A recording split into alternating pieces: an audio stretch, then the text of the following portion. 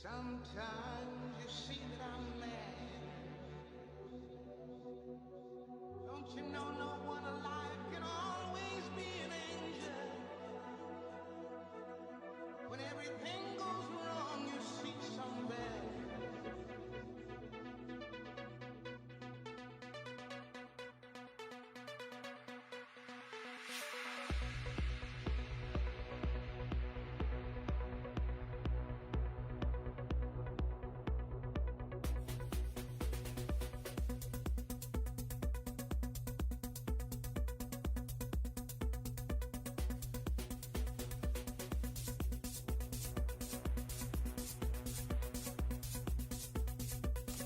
Bandidos, welcome to another live stream. Here we are live on Twitch, and it's late night, Friday night. But here we go. We are going to be working on some Merciless builds. That's right, Merciless. Merciless. We're going to merc some fools. Let's merc them. 1 second here. So the Merciless is kind of a pain in the ass assault rifle. Well, rifle, really, right? It looks like an AKM, but it's not.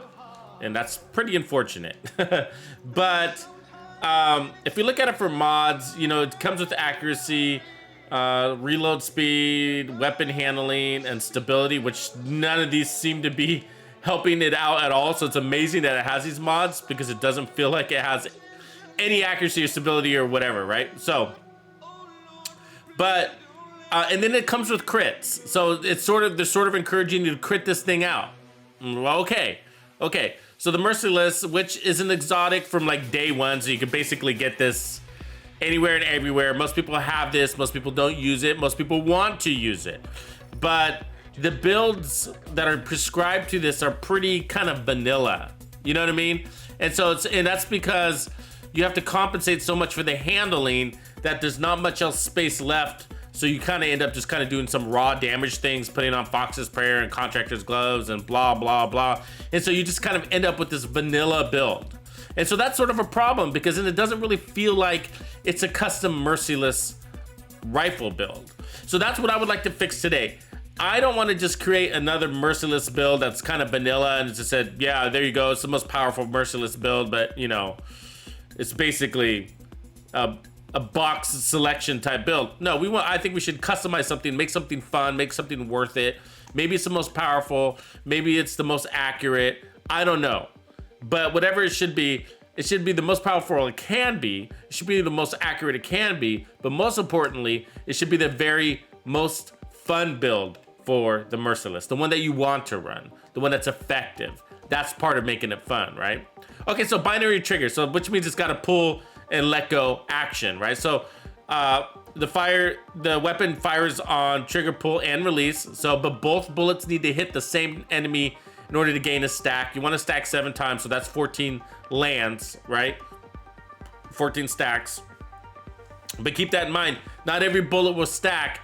Each, you have to get 1, 2 to land on the target in order to get a stack. Okay, so there we go. There's pain in the ass part 1, right?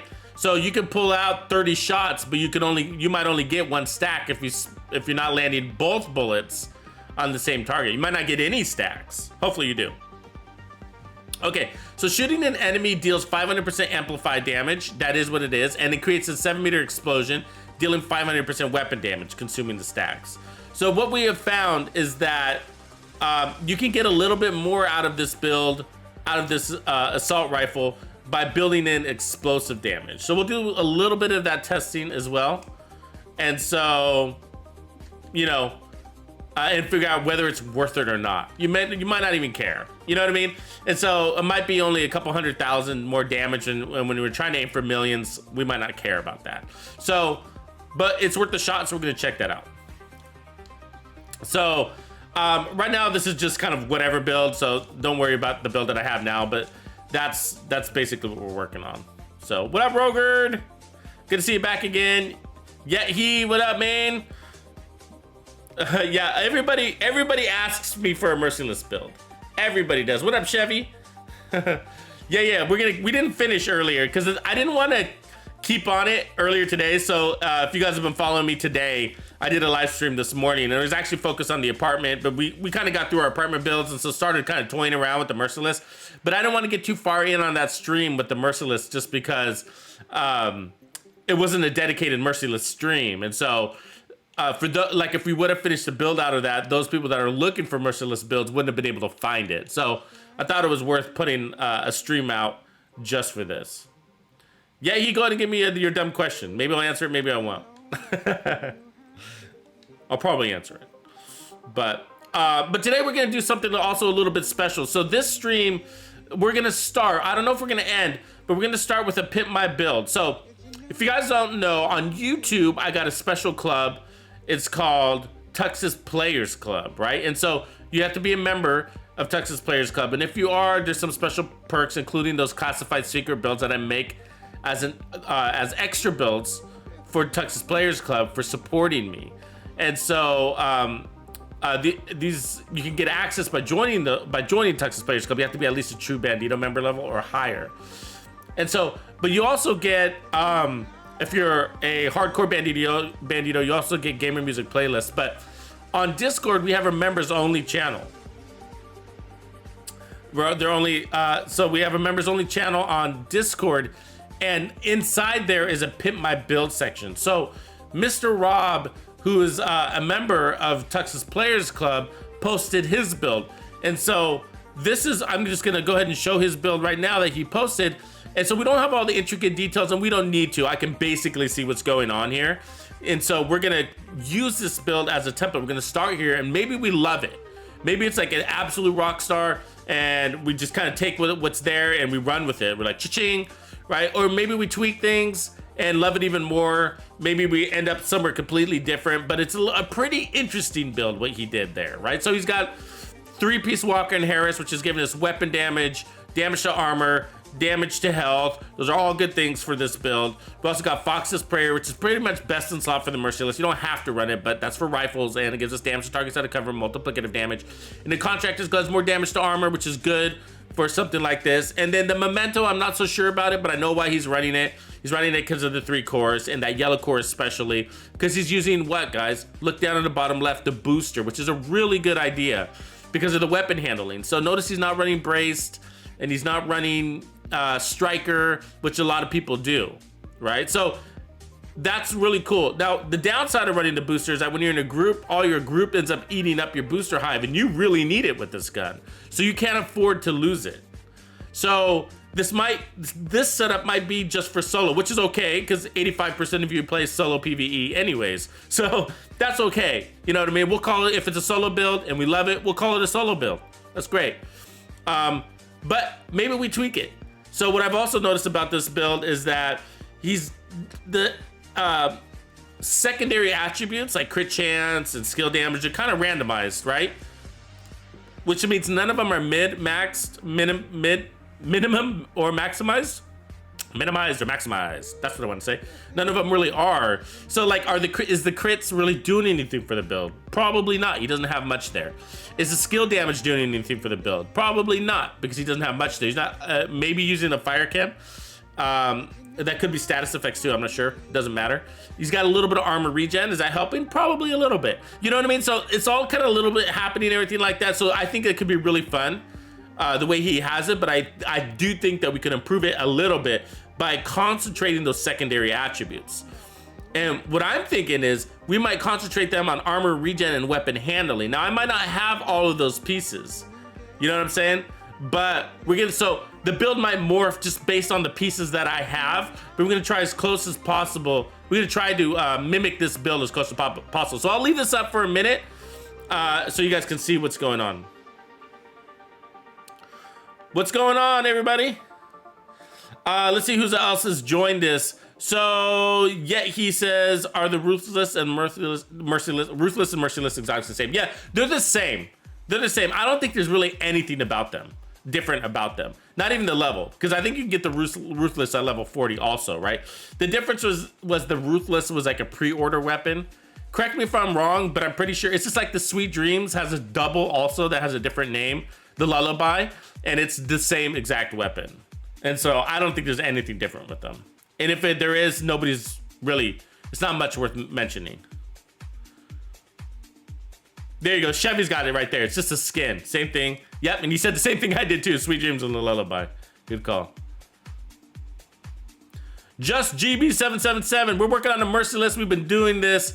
We started this on YouTube a little bit ago, but I didn't want to finish it on YouTube. So here we are. Here we are back at it, working on the Merciless because everybody wants a good Merciless build, and I don't think anybody's really happy with what they have. Crux! Can Crux hear anything? Can you guys hear anything? Do we need to do an audio check?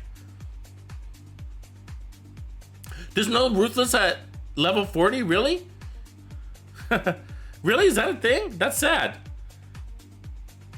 I figured they would have, I guess maybe they didn't have to. You know what I mean? Like, you should be able to get it in a cache. Can you not get it in a cache? I mean, if you were a, I guess you wouldn't really need to, but if you got it from a pre-order, I think you would think that it would be, no, I guess not. Because then you'd be able to gift it, and they don't want you to gift it. Okay. That might be logical. Crux is Mr. Rob. Oh, you can hear now. Yeah, I don't know why you couldn't hear. We haven't changed anything on our end. Okay, so Crux is Mr. Rob. So this is it. Oops. I'm everywhere. So Crux is Mr. Rob. So this is his build that we're going to be focusing on. So he can help answer any questions along the way. But it's going to take me, I might, just to warn you guys, I might have to bounce around to different characters to pick up the pieces. But so we're going to start off just by trying to assemble it just as we are. So I'm going to minimize this so it might be a little hard to see. I'm going to make it smaller so you can kind of watch me put this together with my build. So first, let me just go ahead and I'm going to put on a random mask so that way I can put on the memento. So he's got the memento there, right? And so it looks like what I see is he's got the contractor's gloves with what I'm going to guess is armor regen. It could be hazard protection, explosive resistance, but my guess is it's armor regen. So I got these contractor's gloves, and he's got a skill tier there on that contractor's gloves. I think these ones are a little bit better, but I do have an armor regen one. The armor regen is not a bad idea, so I'm not against the armor regen. I actually think you could spec all the way into armor regen and just kind of be really tanky that way, because you don't have much armor on kill. As you can see, there's no armor on kill going on. So I have the armor regen, and I can roll skill tier here. So let's start with that, and then we'll see where we need to. So yeah, everybody thank Crux, who's also Mr. Rob. So he's Mr. Rob on YouTube. So you guys don't know. What up, Xander600? So Mr. Rob is Crux. Am I saying your name wrong? Right or wrong? Crux. I want to yell it. Crux, because that's how it looks. Anyways, thank him for giving us a template of a build that might be really cool to work with. So let's go and recal that glove. And again, we're not going to be 100% match on his build because I don't have his exact pieces, but we're going to get as close as possible. Now, sorry, I got the hiccups. Xander600, did I miss you on YouTube today, bud? I don't think I saw you this morning. What up, Axion, if I didn't say hello already?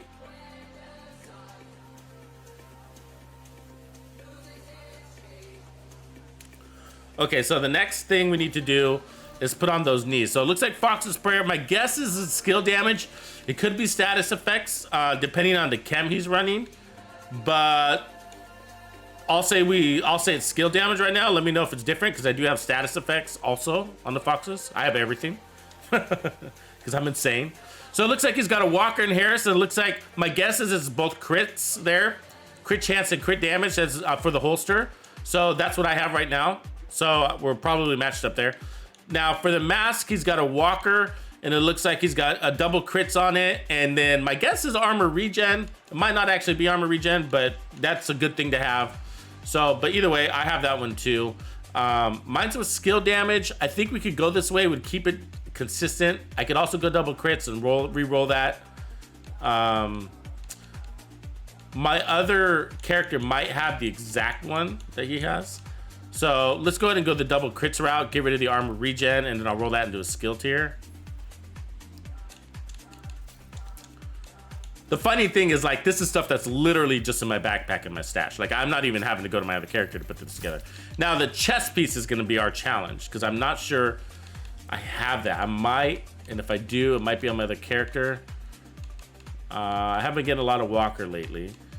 So you might have gotten a lot of Walker too lately, and that would probably be because of the legacy caches and season caches that all came from the rewards track and from the last global events from the season.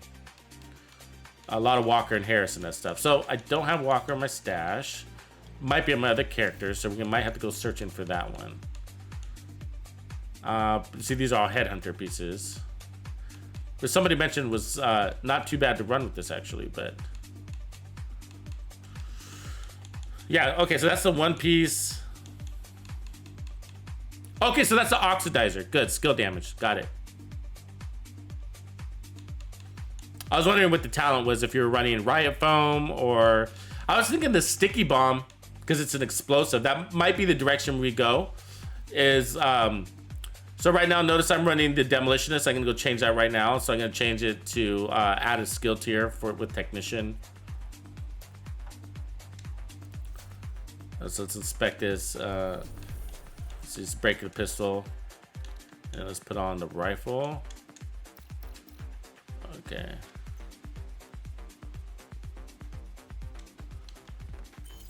Now we're definitely gonna need that booster.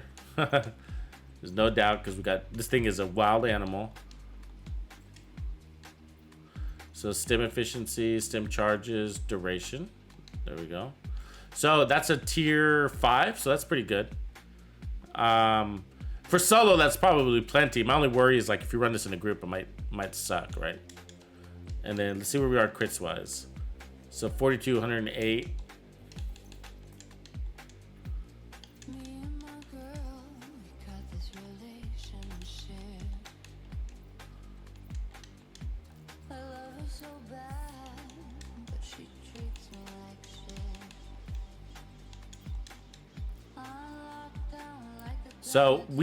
So we're missing damage to, actually this might be okay.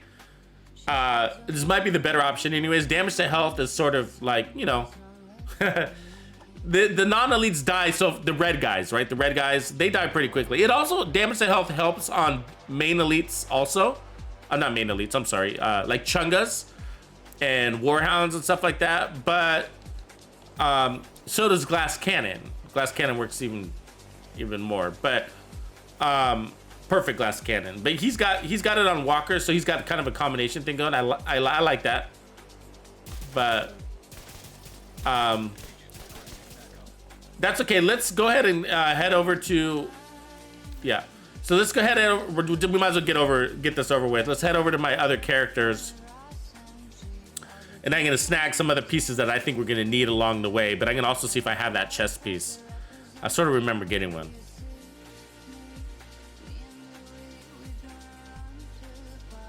So, Kurux, Kurux, tell us, what kind of content were you running with this when you were running it? Did you try everything, like group, legendaries, you know, or is this mostly a heroic build for you? Heroic group, heroic solo? Let us know how you were playing with it. That will kind of give us a direction here.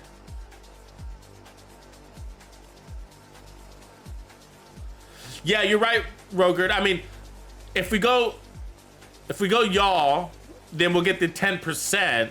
But I just don't know how much I want. Like, I don't know how bad I want that health damage to have to go y'all. You know what I mean? You know, because you're giving up a lot. The reason why, and I have lots of y'all, man. I've got like 4 masks, not on this character. But let me see. Let me pull that Walker over.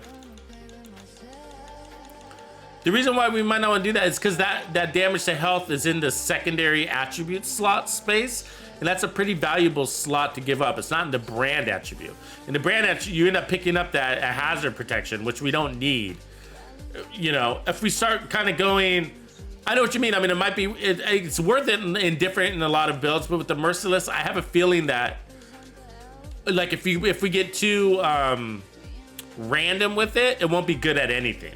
You know what I mean? It won't have good survivability. It won't have good handling. It won't have, you know what I mean? So that's what I worry about.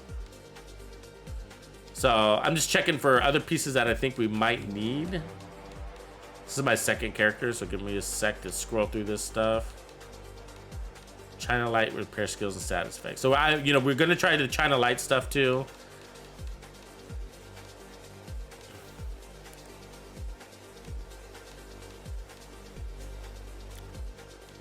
Not seeing anything really.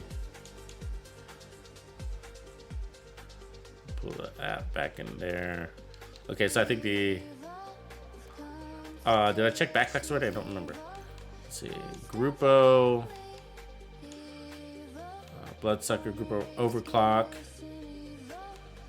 Bellstone.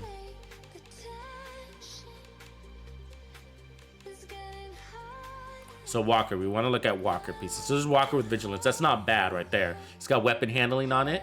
You see that? So we might want to pick up that one. Oh, we already have that in our stash. Okay, so that's good. So then we got China Light. Yeah, I like this Walker right here. That might be a good one. If we decide to get rid of the Memento.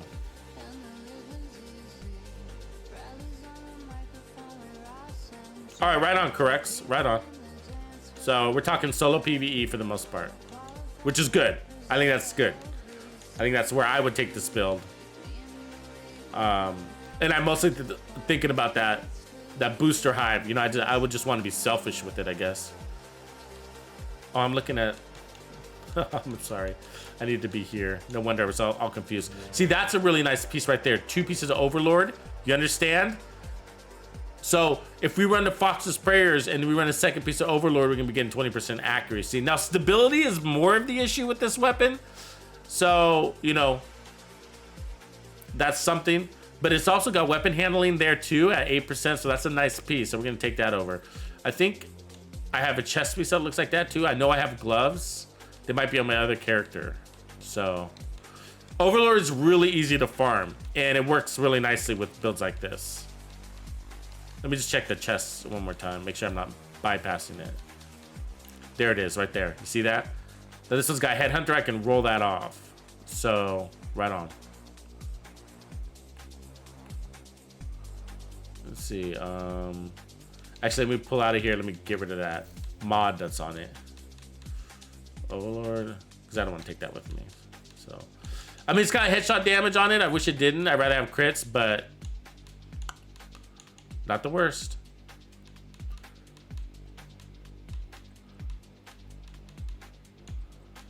So also a second piece of, so if we end up going with the gloves, then we could run the second piece of Petrov for weapon handling, which would be even more efficient.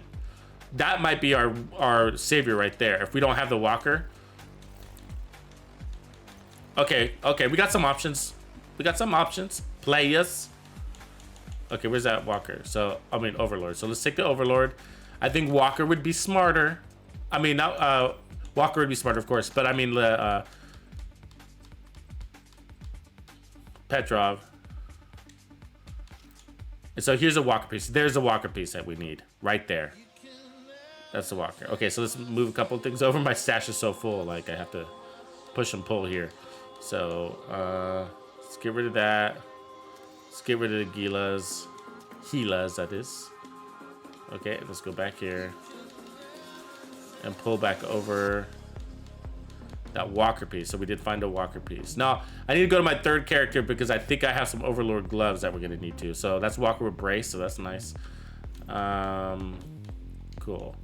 Let's check one more time because I don't want to go to my other character just to find out that it was here and I missed it. Okay, nope. Okay, so let's make sure I dumped all that inventory. 149, I need one more piece over here. Every bit counts. So let's go move over the Eagle Bear. I never use it. Okay, switching characters. I hope so, Rogert. I hope I fall in love with it. You know what I mean? I mean, the gun is just like everybody wants to use it. It's an interesting concept with the explosions. You know, this is what I think the magic formula is. And so so I think we got a good starting template here. You know, like I'm not so sure the memento is really a good idea, but and then also technician. Those are the two things I can see right. Like I like everything about the build, but the two things I can see right off the bat is the memento and the technician, because technician's giving us a skill tier, but it doesn't help us on any other level. You know what I mean? And so with this gun, which is working off of explosions and horrible weapon handling, I feel like we need those. So I have a feeling like if we can get weapon handling on every gear piece, not every gear piece, but a lot of them, then that'll improve the handling so much we might not even need. So there's those overlord pieces. You see that glove? Now we lose the contractors in that scenario, but it needs to be an option. So that's why I'm taking it with me.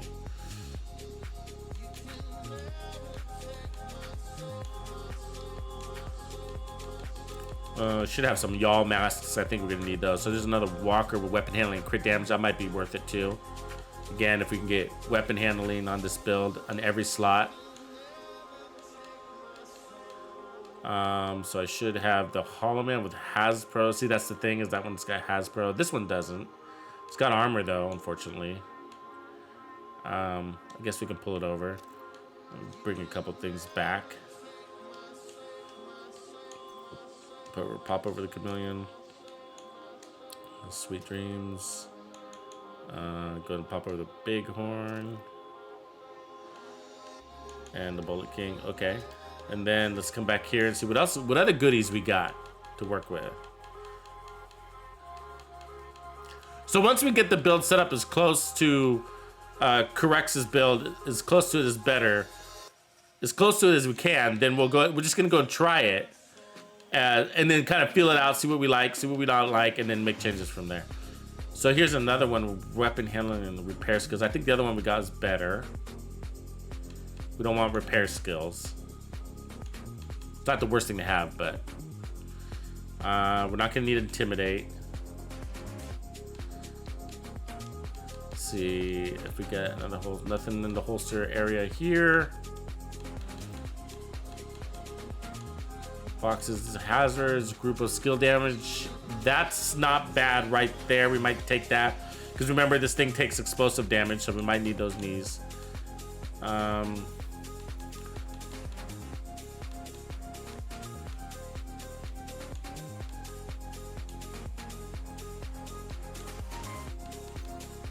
right, we're almost done.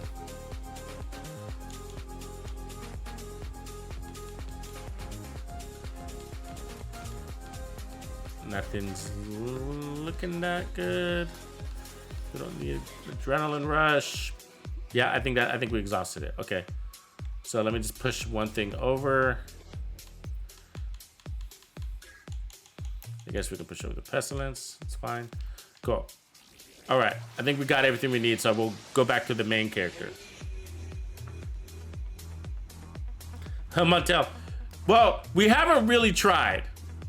The reason why we haven't is because, yeah, sort of picking up where we left off. And that's what I was explaining earlier, is that I started this, we started, and I always get people asking me, and I'm always kind of pushing it off. Like, I tried. It's just like, and I put build together and I run it. I'm so not impressed with the gun. I don't ever release the build.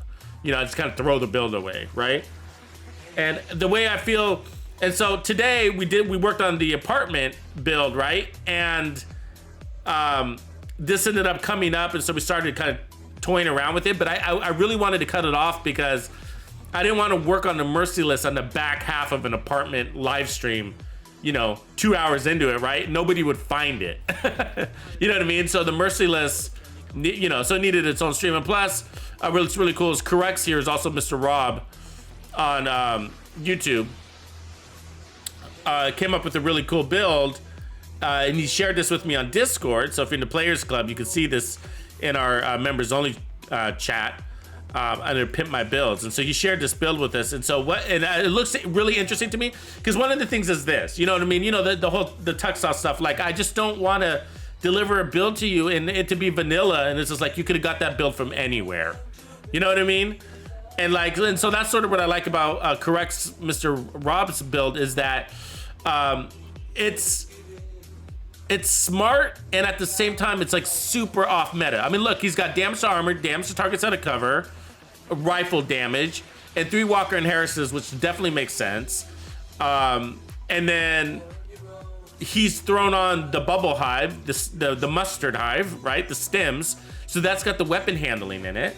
You know what I mean? So, anyways, so I like where he's at. Now, there's a couple of things I can see right off the bat that I may not like. Maybe I'll be surprised. And the things that are catching me are the technician. I know why he's running it. I get it. The bubble hive, I get it.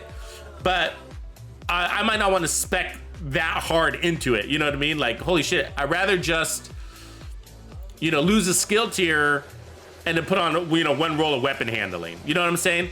Because right now we got 55% buff amount. That's a lot. That means 55% weapon handling. That's what that's saying there. So we've already exceeded. I don't even have all the skill tiers that he did. Does he? Do I? I do. Okay.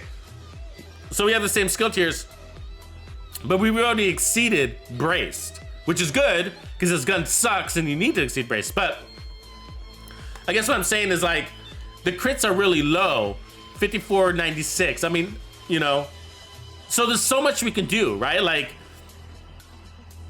you know, there's so much we can do. No, the booster hive doesn't really work with in-sync talent. No, because the booster doesn't have anything to do with damage. So it gives you hazard protection and weapon handling and melee damage, I guess. So, but anyway, so I think we're at a place. Let's just go ahead and put on that walker and then re-roll that, and then let's go give it a whirl. And let's first take it into the testing range, see how that handling feels. That's a really nice piece right there too. But you see, by running a second piece of Petrov gives us 10% weapon handling. If we do that, we can lose a skill tier, right? Maybe even 2 skill tiers, depending on the math. It takes a lot to buff the booster, by the way. It takes a lot to buff the booster. So, anyways, let's look at the walker. So I love where his head's at. I'm just saying, you know, these are tiny tweaks. These are just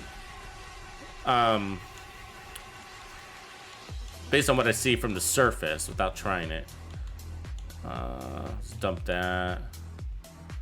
Got a new reliable. I'm gonna try to build around that too, by the way. I've heard people using it and liking it, so I thought it was worth a shot. Get rid of that. All right, now let's bring that chest piece over. It's pretty amazing that I have all these pieces, just so you know. If you haven't realized that yet, if you haven't put that together yet, that's like, shit, Tux has every single one of these pieces, basically. You know what I mean? I mean, that right there alone is impressive. That tells you that it's impressive in a funny way, like I'm a dork.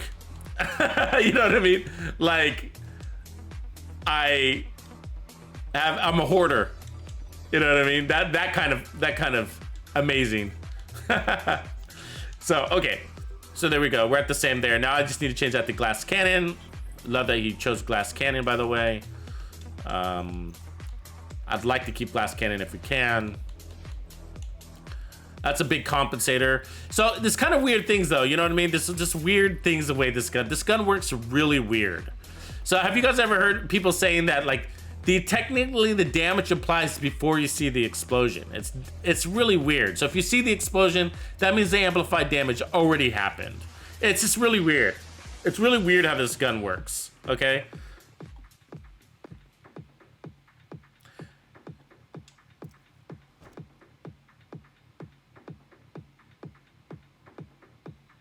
Yeah, 2 Petrov and sharpshooter specializations all you need. That's a good point too, right there, Ghost. Sharpshooter instead, but why Ghost Infiltrator? Why sharpshooter over? That's an interesting comment. Why sharpshooter over? Well, because it's a rifle. I see, and the rifle gets headshot damage also. So because you get 10% weapon handling from gunner. So what does sharpshooter give us again? So 15% stability. Okay. So that and reduced recoil. So that's probably, yeah, because you don't only need so much handling. Stability that's even more stability than 10% handling, and you don't have to stand still. Yeah, I can see that. And then because it's a rifle, you also get the headshot damage. So that's a good point. So let me respect this little thing. Put this in the rifle for later. We'll try that too. That's a good suggestion. See, that's what I need you banditos for. Always got good ideas. Okay, so let's put this on what? Invulnerable, shall we? Now remember, we're not going to get any of the damage buffs from the memento, which eventually give us 30%. We're also going to get 30% efficiency, and then short-term buffs and blah blah blah. So none of that will be here. So we got to take that for granted because keep that in mind because that's going to mean a lot. So let's look at the handling first. Okay, so that's really what we're looking at here. Oh yeah, we're on target. Let me push that out a little bit more. Yep, it's working. Oh, you can feel when the buff goes away though. Watch it. And that's what sucks. When the buff goes away, it's just like, whoa.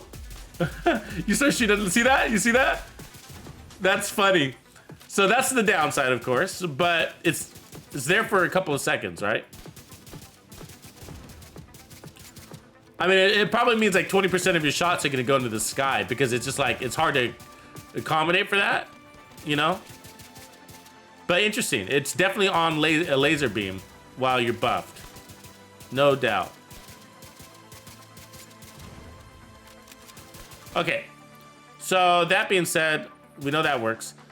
So let's go ahead and then for the other one, I'm gonna go ahead and put on the healer. The cool thing about this though is it makes one heck of a healer. Look at that, 41,000 heals per second before the memento buffs. I mean, that's a nice little drone. That's nice. That's nice. Okay, so let's look at explosions, shall we? Okay, let's drop this. So let's look at, so earlier today, the high that I caught was around 10,300,000 combined damage from the explosion and the amp. So that's 3,700,000. I think that's on par what you were saying. 4 million, 5 million right there. 5 million combined. So notice the explosion happens afterwards, which is really annoying. I think it was like 3 million right there.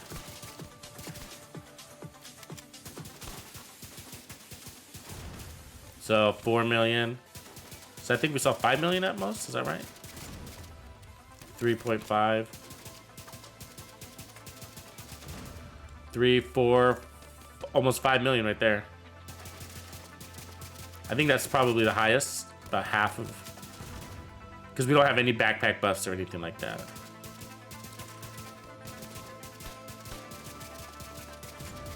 Three, 4. Okay, let's call it 5 million. And let's see here, 5 million. Make sure everything's on track.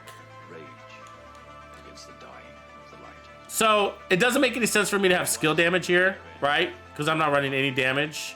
Now he was running the oxidizer, so it totally makes sense for him. We're not going to stay true to his skills there, though. Let's see, do I have another boxes that I can run that? I don't know if I can do that. Yeah, so I'm gonna move this to the inventory. I'm gonna change the foxes right off the bat. Just because I know we're not using skill damage, we're gonna go heals.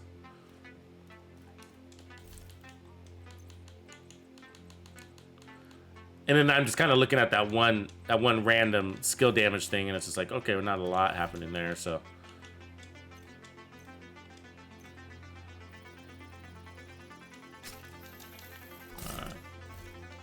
Cool, so let's go give this a try in the field. Again, that tells a better story. Let's see, anything worth. It's all kind of random shit, isn't it? I'd rather fast travel than jog down the road, so let's go ahead and do that. 3.2 on the body, gotcha. Bryce Teffer, what's up, man?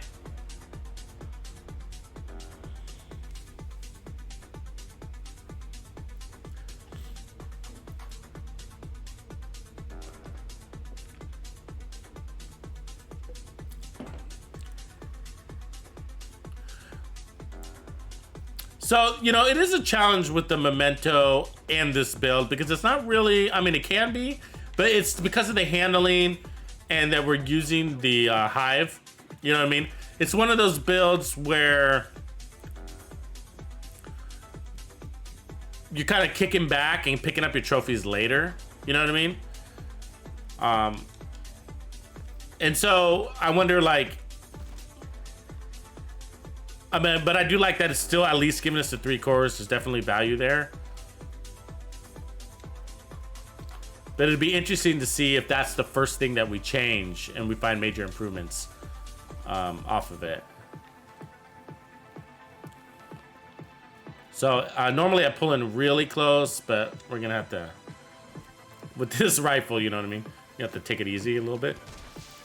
Go after those rifles first. We got hazard protection, so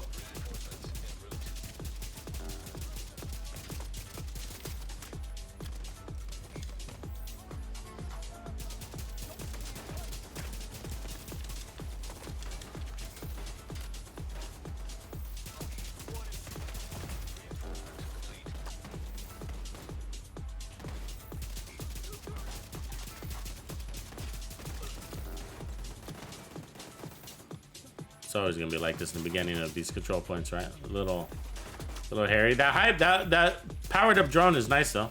We got no armor and kill, right? So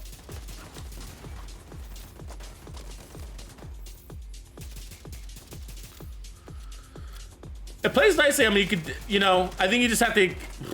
I mean, it's hard to measure like when you're gonna run out of buff. Because it's got, you know, it's like basically every 3 seconds. So sometimes you're in cover, like we're pinned down right now.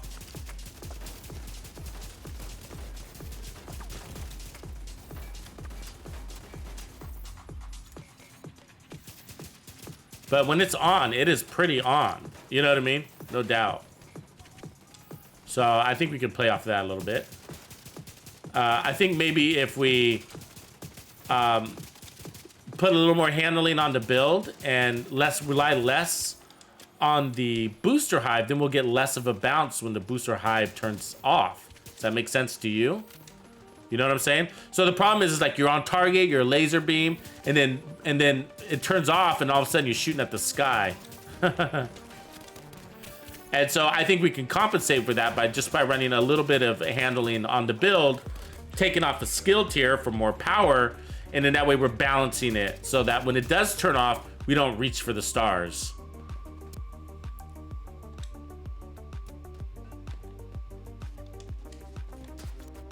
Where's Rob is in the house? Welcome, Rob. See that? Like we laser beamed that guy. Like we were all in on him. Hey, where'd you come from? Okay, so this is one of those scenarios where our homie just stole our... You see how fast, like that booster felt like it was gonna last forever. And then somebody jumped in and then we lost the booster. You know what I mean? And you never, you know, and now I feel like our guns are worthless. Again, going back to splitting the weapon handling with the booster might be better way to go. Otherwise, you're gonna have to avoid your friends. Which is good too, because they never shower. These hippies. Homeland Security hippies. That guy behind me is just gonna irritate me, isn't he? Yeah, he is. Come on, do your job, kill me, or go away. So I'm seeing, you want to see a lot of explosions too. You want to see a lot of explosions. You don't want to be playing where there's no explosions. It's just like, and all your bullets are doing all the killing. That's just like, why am I running the Merciless? Why don't I just run the M1A? Or the 1886? Or the Ravenous? Like, anything else? Like, I don't see any explosions. And that's because your primers aren't on that... You're priming the gun, and then, you know... But you still gotta land both shots on the target, right? And so if it takes you forever to do that, then you're not gonna see that many explosions, basically, I guess is what I'm trying to say. Again, relates to handling and accuracy. Why? Which is why it's just gotta be a factor in the build. I mean, if you play close to range, it is less of an object, right? Ugh, but then you die. You die because you have to concentrate so much just to get that target. To get that target, you know what I mean? Scott's OG, good to see you back, man. Waxy Devices, thanks guys for following me here from YouTube. You're my homies, all of you. I'll tell you what we're up to. Oh, I'm sorry, I still have this picture up. I should take it down. I'll show you, we'll talk about it in a second. This is Mr. Rob's build, or corrects here, but Mr. Rob on YouTube. So he has provided us a really nice template to work off of. I thought it was an interesting one for sure, because it's super off meta. I'll show you the details for those of you that just really came in like, look how long it's taken to take that. God, guys, the thing is, like, this build, it's the gun I'm talking about. Like, is Rob all the way down? Yeah, unfortunately he's all the way down. He's way on the other side.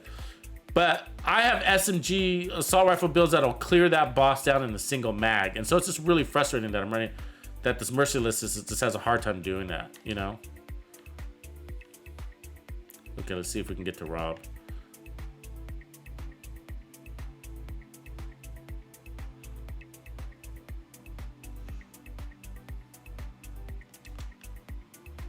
Got it.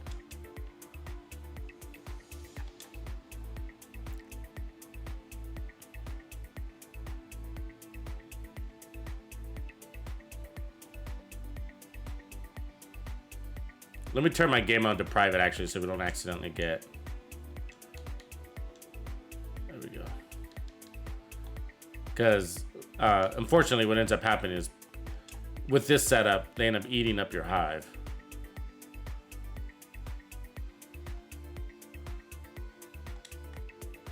Yeah, as a matter of fact, let's back up. Because you know why? You know why? I don't know if you guys noticed this, but the civilians eat your hive, too.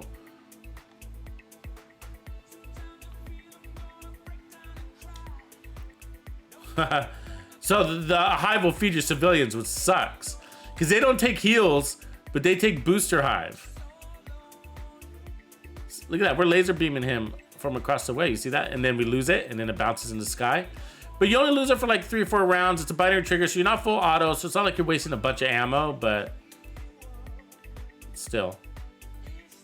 Not the worst scenario in the world, but I think we're on to something here. So I mean, we already have a direction, which I like. You know what I mean? We don't actually need to finish this. Let's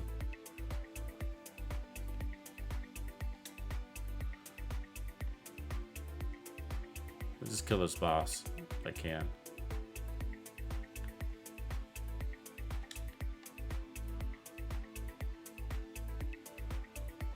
There we go. Killed him with the 3 million explosion. We actually got a kill with an explosion. I mean, he was almost dead, but... I mean, you do feel, yeah, so that's also the drawback of the build. You do feel pretty worthless when your booster goes down. But again, when we have all of our trophies and stuff, so if you're running solo, this is a pretty cool thing, you know? But I would still want just a little bit more weapon handling, just so when my booster does go down, I don't feel so worthless. I mean, to be honest with you, when the booster goes down, I sort of feel like just giving up. You don't really want that feeling. So, you know, like... who was it? Was it Gunslinger? Thanks for the subscribes, everybody, by the way. Apido, what up, bro? From Puerto Rico, saludos. Ghost Infiltrator, we're saying,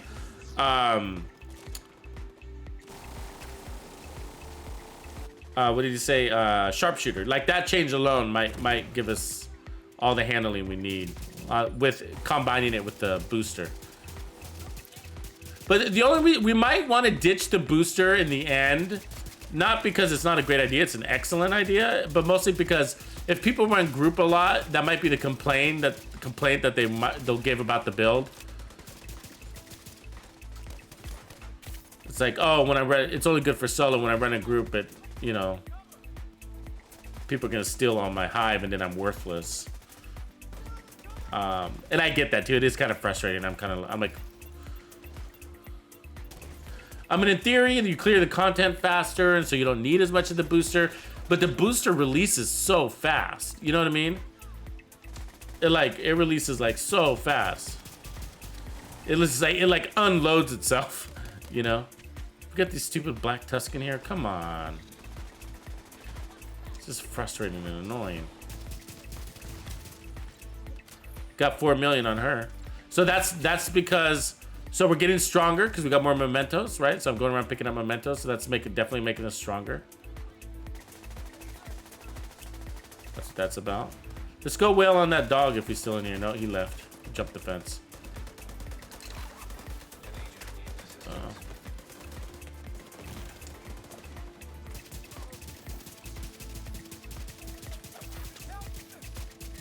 God damn it. Civilian got in my way. Fuck!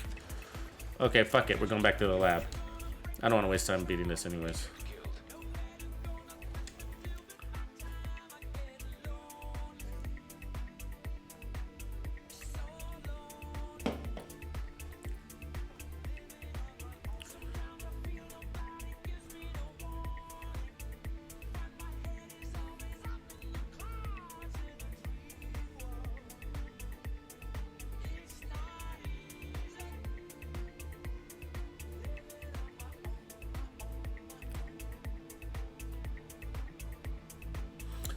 I love the 1886 too. Good job. You guys are awesome for loving 1886. It makes you a friend in my book. I love the 1886. Not everybody likes those one-shot rifles, but I freaking love them. Okay, so that was really interesting. I think that we could just make a couple of minor tweaks, right? Let's not change any of the pieces yet. Let's just go ahead and take off one skill tier and add on sharpshooter and just see if that's enough to swing us over the edge. Again, just so you know, what we're after is that 15% weapon stability, reduced recoil, and acquisition of targets. We're also getting that headshot damage too, but that's what we're after there. And so we're gonna lose a skill tier, but we're gonna gain that. So let's see where our buff is here. 48%. So we lost 7% there, but gained 15. So it is more efficient to run sharpshooter. Sharpshooter dropped the damage. It shouldn't. It shouldn't. You should gain damage. It's possible though. Anything's possible. Oh, you're kidding me. The picture you sent was the stinger, dude? Oh, I totally assumed that was the booster. How are you landing bullets? This thing, because when the booster turns off, holy shit, it's like all over the place. But when the booster's on, it just lands a lot of shots. That's funny, man. That's really funny. So yeah, you're gonna lose damage. You're gonna lose skill damage. But I'm not looking at this as a skill build yet. But that's funny, man. I totally assumed that was the stim. How are you landing bullets? I gotta ask, because this thing is a freaking beast.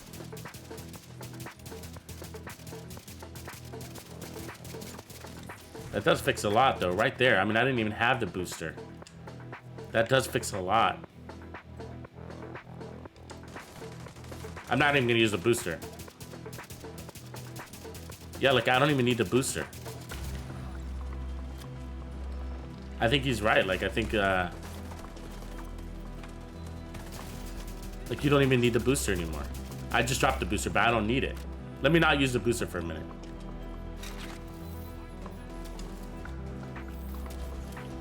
Because we don't have any other weapon handling on this build. Diamondback's pretty cool. It is an advanced build, though, Bryce Tafer. I mean, advanced gun. It's so not easy. So this was Ghost Infiltrator's suggestion was to run sharpshooter. I think people always forget about sharpshooter outside of a pistol sniper rifle. You know what I mean? People forget about it. It's actually pretty good if you're running a lot of skill tiers too, but it actually calms this beast down a little bit. I mean, at range, it's a little harder, but if you play inside like 25, I mean, even then, I could track that target. Again, it gives you reacquisition, reduced recoil, and stability. So it's, I like it already, and we can make it better. We're on a roll, guys. Good job, Rob. That's pretty cool. Totally funny that you weren't using the booster though, man. That is funny. And the reason why it's funny is because I'm wondering how you were landing your shots, because I couldn't land a freaking bullet without it. I was literally for like, oh look, it's a laser beam with the booster. So adding the booster back in, it's like, oh, forget it, they're over. So now we're using the booster. Let's see how it goes. Holy shit, it's a laser beam. I mean, it's still got a little. See, the only reason why I don't like the booster is that because when it turns off, it's sort of a surprise. It's always a surprise. You know what I mean? Shit, getting nailed from behind again. God damn it.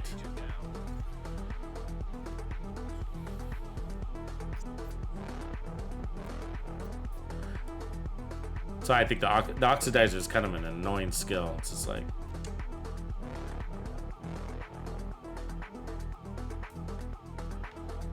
It's because it's kind of like it's like a real, it's sort of a crowd control skill.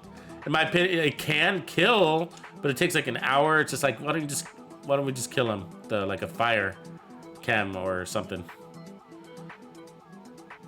or a sticky, or a turret, or an attack drone.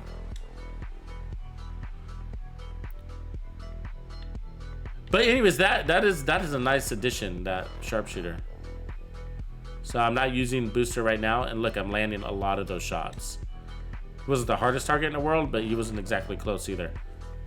So the farther you go out, it's gonna be a little bit harder, so I think we can improve this even more. I'm ready to do that, because I can feel where this weapon is going. So I think we can bring on more power by doing those changes too, by bringing some change. By relinquishing the booster, we can bring more power, and then kind of look at the booster as an extra backup thing. It'd be really cool to get this to be able to run and gun by coming up with some sort of like.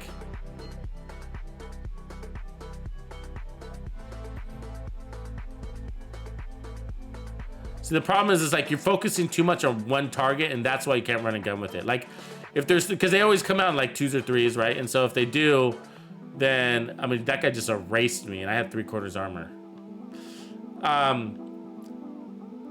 So they usually come out in 3s, right? 2 or 3s at a time. And when they do, you got to quickly move on to the next target, right? You can't sit there and focus on one target. You do, you're dead.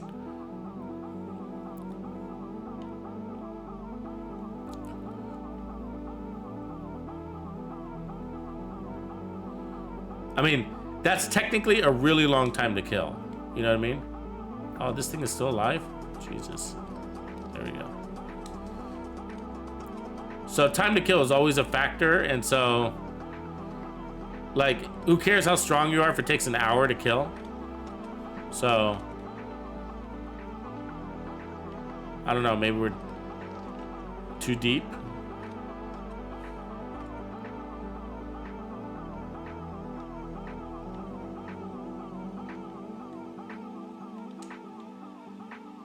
There's another boss. Let's focus on him.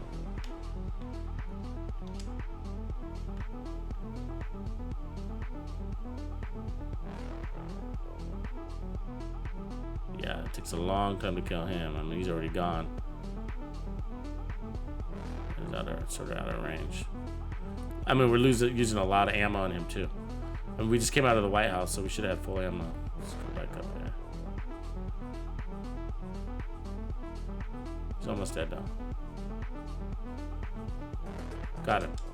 Got him. I mean, I was just adamant. I knew that guy was gonna kill me, but. Yeah, the foam is a good idea too, Crux. I mean, that's another way around it, right? You don't need as much weapon handling if you foam them. And so we could like trade some things off. Ooh, that's kind of a nice holster. Ooh, that's kind of a nice glove. You have any room to pick that stuff up? Ooh, that's kind of a nice holster too. Maybe we should share it with him because I don't need it. The cool build though, man. Good job, Rob. I'll walk everybody through it in a sec because you guys, I mean, just to pick it up where it's at.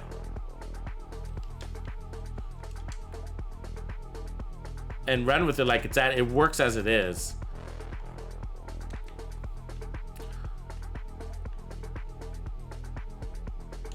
Even without sharpshooter, if you go back to his original technician.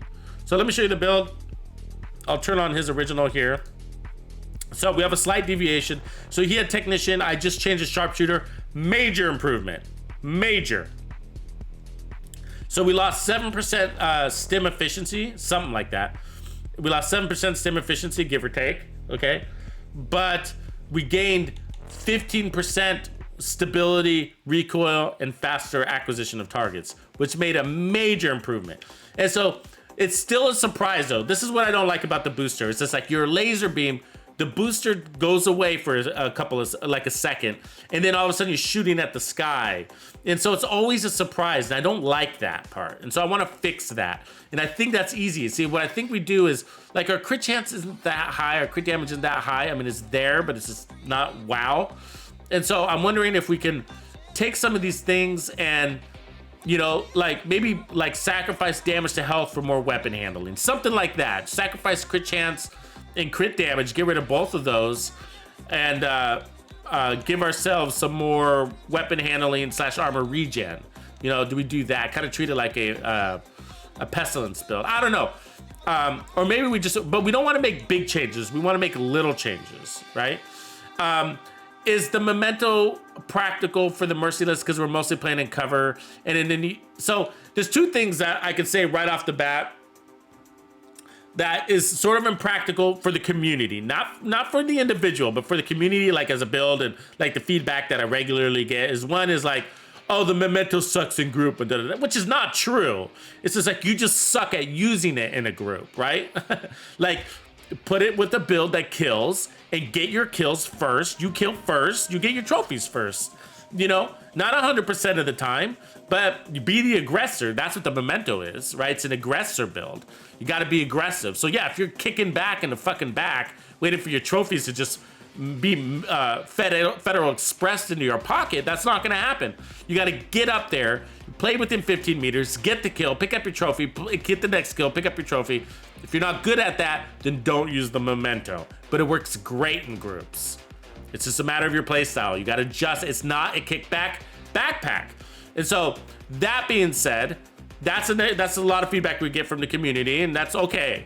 And so the thing is that this is sort of a kickback gun. So when we got out of cover and we were running and gunning, we were in dangerous territory. There was 2 times that we died by trying to do that.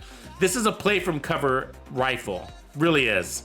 And that's because of the handling and the slow rate of fire and the long time to kill, right? It feels like it takes an hour to get through the 30 mags. It feels like it takes an hour to kill the enemy. So we got to play from cover so that we don't miss those shots, so that we can hopefully bring that time to kill down. That said, the memento might not be the best choice. You know what I mean? And so there's some things we could play around with. You could totally run the memento, and it works. And I've just felt it, and it worked great. I liked it. But I think to make it a more well-rounded build, I think that's the first thing that we go after.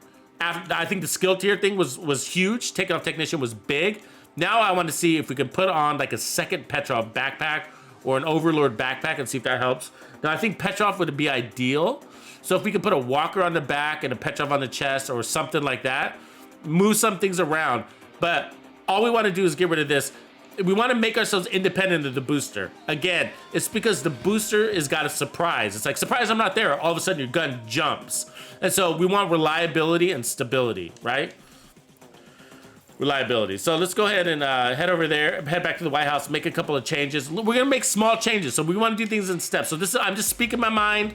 None of these are facts. None of this is facts, okay? None of this is facts. And so these are just my impressions. Yours might be different when you try this build, okay? So just keep that in mind.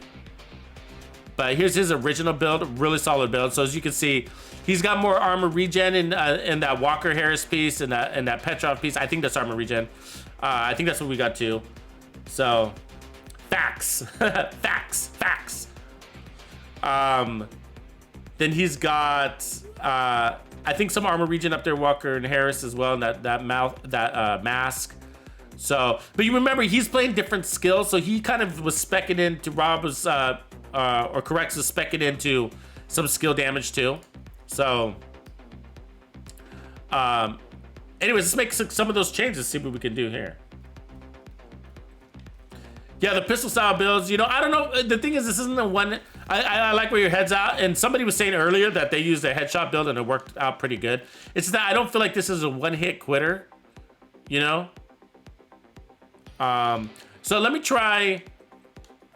We're gonna put on some regular contractor's gloves, but let me see. Don't I have some with? I don't want the headshot damage.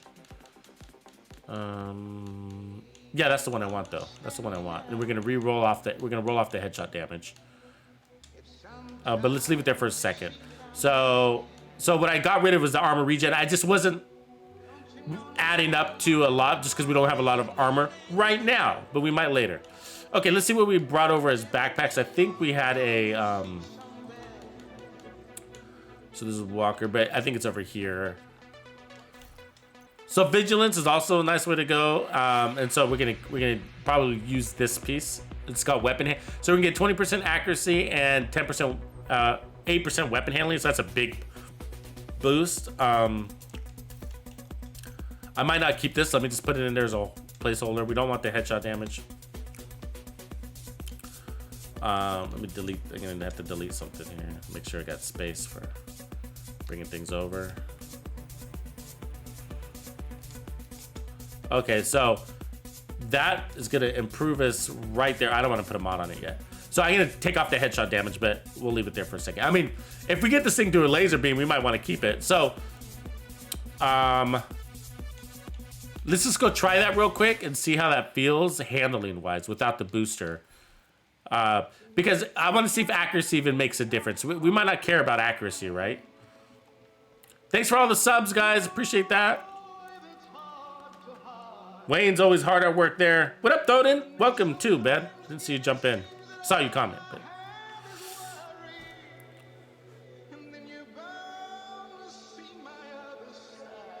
but named. Now let's go harder. Let me just go to invulnerable so we can get this out. Now I'm gonna put it at 15, because that's what most of these guys are. So okay, so I'm not gonna use the booster. I just want to see how that weapon accuracy is helping us. That's pretty good, guys. A little bit of bounce is acceptable, so keep that in mind. I don't think this is a headshot gun, by the way. You know what I mean? I think you'd be wasting a lot of your time with your headshots. I think it's like a body shot weapon. So we're gonna be picking up some more damage in here because of the vigilance.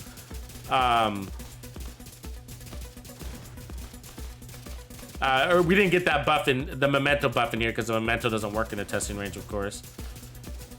But that's pretty good, and I think we can do better. So we gained a lot, though. We gained a lot because we got the weapon handling in there and then 20% accuracy. Okay. Let me. I had a Walker backpack. Let me bring that in real quick. Let me bring the Walker in.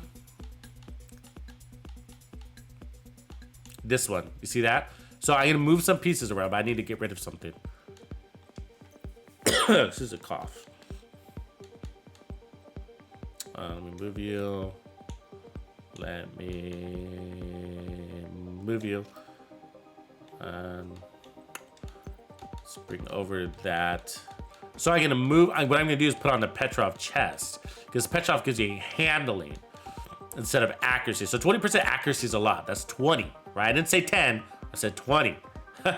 So, okay.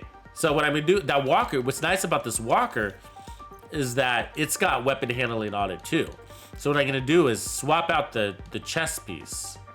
So instead of running a Walker chest piece, I'm gonna run a Petrov chest piece. I'm gonna put the Walker on the backpack. It's got weapon handling too, so that's nice. So if I do this right, we're gonna have double weapon handling. Now we could also swap out one of our other Walkers. It doesn't for Petrov too, but I just happen to have a Petrov chest piece. There's that one. I had a better one though, didn't I? There it is. It's got crits. We could roll off those crits though. Let's make sure that's the only one I have. It is. I kind of don't want crits. Is that weird to say? But fine, and maybe we can afford them now that we have all this weapon handling. So let me equip that. Don't worry about damage at the moment. We're not focusing on that. Okay, so this 10% weapon handling. So That's 10% stability, 10% accuracy, right? And then we also have that weapon handling mod on the back. So we picked up more stability basically by doing this. A little less accuracy, but more stability. So that should be helping us control that balance more.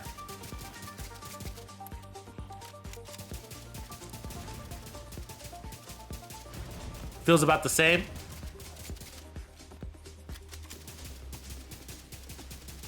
Okay, now let me overdo it. I'm gonna overdo it now. Let's put back onto Overlord. 20% accuracy, 8% weapon handling. I have a feeling about this one. Okay, it feels about the same. So that means, I think, for me, accuracy helps with the acquisition of targets from left to right as they're moving. So, some people say it's the spray of the bullets and how tight it is. But my argument to that is like, well, how does that work for a sniper rifle? Because sniper rifles get major improvements with accuracy. So what type of spray pattern does a sniper rifle have? Can somebody explain that to me? So this is nice though. I'm not sure accuracy is helping much though. What do you guys think? So here's what the accuracy. I mean, maybe it is. It's just, let's look at the stats. 68% accuracy, 63% stability. That's a lot, right? So we might need to tail that back a little bit. What do we put on? Let me just put on a Grupo or whatever for a second.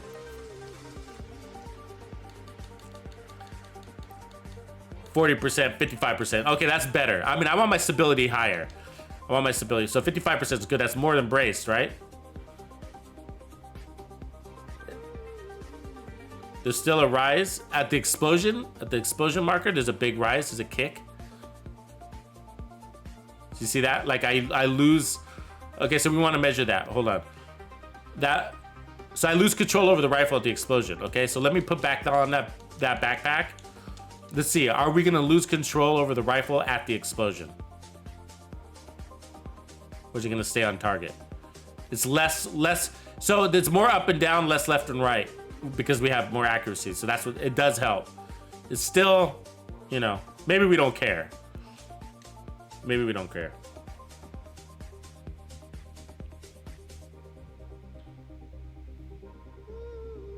Doden, right on, man.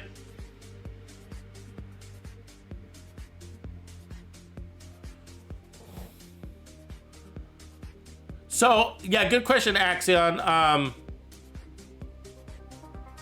Geisha, just run and gun, laugh, and close your eyes. Totally. The Merciless does whatever the hell it wants. This is nice, though. This is nice. This is nice. And so I think we figure out what we want to do with the other stats. I mean, we're on a roll here. So I like the direction it's going. So people add on damage to health literally for chungas and tanks and weak points, but it'll only apply to those objects.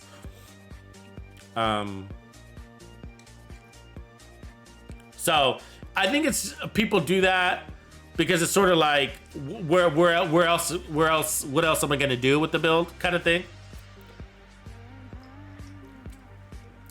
I don't know, but I don't think it's really.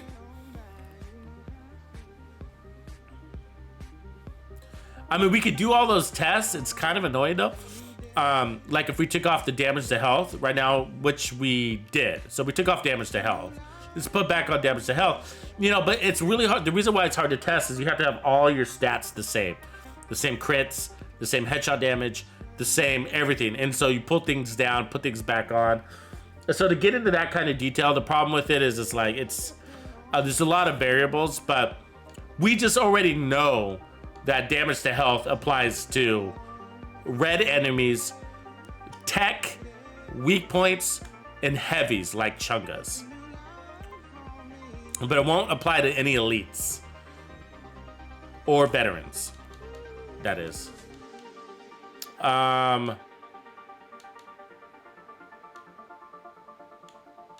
So, okay. So the question is, how else do we get the? So we got a really nice weapon. So if we do it this way, just kind of think. Let me look here. So we no longer lean to skill tiers. So if we do it this way, we can go all red. So let me throw on my all red walker.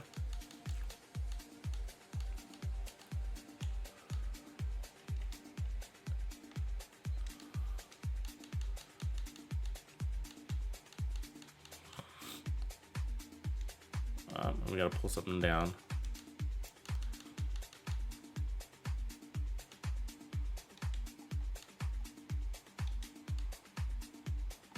Okay, let's put on all red walker.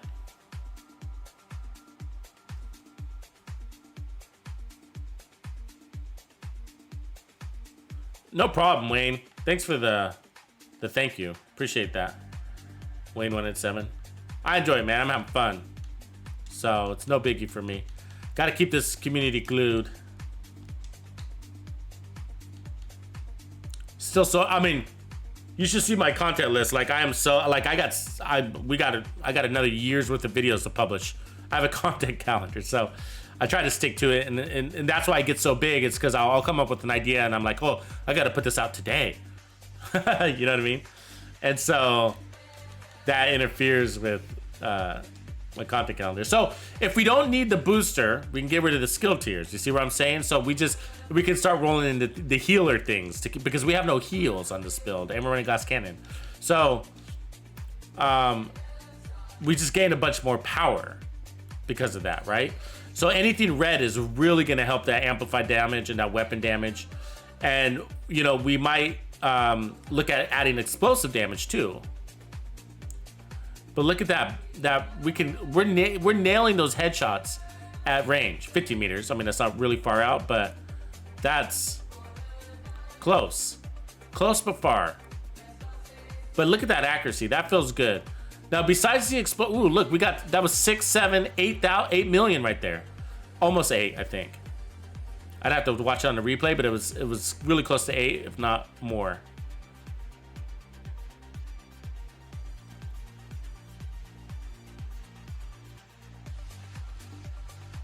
So 7 plus 1, 8 plus 14. So that was 9.4 million right there. We're almost at 10 million, guys. And we have no explosive damage on this. This is a nice build. This is a nice build. So this started, look at where we are, look at where we started, and look at where we ended. It's not that different. It's not.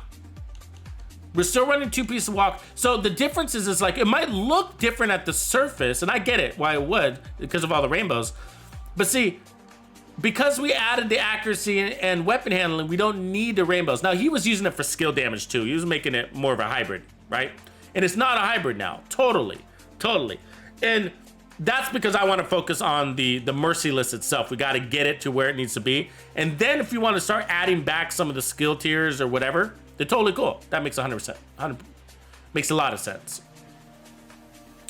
But one of the things, you know, I'm wondering is like, I want to try let's try back on the Walker backpack, because I'm not, like, it might be, the reason why I want to try the Walker backpack is because I might want to run the Walker backpack and then put on the Hollow Man mask to get more damage to health, if we decide that's a factor. I'm not sure it is. So I think we got a little bit more bounce in that barrel, but it's still pretty good. I mean, I feel like I'm landing 100% of those shots. I don't know if I actually am, but it feels pretty close.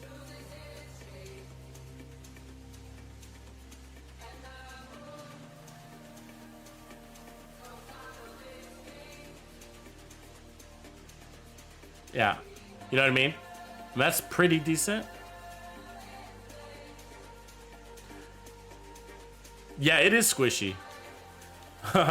I think all of them that have been put out, I mean, we can add armor. So again, you know, I think first we want to get the Merciless where it needs to be, and then we start rolling things back on. Like, we can add explosive damage as an example, you know?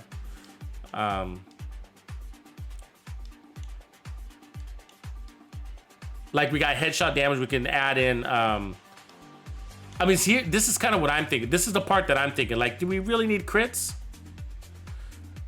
Because if we don't, we can put on things like repair skills, right? And just be, it's okay to be all red if you got lots of good heals. You know what I mean? Or we could just run repair skill mods. I mean, crit chance is low. See that again? These are things you could go. We got a lot of crit damage, so we obviously we got headshot damage and crit damage. We need to modify that. We could also add armor. Armor doesn't help a ton without armor regen. You know what I mean? And you can land an extra bullet with one armor kill, with one armor core. So I think it's more about repairs, you know. But we still have to have the slots in order to do that. In order to do that, we have to bring down something, right? I think it's smarter to run to repair skills than it would be to run armor on this build. I mean, maybe one armor core.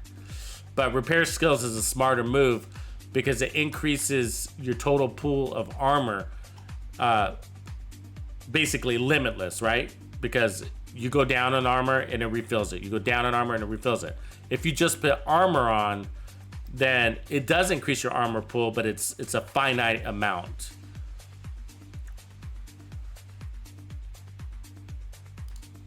Yeah, well, if we go Adrenaline Rush, then we need at least 2 armor cores and have to play inside 15. And I don't think this rifle can do that. You know what I mean? I think that would get us killed.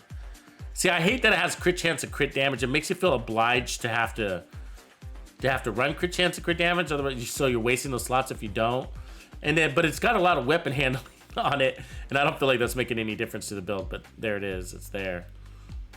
I mean, we could also try doing something like the finisher, right? Trying to actually swap weapons, which I don't know. But that would give us a big increase in crit chance, which would put us basically over the top. And obviously more crit damage too.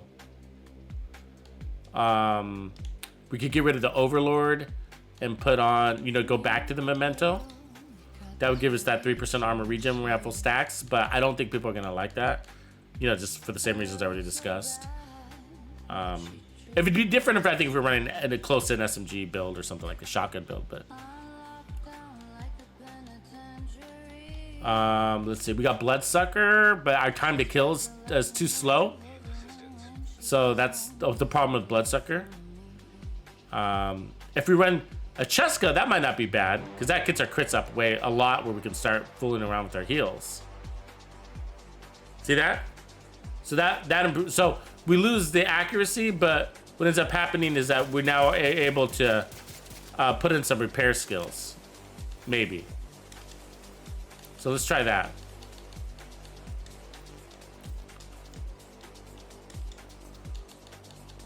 Go back to the hybrid. So this technically could be considered a hybrid.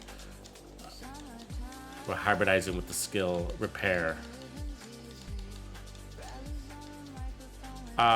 We also have room to change things on this chest piece, so we can put our armor core there, and then we still got that. So let's see here. So crit chance, 53. So technically we have room to put on more crit chance.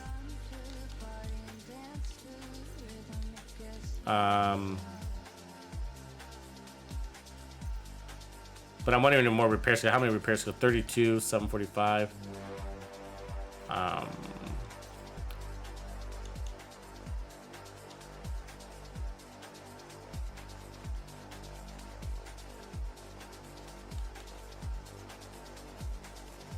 I'm wondering if we should go like the healer, but I'm thinking that the healer hive would be sucked up. We don't have enough skill tiers, and it'd get sucked up by our allies. So I'm gonna use a decoy to help us not take as much damage while we're putting out shots.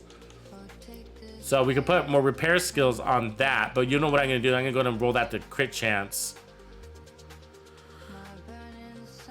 just to make the piece more flexible for other changes.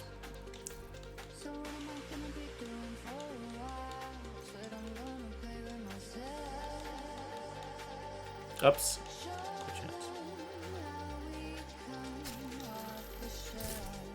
So the Walker and Harris, so we lost damage. We gave up damage to health in order to pick up more crits. That's basically what we did, which is more valuable because crits apply to everything.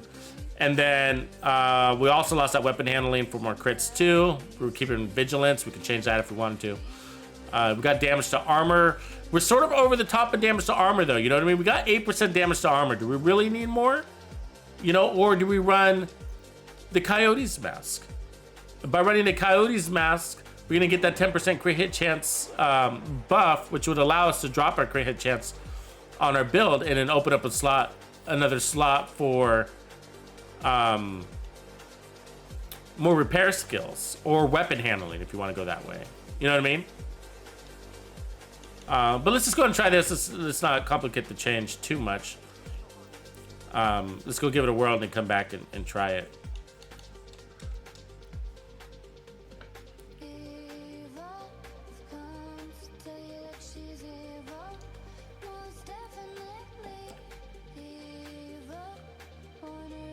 Weapon designed for crazy people? It is. Yeah, Geisha, I do that too. So if you read the mods or the attributes on the weapon itself, it does tell you what the devs are thinking, right? I agree with that. It just says if it has crits on it, they want you to roll crits on it. You know what I mean? Of course you can break off of their idea, but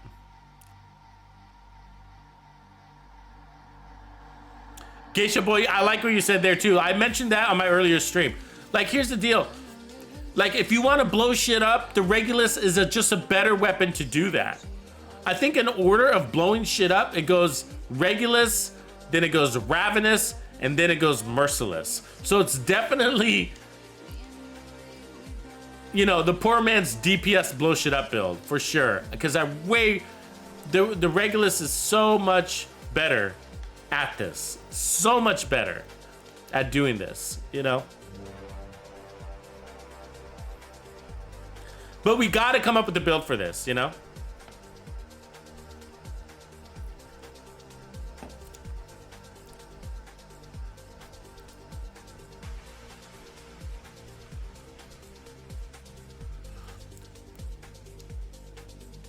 So, Corrects, this is kind of what I'm thinking. Like with your original build and what I have here, like, I actually think I'm gonna go back to that build and take it a different direction and a whole different build. And the build that I'm gonna hybridize it with the booster and call it a solo build. That's what I'm gonna do. So what I'm gonna do is, so I think I'm gonna try this out, kind of complete this evolution that I'm taking it now, and then I'm gonna go back to the skill tier concept. But my skill tier concept isn't going to go in the skill damage direction. It's going to go in the booster direction. And so what I'll end up with is like, here's the recommended build for group. Here is the recommended build for solo gameplay. And take it that way. I think like my thoughts on like adding skill damage along with it is just like, I'm really surprised that wasn't the booster. I'm really surprised. Because my thoughts are like, how were you even landing a shot? And why isn't your test subject your #1 go-to weapon on that build? You know what I mean? Because the test subject's got perfect in sync. And so I think that the reality is, it's like, if the more and more you use that build, the more and more you're gonna talk yourself into just using the test subject, because it's safer and it kills better. You know what I mean? For everything. So I don't think we want that to happen. So that's why I'm gonna take away the skill damage part, still use the skill tiers, but have those going into the booster. Again, the only downside about the booster and the memento is allies. Those are the downside. So that's what's taking me this direction, is just thinking about, okay, well, you know, for the community, what do they like to see? But the reality is the build is solid. I just think that rolling into the booster side would make us more, how do you say, what's the word I'm looking for? More loyal to the Merciless. And it also make the build kind of work for the Merciless, and which would in turn make us more loyal, I guess is what I'm saying. You know what I mean? And so I think that sometimes like when you add something like skill damage to a weapon like Merciless, it ends up, you know, like have too many things going on where it's, you know, might not be good at just one thing. You know what I mean? But the build, so anyways, I guess what I'm saying is like, I like the way the build is set up. I'm seeing it as the solo direction, and then the direction we're taking now is going to be the group direction, the group gameplay direction. So we'll have 2 builds. So once I flesh this one out in the same stream, because I think we're pretty close, I'm going to go back to that, deconstruct this one, go back to that, put on the memento, and then see how we can hybridize it. Like, okay, with the memento and 2 pieces of Petrov, and then run skill tiers, and then I don't know what else. We'll see. It'd be nice to get some armor regen on there. I think that would be cool. It'd be cool to get rid of all the crits, to tell you the truth, on that build. And run off of all the raw weapon damage and amplified damage, and see if we can get like a ton of armor regen on the build, or still run repair skills on that version, actually, because we already had it. Actually, that would be kind of nice, because we already had a 40,000 heals per second drone on that build because of those skill tiers. That might be actually really cool. Remember those builds where, shit, we're about to get sandwiched in here.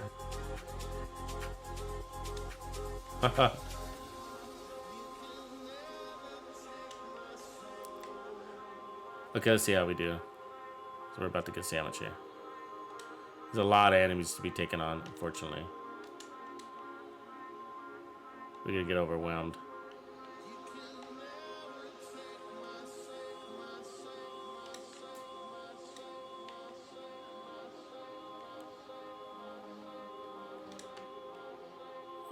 Oh, you're gonna hit me. It's not gonna feel good. We healed through it though.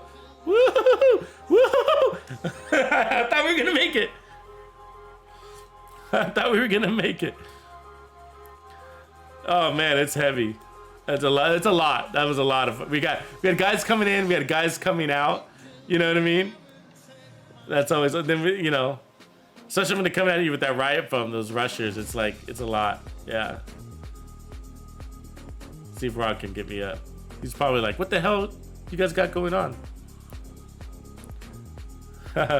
Don't worry, Rob. Don't worry. We'll go back. You hit the flag so we can fast travel on them. Hey, while I'm fast traveling, let me fix my sound. Give me just a second.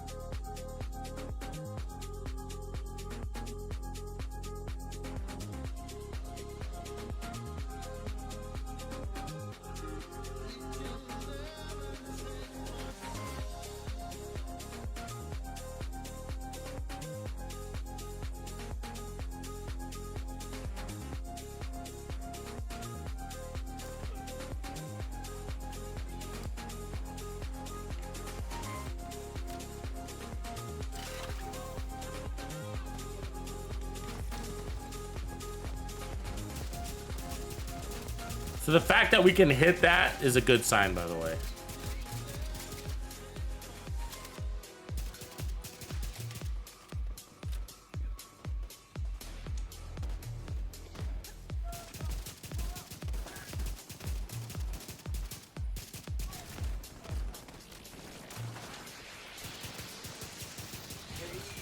That was nice. That was a headshot explosion kill.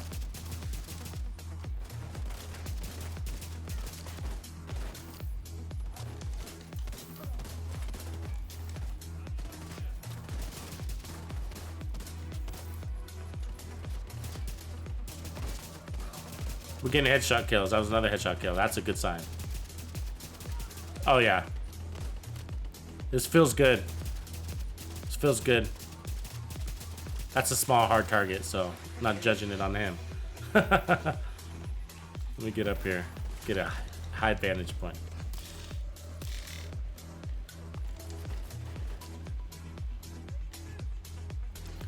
Take out that gunner at range, because he's a pain in the ass.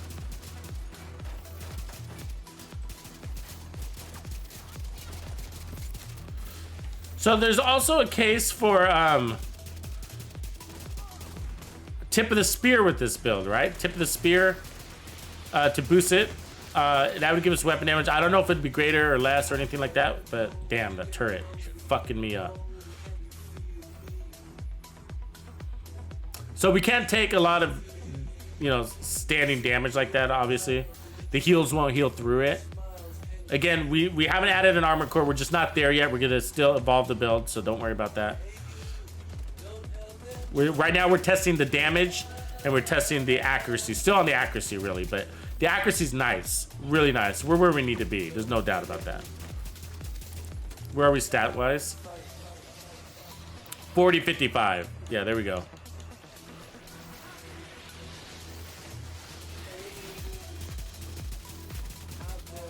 And it's not perfect, but it's what you would call realistic now. Oh, I thought I had my healer on. I didn't even have my healer on. Sorry, guys. That was Rob's healer. I thought it was my healer. Who's he shooting at? Oh, that's... I saw that green arrow, and I was like, why is our own guy shooting at our own guy? Idiot. You idiot.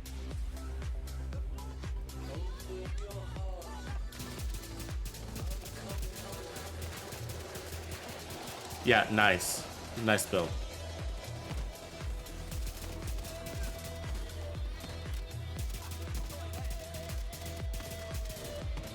Now, Rob, I know this doesn't look like your build so much, and you're probably thinking like, damn, Tux, you butchered it.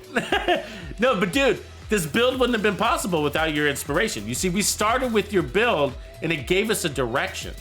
That's the most important thing that I think the community, besides all the loving support you guys give me, is like, you know, when it comes to these build videos, that your ideas, yeah, I mean, your ideas take us somewhere. You know what I mean? It might not be where you thought we'd go. It might not be where I thought we would go either. But it really is together. This is how we got to this where we are now. We're not done, but I'm just saying. You know what I mean? Like, so I know it feels like, oh, Tux, you totally just butchered my build. It's not where I was thinking. It's not where I started. And of course not. You know, we have your build, and we have that template, and it felt good. We ran it, and people might love it just like it is, and I would promote that for sure.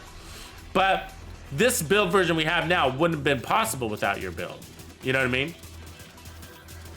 I hope you understand that, I guess is what I'm saying. Like, you're the inspiration behind it. You're my inspiration, Rob. No, and I really appreciate it, because with builds like this, you know, with guns like this, not builds like this, but with guns like this, it's kind of like, oh, where do we start? Okay. You know, we've been here before. We've been down this road. You know what I mean? That's sort of what it feels like. So it's a daunting task to be working with weapons like this, because they're not always that enjoyable. You know what I mean? So it's just kind of like, oh, it's a pain in the ass gun.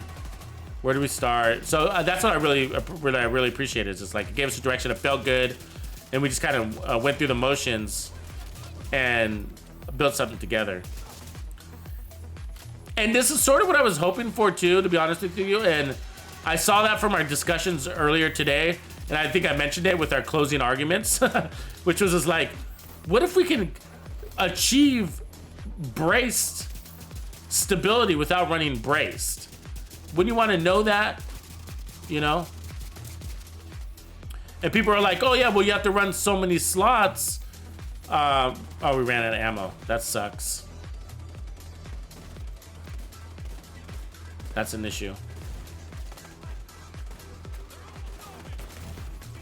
Oof.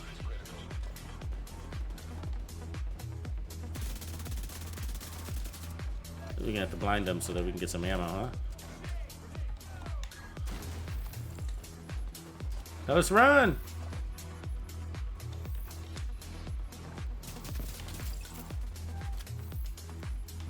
But that's what I was hoping for. Now, the argument against that is like, oh, well, you're using all these slots for your weapon handling, which you could otherwise have for crits.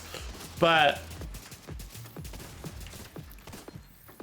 it's sort of like, what else are we going to do with that besides add more crits, which is like, sort of not, doesn't make that the weapon, the build, or the weapons, the crits part, I don't even like. I'll just be honest with you. I guess is what I'm trying to say. Like, I don't like the crits part of this build. It's just sort of like, why am I running the crits on this? I mean, and it crits, it's just another crit rifle build. That's where we end, is another crit rifle build that ends up putting out this randomized explosion, but we have so much weapon, you know what I mean? It's just like, I'd rather not have the explosion than just have a weapon that lands its shots. Can't get the explosion without landing the shot, can you? You know what I mean? So it's just kind of like, the crits are in my way. The only reason why I'm running crits is because the gun has crits on it, and it's just like, I hate waste, you know? Anyway, so that's the argument against running like 2 pieces of Petrov, right? But I like to break it down this way too, like why are we running 2 pieces of Walker? We already have the 8% damage to armor.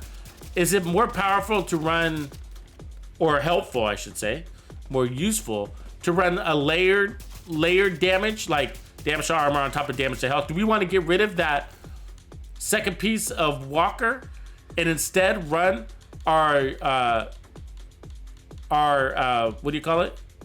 Hollow Man mask? A different one, of course, not this one. Because then we're getting health damage and we already have damage to armor here. You see what I'm saying? We already have damage to armor. So it just sort of depends on how you look at it, you know? One makes you kind of stronger on one element, and then the other one makes you more rounded. And so there's no right answer to that, I guess is what I'm saying. You know, there's no right answer, but I like asking those questions about a build.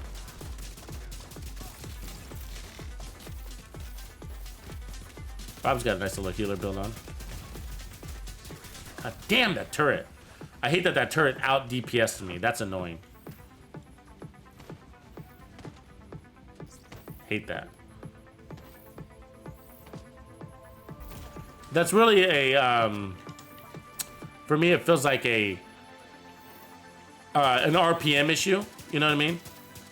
A little bit of handling, but an RPM issue. I mean, we have our handling way up there, right? We should be landing enough shots. It just takes so long to get those rounds into somebody, you know?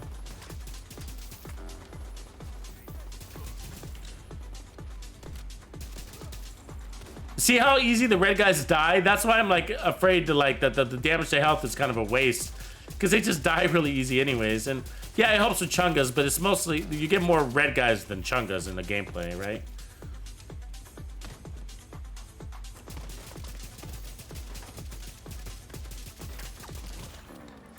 Those turrets rape us because of, it's really because we have to spend, so it's just like the pestilence. It's just like the pestilence. You have to spend too much time out of cover firing, and then the turrets just tear you down. I'm okay with turrets damaging me, but look at, he knows I'm in scope. What an asshole. We landed that headshot.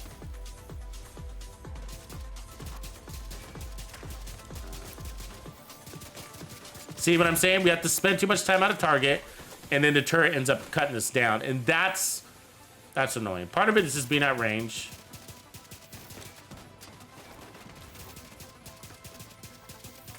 But even for this guy, I mean, look how many shots I had to put into him. You know what I mean?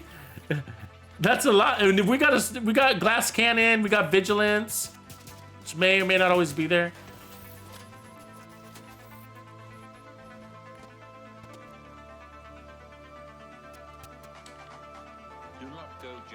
Who's shooting this in the back? These guys? Where these guys even coming from?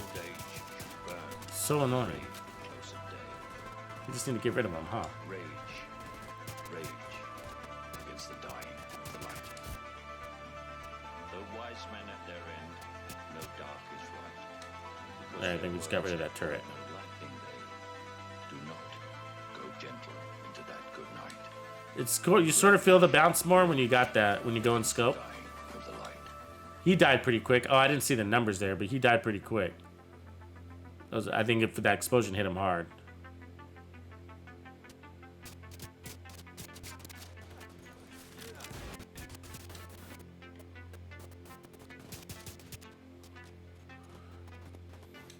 Definitely the decoy helps a ton because you have to spend a lot of time out of cover. Look at that, and they're even shooting us with the decoy. And we're out of ammo again. Wow. Well, this is our second time out of ammo on the same control point. Now, I realize it's part of it's just because we're staying still, but even then, guys.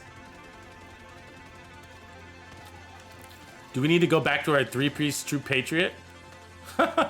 Just for the ammo issue? That's sad. You can't... I mean, imagine what this is like in Legendary. They're even tankier in Legendary. You got to put on more bullets. So what we're gonna have to do to compensate for that is we're gonna have to play in closer. So I guess what I'm saying is like, imagine does adding armor help the ammo situation or take away from the ammo situation, right? It hurts.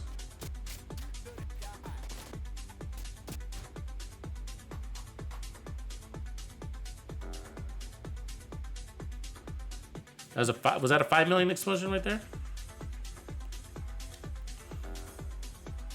What stacks we got? We got 3.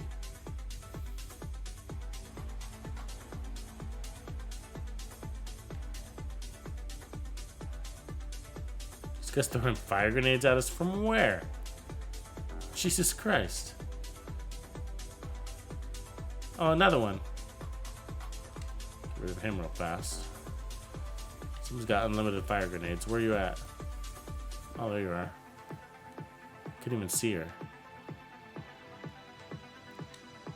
5 million explosion. Yeah, those explosions are hurting them now. I gotta say.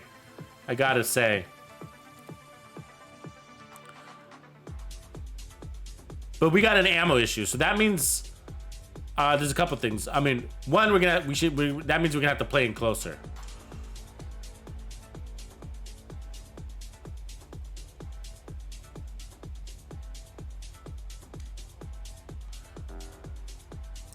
I mean, there's other things we could look at too. Does this become a secondary weapon? Is it better? Is that how big of a, you understand that's a big problem? Ooh, that's a nice little Fenris with Mad Bomber. That's a big problem. Ooh, that's a nice Gila Guard with skill damage. Damn it. I don't want to be finding good gear. So I'm working on a Gila Guard skill damage build too, because of the chill out mask, so. That's why I keep looking at those.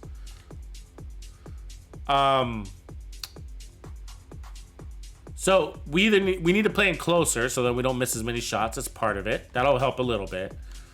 But even with that, you know, that's troublesome that we ran out of ammo twice in the same control point. Now, it was a busy little control point. Okay, so we'll give it that. You know, there was a couple of parties that joined us from the outside. The medic was picking people up, you know, so...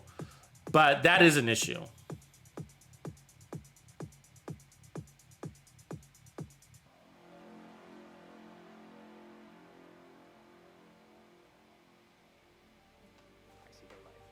But,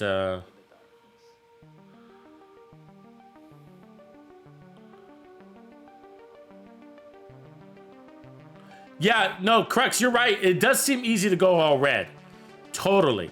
And so I'm with you there. Like, it is easy to go red. It is. But we have to start there. That's what I was saying. Like, we're not done with this build. This is just the start. We need to get comfortable with the handling, and we need to get comfortable with the damage. Okay, so the damage was there, but the scary part is that we ran out of ammo twice. That's scary. Imagine if you're solo. Oh, okay, no, I get that the enemies are weaker when you're solo, but I mean like solo, like legendary solo, right? Which I do, and I realize you might not do this, but that's, you guys know me, that's where I take my builds. Where do I take my builds to test them? The opening of District Union Arena, right? That's where builds go to live or die. So I guess what I'm saying is like,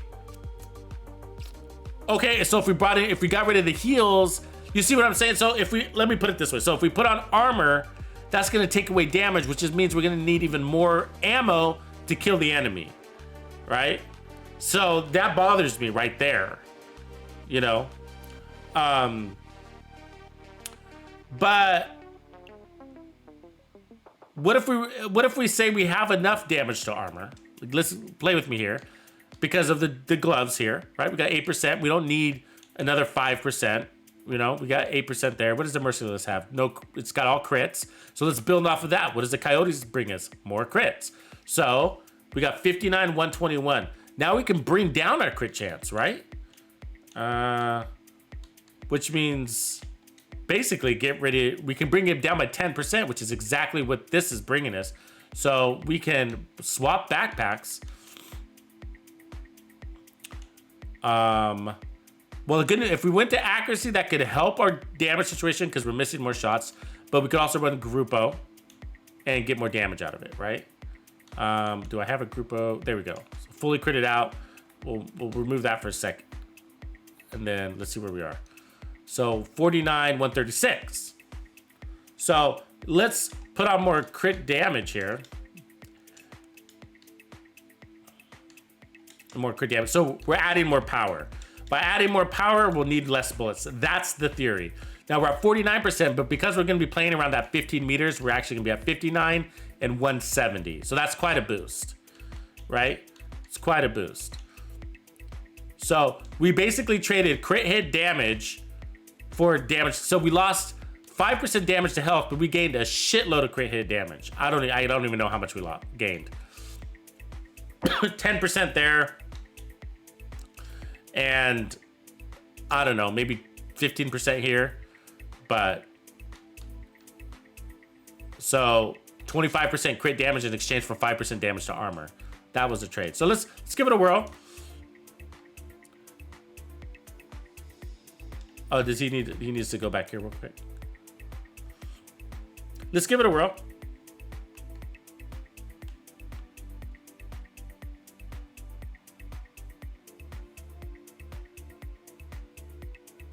Yeah, Axiom, I agree with you. Like, I think you need some degree of weapon handling. Now, the good news is, like, a lot of weapons already have it built in, so some weapons you don't, and I tend to lean to those weapons, the weapons that already have handling built in, so you don't have to worry about it. You know what I mean? But, yeah, if you're missing shots, then what good is it?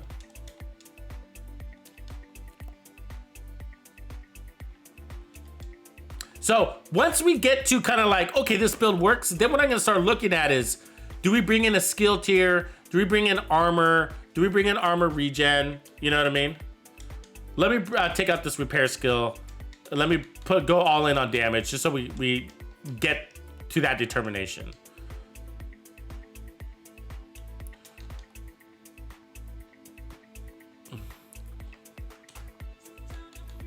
Get rid of this piece real quick.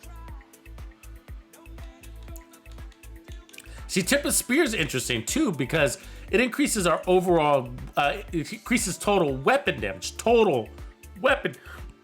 damage. And then that asks us to use our signature weapon more, which means we're not using as much ammo on our primary because we're kind of switching back and forth. So that's kind of interesting for me too. Move that over. Okay, cool. So where's Rob at right now? Is he at the White House? Yeah. Okay, so let's go back here. Check out this damage real quick.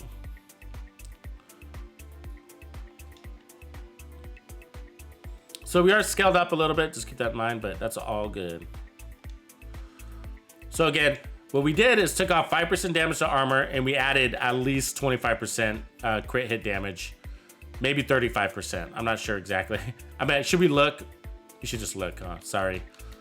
So 49, so we're at 59, 182 because we're playing mid-range. So 59, 182. Let's just get where we came from real fast. Remember we had repair skills. And we were running Walker. What backpack were we running? No, we were running this backpack, weren't we? Overlord? No, we were running Overlord, that's right. Were we? Goddamn. No, we were Crit Chance. We were Crit Chance back there. Sorry. Cheska. That one. And then this was repair skills. So let me just remove the mod. Okay. So this is where we ran before. So we were at 59, 121. So we jumped to 60%. Is that where we were, basically? So let's put it back on.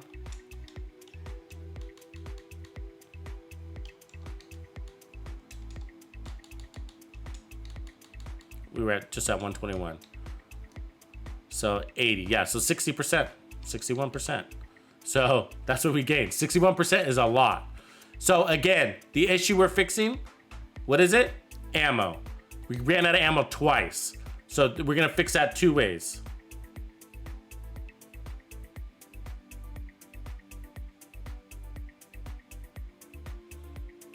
One is we're gonna play in closer. The other we picked up more crit damage. So we wanted to play inside 15, like at between 15 and 25 to get the most out of it. If you're playing closer, that's fine. You'll just get more crit damage. Play farther, we get too much crit chance. So basically, don't shoot too far, or you'll be wasting bullets. That's another way to look at it, right? Look how fast they got rid of that hive. Damn, scaled up is tough. Gonna die, yeah. It's hard to test when you're playing with other people because you can get overwhelmed.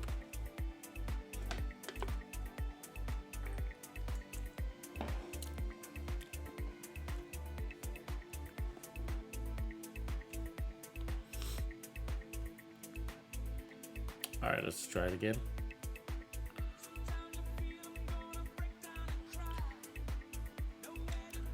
But I'm having fun. I gotta say I'm having fun. So, Corrects, I appreciate you getting us started, man, kicking us started. I'm having fun working on this. Able to run and gun a little bit there.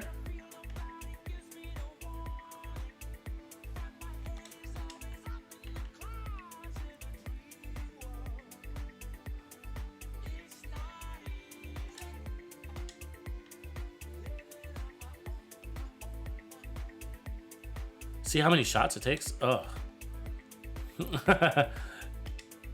You know? Ugh.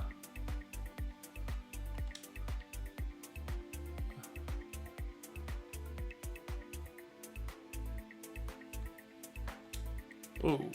That explosion hurt that guy big time, though. I liked that. Those turrets are raping us, though.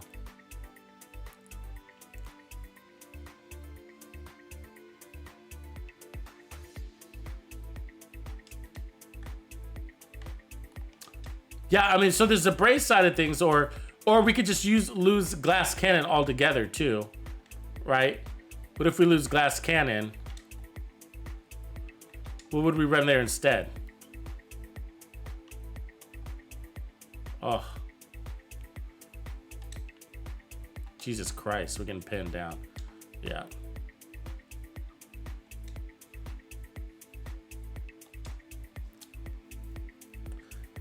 Chalky Starfish 2020, greatest name ever invented.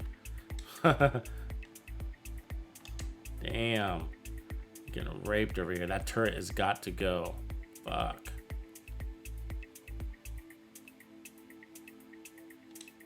Oh my god.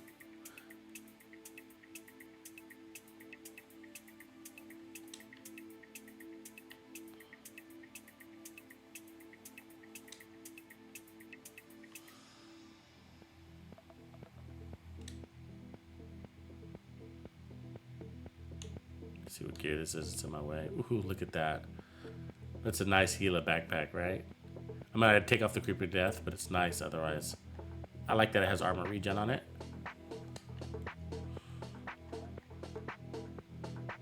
Oh, that healer just got up that technician.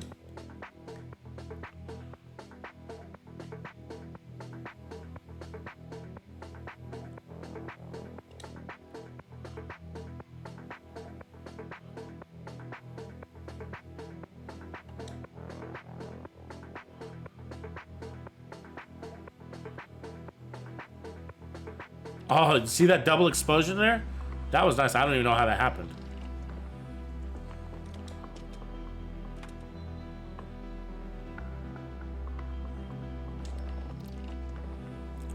Ooh, you know what chess piece might actually be handy for this? Efficient.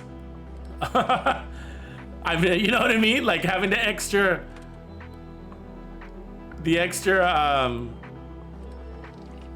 armor kits could actually make sense for this. System corruption too. You have to play maybe a little too inside for system corruption to work. That guy way back there is nailing us. He's way too far for me to shoot at.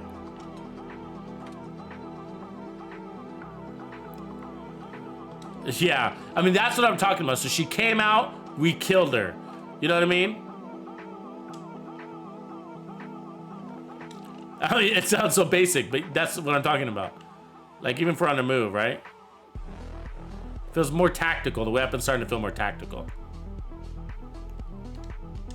Part of it, you kind of got to learn the rhythm of the weapon too. Every weapon's got a rhythm to it, right? A cadence, the bounce cadence. And this one seems to be like a 4-shot cadence, like da da da da da da da da da da da da. And then you start shooting beyond that and it gets sloppy, you know?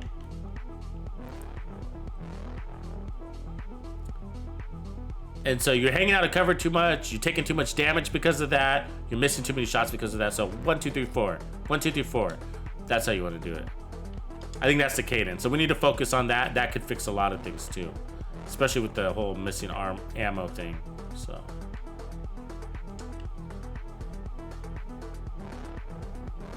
No, they're still too deep out there. That was 1 million. We just critted at 1 million, I think. Oh, I don't even know if that was a crit. Yep. Yeah, that's the cadence. You see that? That was over 10 million right there. Now we might have a team buff, so keep that in mind, but I don't think so because he's running status effects. So that guy wasn't not under status effects. Where is the fuck is he ice skating off to? Woo! I like the way he died though. So catching the cadence does help a lot. Overshooting is probably why we were losing a lot of ammo. So that's our cadence, guys. 1, 2, 3, 4. 1, 2, 3, 4. So when you run this gun, try to do it that way. It's not really adding to the time to kill. I think it's taken away from the time to kill too, by the way. Because you're not spamming the trigger, you're not missing as many shots. You're staying a little more focused. But those are hitting at 1 million. You seen that? That was on this back. Look at that, 1.2. Just critting at 1 million. Uh-oh. Somebody behind us? Look at those crits. This is the build. I mean, we're not done, but I'm just saying, like, I'm feeling good about this direction.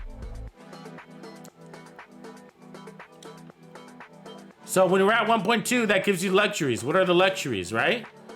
Well, that's strong. So would you be happy with, just as happy with 1 million crits as 1.2? If the answer is yes, then we can start adding more survivability to the build.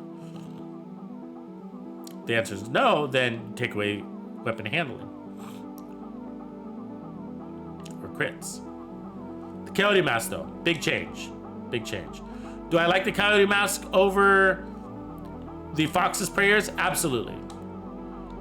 I mean, the Sawyer's knee pads? Absolutely. What's wrong with the Sawyer's knee pads? One, they take away the best in slot, which is the Fox's Prayers, because what are we running? We're running a rifle, right? 1, 2, 3, 4. 1, 2, 3, 4. 1, 2, oops. Reload. 1, 2, 3, 4. We're catching more explosions, so that's what we want to see. A lot more explosions.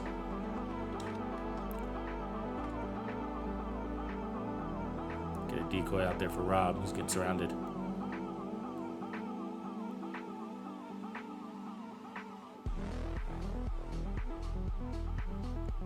Come here, you little fucker. So, the Sawyer's knee pads, they take away the best in slot, but they also take away your second, your option to roll a second piece of Overlord, which we're not doing at the moment, but I like that as an option. But they take away damage to targets out of cover, and they take away rifle damage, and this is a rifle. So that, I feel like the knee pads are the one thing that it's probably a good idea to try to keep for damage reasons, you know? And Sawyer's knee pads also pin you down. Now, I'm a big fan of Sawyer's knee pads. I don't mind being pinned down, but what I'm finding from this rifle is that if we don't stay within 15 meters, if we try to shoot too far at range, what ends up happening is we run out of ammo, and that's a bad thing. Look at that, see? When we pulled in, we killed harder and faster. So that's why you don't want to run Sawyer's. You need to be mobile, you need to stay inside 15. So, huge fix. Yeah, brace is great too, but it's sort of this kind of leans towards the same thing that I'm saying. Like, I mean, on one end, the brace is good because you're gonna hopefully, ideally, land more shots. I mean, you'll land a lot of shots on target. You're staying still, landing shots, but you could end up running out of bullets because you're trying to hit guys because you're not moving. You're standing. I mean, you can move. You can move. I'm just thinking out loud. So you can move. Play cover to cover, right? Play cover to cover. Pull in to stay inside 15. Using braced still. So by running braced, we get rid of glass cannon, right? Which is a big win because glass cannon does gives us a lot of inbound damage, but we have to stay within cover, which makes us not as flexible. It works though; it's great. We're playing in cover anyways for the most part, but there are times when we're not, right? When we're like that. So I don't know. Everybody's using glass cannon. I mean, braced with this gun. We already know that's. I'm not sure that I need to test that. You know what I mean?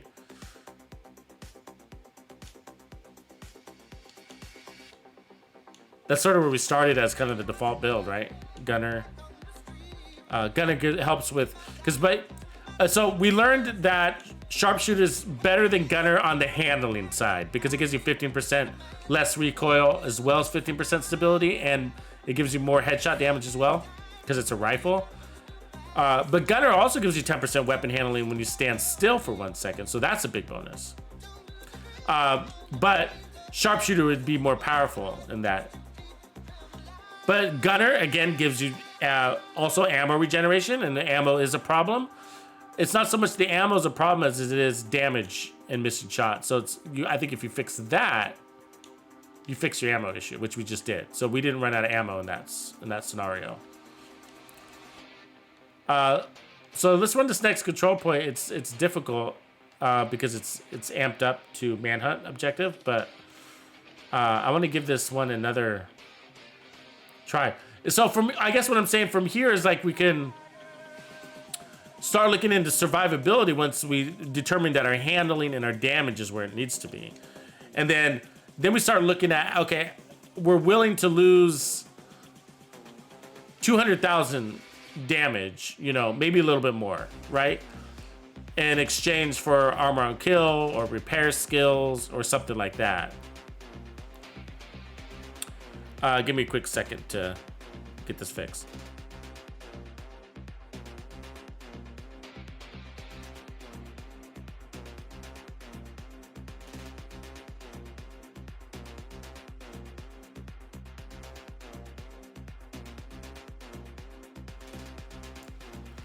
But imagine adding like gunner, or not gunner, but imagine adding braced on top of what we already got going. I mean, it'd be like crazy weapon handling, right? Probably too much. We'd be missing too much damage, but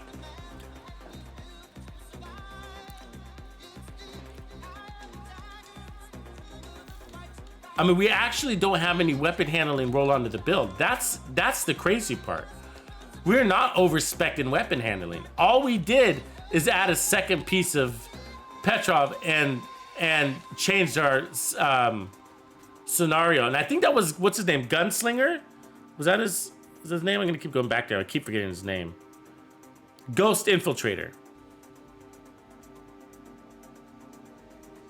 Yeah. So Ghost Infiltrator's suggestion was the sharpshooter, and that made the biggest difference, and it's such a little thing, and I think everybody's overlooking that. You know what I mean? It's like, duh. I feel like it's a duh for me. Like I was dudded by Ghost Infiltrator because I think we just forget. I think we forget that it exists, right? Because we're so used to just kind of applying it to sniper rifles, and that's it, and pistol builds. We're just so used to doing that, we forget that. I mean, the other thing is the Merciless actually looks like an assault rifle, so.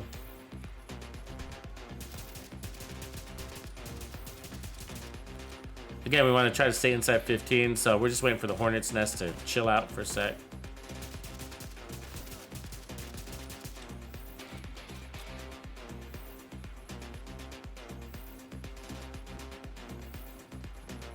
Oh, Mr. Target. Boom!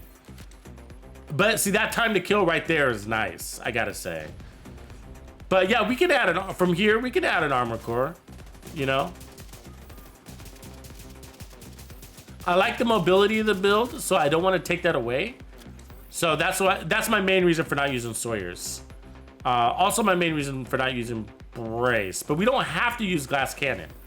So what other damage talent could we use that would help, but at the same time give it a Glass Cannon? I mean, we could use Obliterate, except, I don't know. We could try Obliterate. We could try a bunch of different things. So that's what I'm saying. So for the squishy side of things, I mean, if we play smart, it's not a problem. But if you want to add more survivability,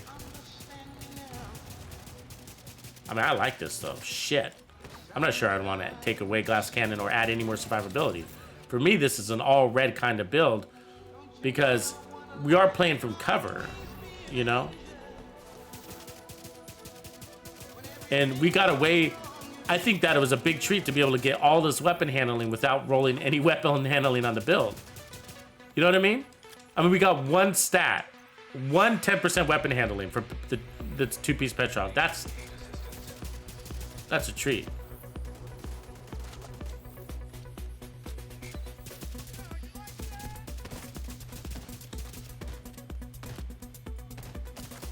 But when you land a build that you sort of start to like, you're kind of like, oh, you know, you start to love the gun too, right? Like, oh, I'm starting to love this gun, you know?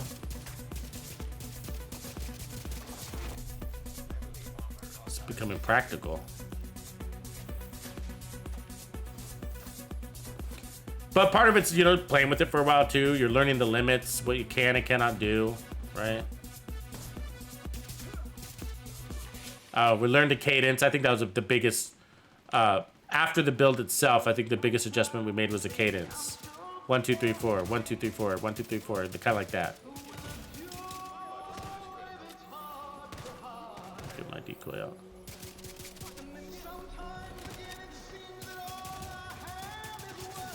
Boom.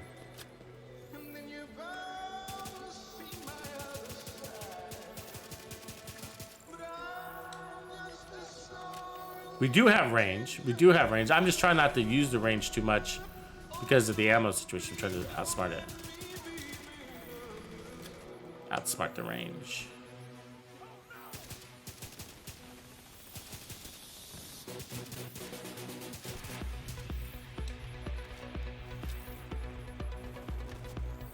Look at his accuracy. Do you wish you had it? Look at him, man. Only one bullet lands on me from way out there and it takes all my armor. Asshole. I'm jealous of his accuracy. That was a headshot kill. Look at our armor. Look at our ammo. Now, we probably picked some up along the way, but the point is we're healthy. Part of the reason why we're healthy is, again, we were able to get out of cover in order to pick that up. So if we were running with like Sawyer's knee pads, we'd be holding our ground too much and might get ourselves in trouble there, right? Now Gunner could offset that a little bit, but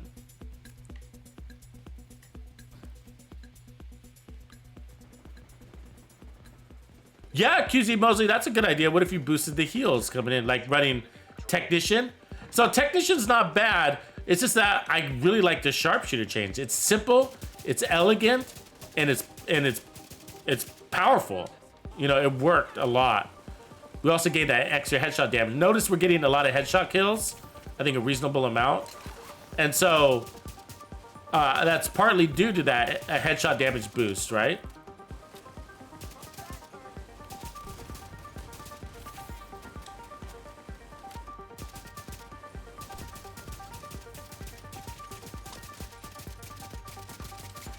I like it.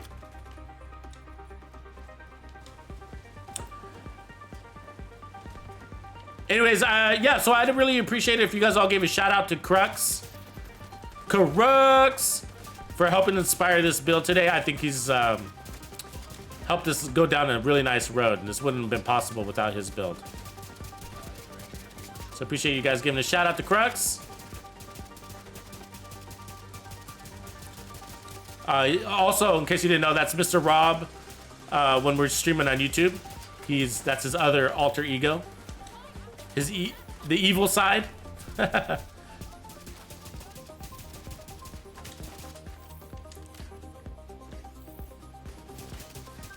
Which is the evil twin? Correct? Is it Correct or is it Mr. Rob? Which one's the evil twin?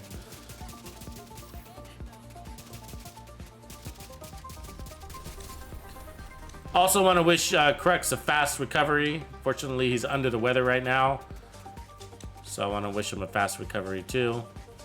But good news is, he's got a lot of Division 2 time on his hands. So, word up. Tux and Crux. Good job, Axion. Right on.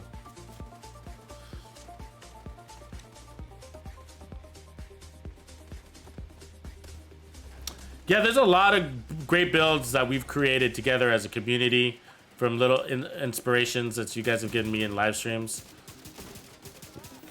So I appreciate you guys helping me out. It's more fun for me too. I hate building things in the silo all the time. And I know you guys love them and they come out fun too, but it's just more fun to know that we were all playing a little bit of a part. That we did it together.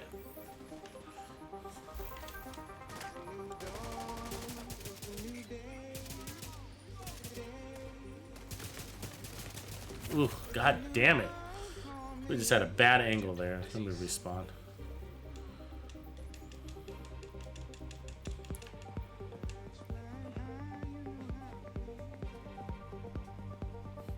Well, you know, Xboxes are easier to come by than all the other platforms. That's the good news.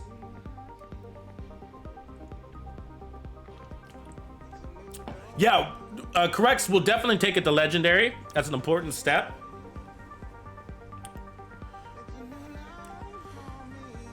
I'm just, so I want to look at it again because I'm like hesitant, to be honest with you, because it plays so well in cover.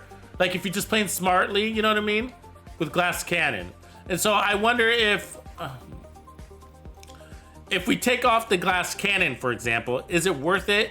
Will that be something you appreciate more? What do you guys think? I mean, what's the consensus here? Everybody that's in the stream. I mean, the Glass Cannon or no Glass Cannon? Because, you know, there's a lot of players that just won't touch Glass Cannon. And so we got to remember, like, that's what sucks, is that the reality is like, I'm Glass Cannon all the way, and I promote it, and I would tell you to use it. You just got to play smart, you know, which you should be doing anyways. So I'm sort of saying the obvious, you know?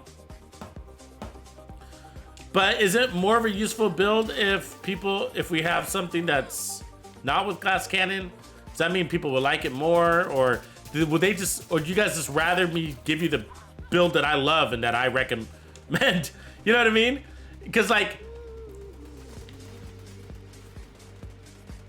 I mean, look at that turret's inside that crate.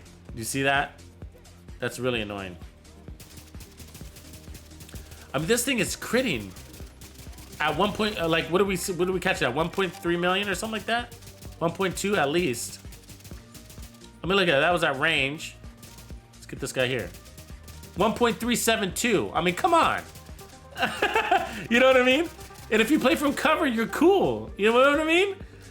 I mean, I'm cool with that kind of damage. Like, I don't want to get, like, so, I mean, so the question is, see, the Glass Cannon's also helping the explosions. That's why we like Glass Cannon.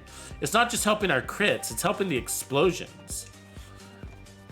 But maybe we don't care. You know what I mean? Maybe we don't care. And maybe we're better off using something else, like maybe we put on efficient. Now, I don't think we need to run brace because I think we're cool with the damage. You know what I mean? I mean the handling. I don't think we need it. We got away with running just a specialization and we're good. Like, I wouldn't give that up for the chest talent. I think that opens up our world. Running 2P chest, that opens up our world. I think that's the hidden secret I think that we developed here together. Is that, hey, you don't need to overspec in this brace stuff. All you need to do is put on one piece of Petrov along with, oh, you don't even need to run Petrov. Shit, now that I think about it. We could sacrifice one crit slot, right? I'll come get you in 1 second. Get this guy.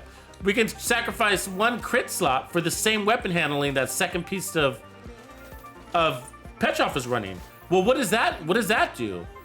Shit, that might just open up a Bellstone piece? Like, what if we had one piece of Bellstone? What if we had two pieces of Bellstone?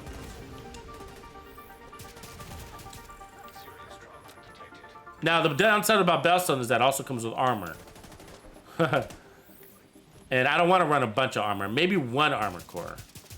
But I don't think this build needs 1.1 million armor. I don't think it's that kind of build. You know what I mean?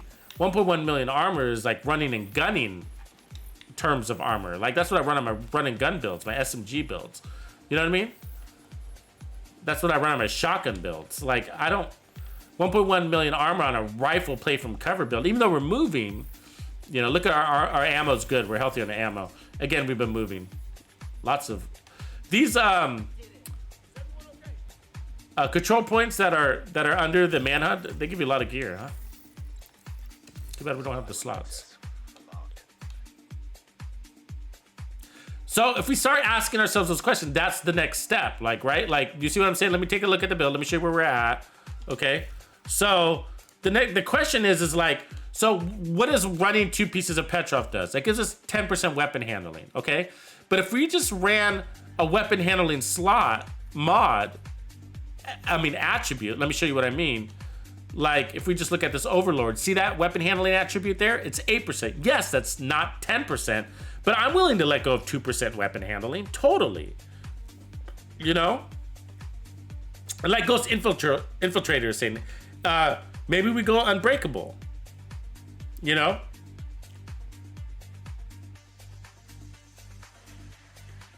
What do you mean no cap, Infiltrator? No cap on what? No cap on armor unbreakables? What do you mean no cap? No cap on what? Very close to getting damage and no cap. With no cap. No cap on what? I don't understand. I don't understand what you're saying there. But so that's what I'm saying. Like, we can get rid of this, or we can get rid of glass cannon. I kind of like glass cannon, but what I'm saying is, like, what if we moved this to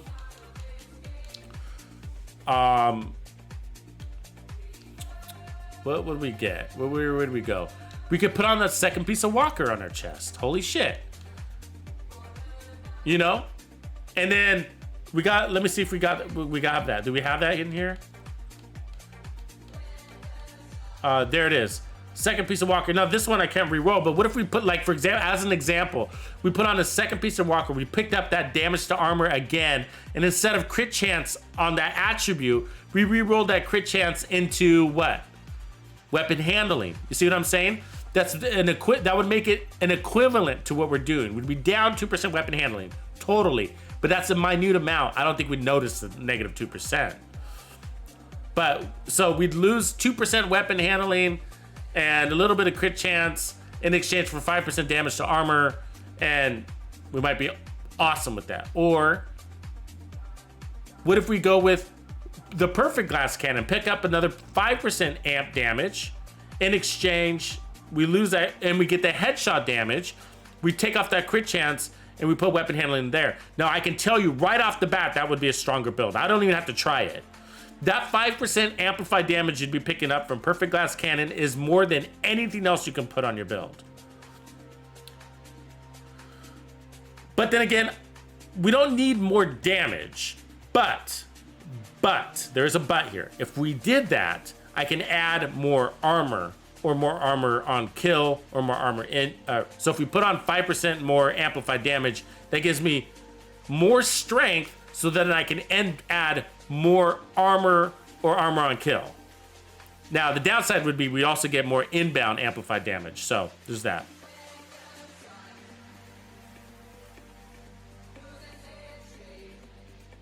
Yeah, we have no weapon handling rolls. I'm just saying, like, I think that 10% weapon handling there, we feel that. We feel that, but I don't have weapon handling anywhere else. What I'm saying is, like, what if we move that 10% weapon handling from the brand set and move it down to a secondary attribute? Why is your video not showing? Did you go blind? Can you hear me, Kretz?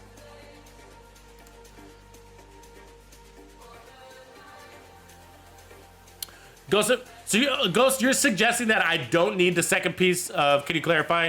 Are you suggesting that I don't need Petrov, the second piece of Petrov you're saying? Are you trying to tell me to just run it without it and see what I think? We could try that. I think we need it, but... I'm open to trying it. So here we go. Let's take off that Petrov. It's worth a shot. It's worth trying. So I think we need to put crit damage here, right? It's fine. So yeah, there we go. 48, 172. So we picked up more damage to armor that way, so we just definitely got stronger. There's no doubt there. So let me check on any of these pieces. If any of these pieces are worth picking up real quick. I almost hope they're not because I'm full. You know what I'm saying? So let's see if we got any good gear. Come on, Lady RNG. Big one backpack, no. Try to delete this. Pick up ammo. I remember. Lots of gear out here though, huh? Armor and kill.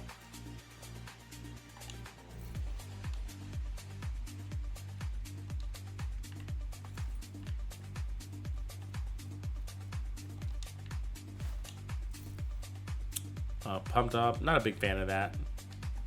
Anybody like pumped up? Anybody able to really make that work?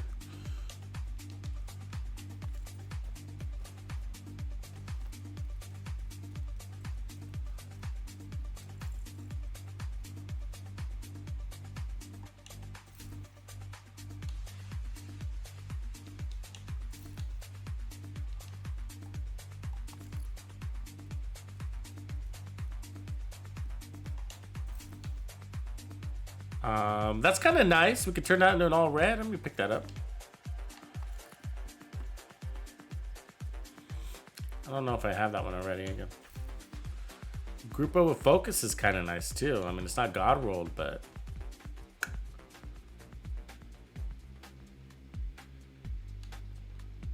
I don't think I actually have that yet.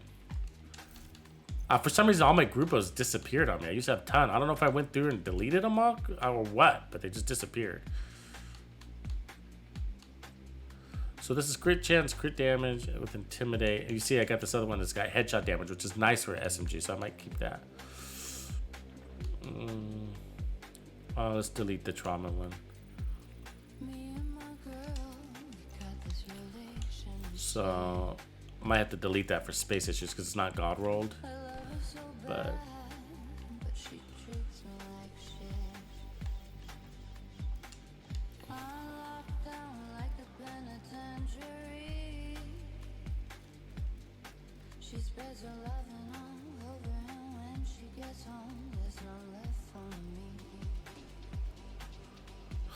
yeah, don't fear death, Geisha. Yeah, no, not in a video game. We're okay.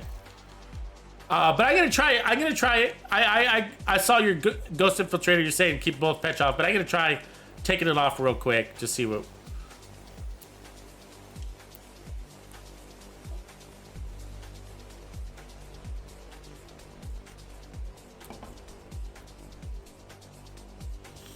Oh man, I know the story, Geisha.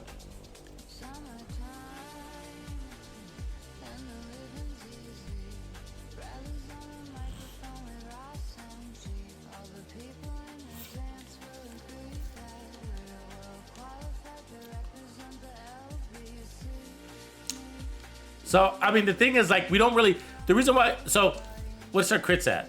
48, 172. So, you know, on this build, like, I would like to take one of these slots, like that crit hit damage, probably right there, and I would roll that into weapon handling. That's an equivalent, right? That's an equivalent. We'd gain more damage out of it, though. But we'd still keep the same weapon handling. So, this is a way to go. But let me get a feel out of it. This is another route, is what I'm saying.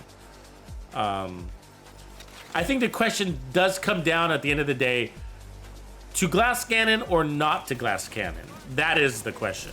You know, that is the question.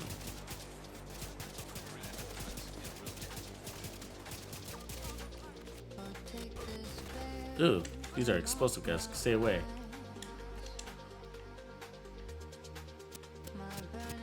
Yeah, I don't like that kick at all. That 10% weapon handling seems to be a lot. Look at this guy flanking me way out there. I don't like him. Not shooting at me, but he will. Ah! They're everywhere.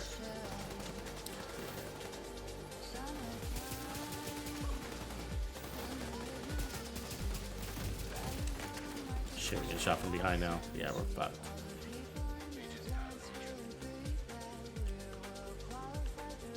I'll just go ahead and die because I don't want him to have to worry about picking me up.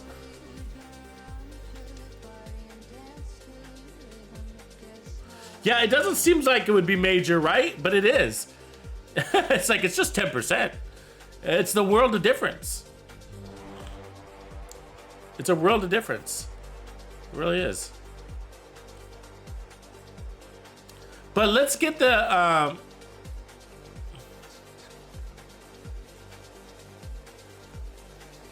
Well, we're not going to be able to get a damage number here in the open world too much.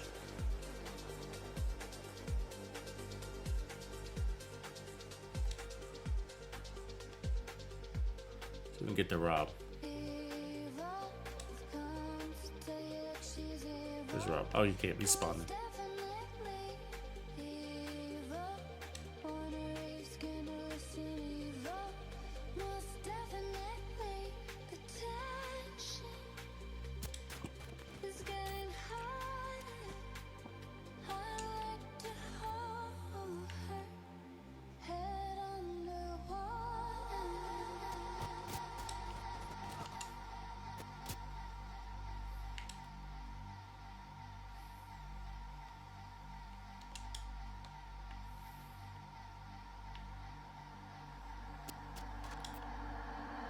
Just gotta clean it up, you know what I mean? Clean it up.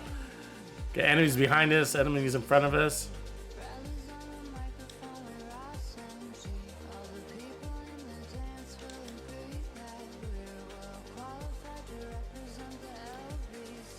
Those ladies are a pain in the ass with their little lawnmowers. They're also hard to kill. They got a pretty heavy shotgun that they use.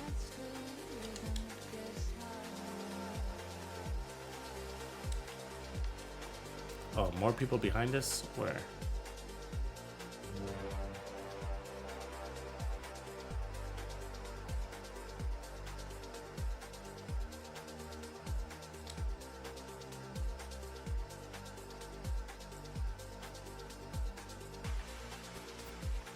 God, whoever shoot at me from back is really annoying. Gotta find them.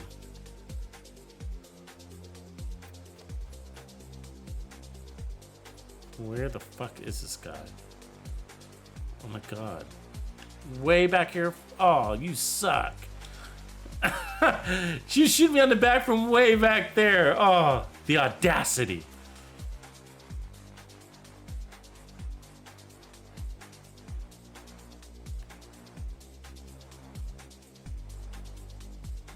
Look at that kick, huh?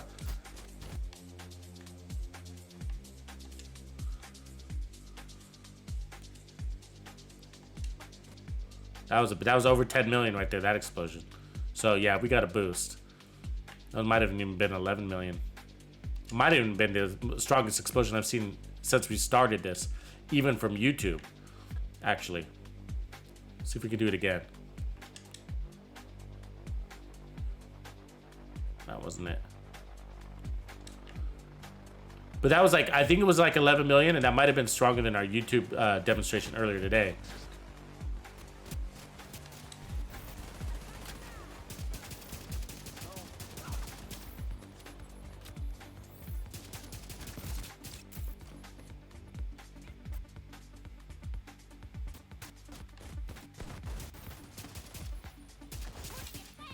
It'd kind of be interesting to like use thinking about Correx's hybrid build, like to actually spec in for a shock trap and still play inside 15 and throw everybody in a shock trap because it kind of holds them still long enough for you to blow them up. And again, you got that 7-meter explosion, so they would all be damaged. You know what I mean? Kind of like, and we could call it. You know what would be cool is we could call it like the like Black Widow or something like that, like the spider nest. You know, it's like create a spider trap. You suck them into web, they get caught, and then you blow one of them up, and then they all take damage. That would kind of be a cool concept, huh? We'd have to go back to corrects his build to do that though. Get the skill tiers back on there. But, you know, get the skill tiers, but maybe still keep sharpshooter, right? Still keep sharpshooter. Just get enough skill tiers to make that trap worthy, you know? But don't run technician.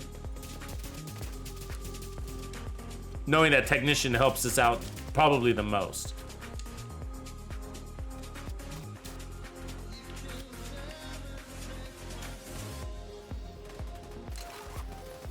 Let's heal Rob.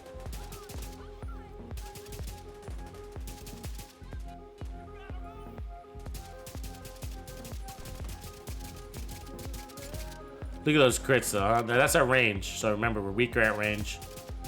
We want to play inside 15 or basically 0 to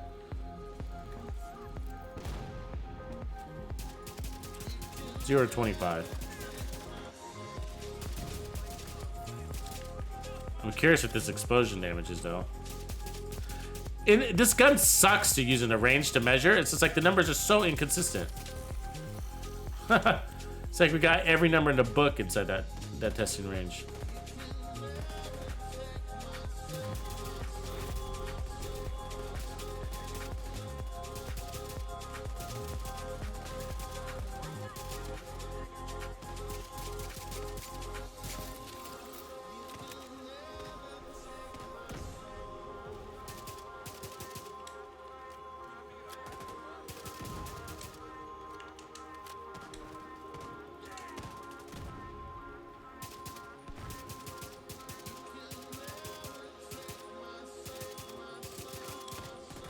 Isn't it funny that this weapon comes with weapon mods, handling mods on it? That's a joke to me. It's like, really? You devs are assholes. You made this so bad. You put all those weapon handling mods on it and it still sucks.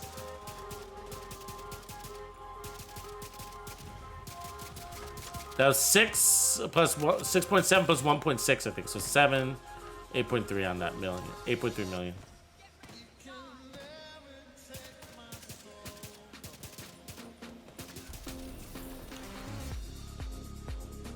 Oh, that's another nice one right there, huh? Crit chance, armor regen, obliterate already on it.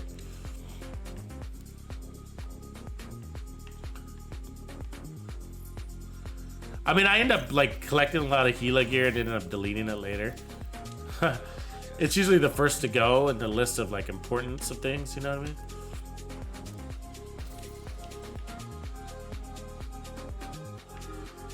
Yeah, they're playing a trick on us with the mods. There's a joke. Like, look at this thing. So, 10% accuracy, okay. 10% reload speed, oh, that's important. 10% weapon handling, so that's 30% accuracy right there. Or 20% accuracy, sorry. And then 10% stability, so we got 20% stability. And the weapon still sucks, you know what I mean? It's like, wow, you really gave us a piece of shit.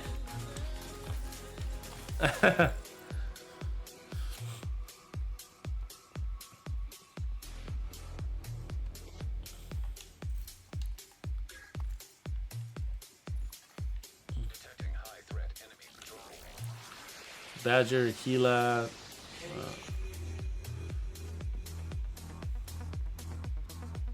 Yeah, true. It is taped together. There's that.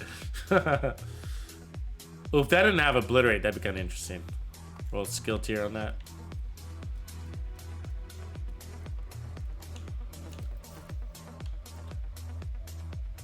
Armor regen with intimidate, skill haste. Rather than Bellstone from Golan.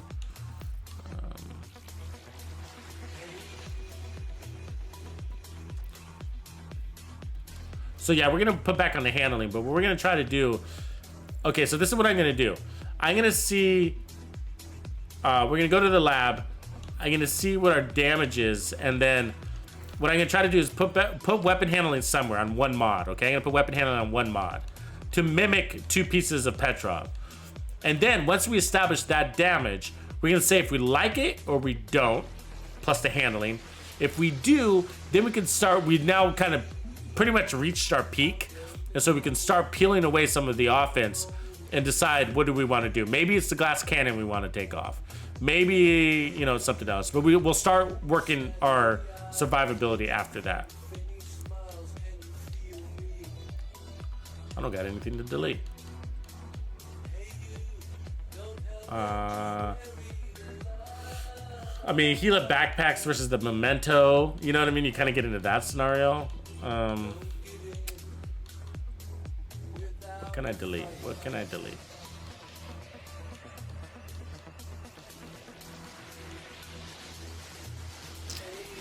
I guess I can get rid of that because it's not God World. I like it though, but it's not God World, so it'd be too expensive. And I got a Cheska version, which usually is fine. I'll end up deleting this anyways, but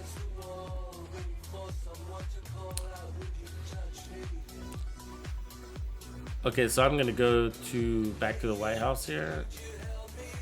We'll do the test.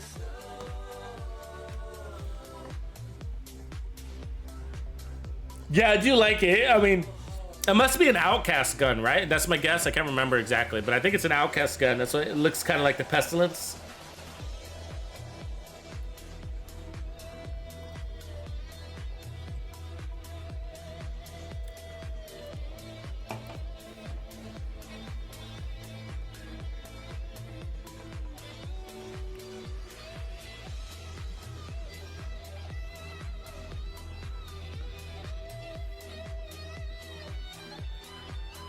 All right. So,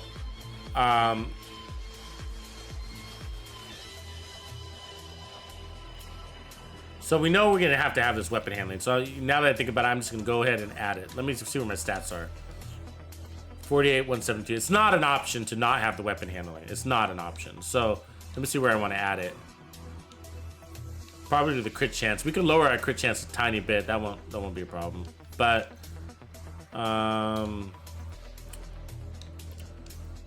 lowering our crit damage is probably smarter in all reality, so I'll go and take it off the knees. Put on the 8% weapon handling there, okay? So now we're basically back to running, we're 2% less, but we're close to running the 2 Petrov pieces. So, but by doing this, you know, we lose 2% handling and a little bit more. I mean, our Petrov is God rolled, so we got to give it that, right? So, like, in all reality, that might make us, oh, I guess it wasn't God rolled, but the Petrov, we didn't, I have a roll open on it. You see that? Like, I can reroll the armor, the crit damage, which I'd probably, I mean, the core attribute or the crit damage, so I'd probably reroll the core attribute.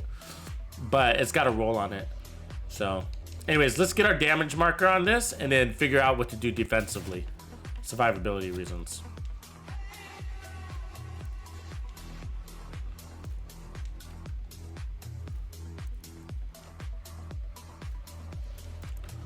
So I'm going to play inside 15, which is our highest potential damage output, right?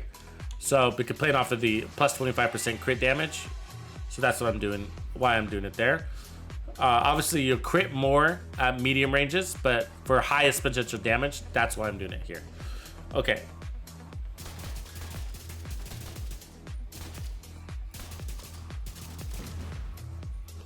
So that's not the number.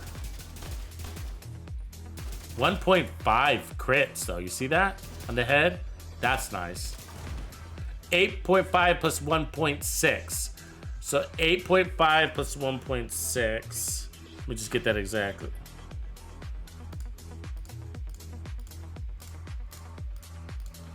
$10.1. That's really close to what we reached. So the highest that I've seen today, so that includes our YouTube stream, was like 10.3. And so for some reason, you get a big variable in this. You see that? Like, it's way lower now. Why? I don't know. Why isn't it always the same? I don't really know. There's some weird math behind it, and I kind of don't care. I just don't like it. Because there's nothing we can do about it. 8.4 plus 1.6. So it's basically 10. You see what I'm saying? It has to do with, I do know why. It has to do with how many crits you landed before. 8.6 plus 1.6. So 8.6 plus 1.6, 10.2. So we're almost there. I mean, it really doesn't matter from here.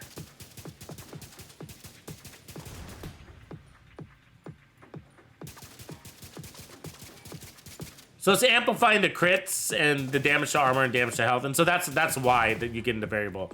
8.6 plus 1.6. So that's, again, technically 10.3 by the looks of it, actually. That was probably 10.3 right there.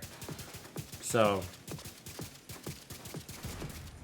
7.8 plus 1.5. So it's 8. Nope, 9.3. So anyways, so I can say we can call it about 10.3 on the high end. 8.6 plus 1.6 right there.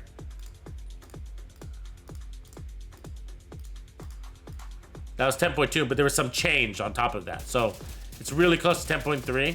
We might have, I'm pretty sure we can hit 10.3 if we just get the scenario right. 8.24 plus 8.54, so not quite there, but it doesn't really matter at this stage. To be honest with you, I'm just kind of curious.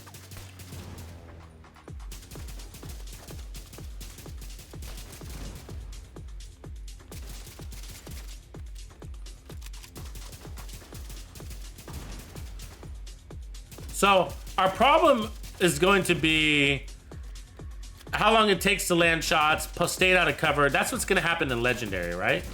So I feel like what we need passive. I don't think we need like armor on kill, because we're going to get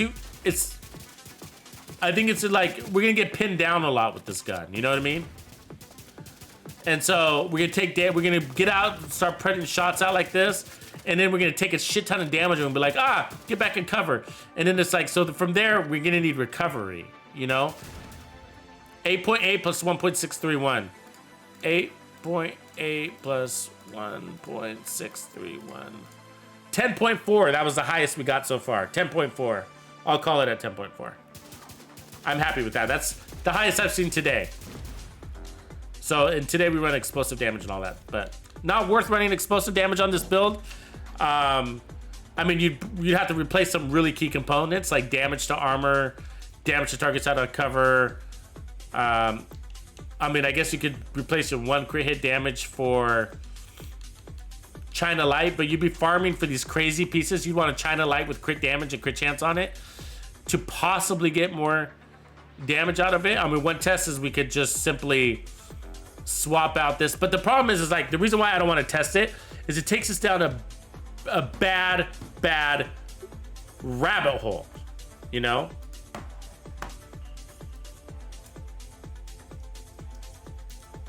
And the reason why is because the damage, as you can see, is really inconsistent. So we'd probably sit here all day going, is it more? I don't know. Is it more? I don't know. Well, now we got 10.3. Now we got 10.1. Now we got 9.6. Now we got 8.1. Now we got 3.2. Now we, you know what I mean? Like, I'm having a hard time getting our high just on this build. I mean, you saw how long it took to get 10.4.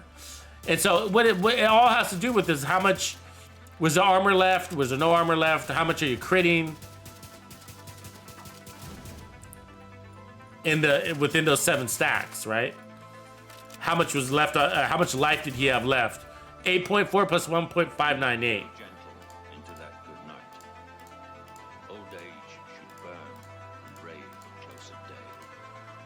That was under 10, so it's close enough though. But anyway, we'll call it. That's good enough, right? Like, who cares? 10.4, I'll take it. I'll take it. Okay, so that's our explosive. Now let's get our regular crits. Let's get our regular crits. What's our regular crit? I just don't remember. Oh, 1.483. Is that fair? 1.483. Okay. So I'm typing this down in the chat so I don't forget. Crits at 1.43. Okay. That's million. Just put that, obviously. Okay, so that's our work at 1.483 actually. I did that wrong. I'm sorry. Let me retype it. 1.483 million crit. There you go. Duh. Cool. So that's a lot. We can lose some of that damage. That's what we're saying, right? Now, where do we lose it? So we can just experiment. Let's just try taking off glass cannon. Let me see if we have another similar chest piece that would allow me to... I mean, we can re-roll it, but, you know, resources, so... I'd rather try something else first. I don't have much.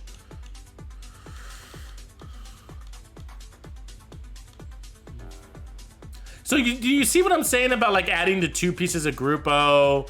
I mean, 2 pieces of Grupo is not that hard to do. I mean, we could try adding, that'd be kind of interesting. We could do that right off of the bat. Like, what if we added 2 pieces of Grupo like this, right? It's got obliterate. We'd be adding, and then we'd get rid of, let's try that. I think that's worth it. Shit, yeah. You see what I'm saying? We get rid of glass cannon, but, oh God, I got nothing to move. I gotta delete one thing. Look at all these ACRs I'm collecting. These are all for our long-range assault rifle builds, but I'm trying to find a perfect one, so let's get rid of that one.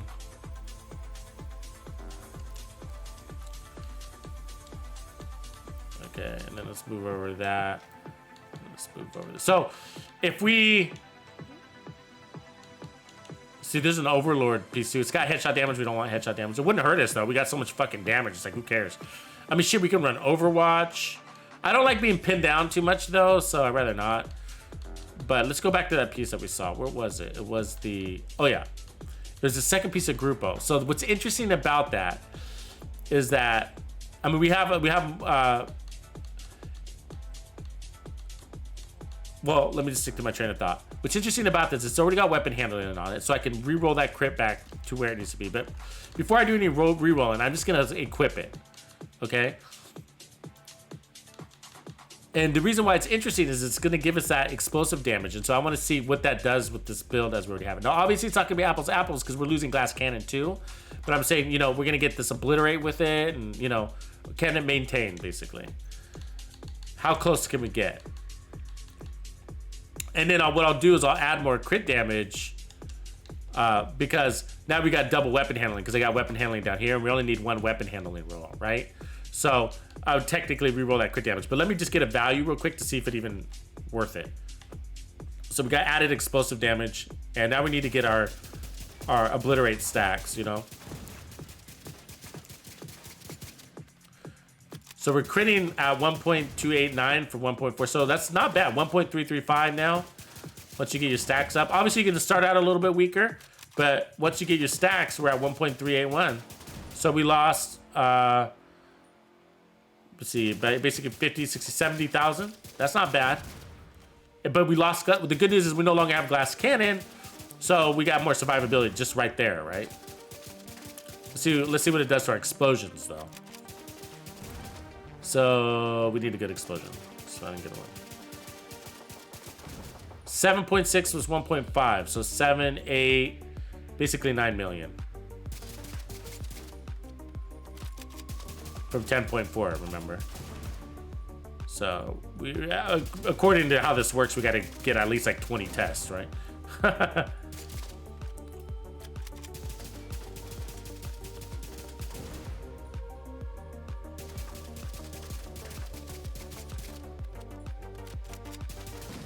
7.4 plus 1.5, 8.9.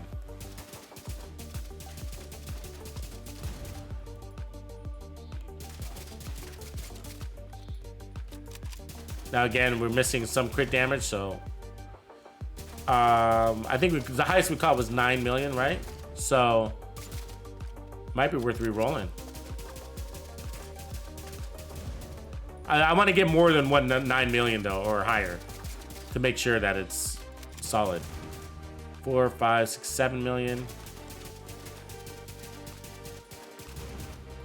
Nope. Definitely feels less frequent with this build though, doesn't it? There it is, 9.5 million right there, 9.5. That's not bad, right? No glass cannon, 9.5. 6, 7, 9 million, 8 million right there. I like the 10.4 though, I'm not gonna lie. 7, 8.4. Maybe we need to run this and see how it goes. Do we like obliterate? Do we like the explosive damage? Do we know if the explosive damage is adding anything? I mean, it's supposed to. you know. Unfortunately, to test it's kind of a pain in the ass because you got to strip your build down. But so 2 pieces of Grupo is easy to come by because you want it to be all red. So it is easy to come by, you know, right? Because they always come red anyways. So that's the good news. Obliterate's easy to find on this. So this is a pretty easy to assemble build. An all red Petrov, that's easy. An all red Foxes, that's easy. An all red Walker. I mean, the hardest part is finding one that's going to allow us to run armor on it. That's not going to be our challenge with these pieces. Now, I do have one though. I do have a Petrov, I think, that I can roll armor on. So, there's that one. I have one in my stash. It's got headshot damage on it though, I think. That's the sad part. I might have a Foxes already with armor on it. So, skill damage, that one. So I can roll that one. Let's go ahead and put that one on. And then I'm gonna roll.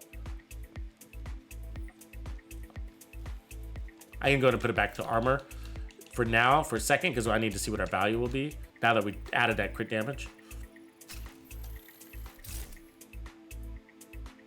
You're right. So Ghost Infiltrator, you're totally right. You're totally right. So we tested this earlier, and it is how do I say it? So we tested this earlier, and it turns out that explosive damage does make this make the stack stronger.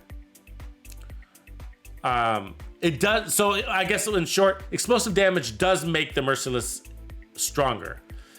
Now, I can't remember which one was it. I think it's not both of them. It's the second part, I believe. It makes the weapon damage one stronger. It doesn't make both, right? So you got amplified damage and you got weapon damage. But for some, the explosive damage makes the weapon damage stronger. So it makes half of it stronger. I think it's the weapon damage. I hope I'm not getting them mixed up. It might be the amplified damage that's stronger. Anybody remember? Yeah, Ghost Infiltrator. We tested this earlier today. You're 100% right. It used to all be off of explosive damage. You're right. And that's what I thought too today. Going into this build, we tested it on YouTube.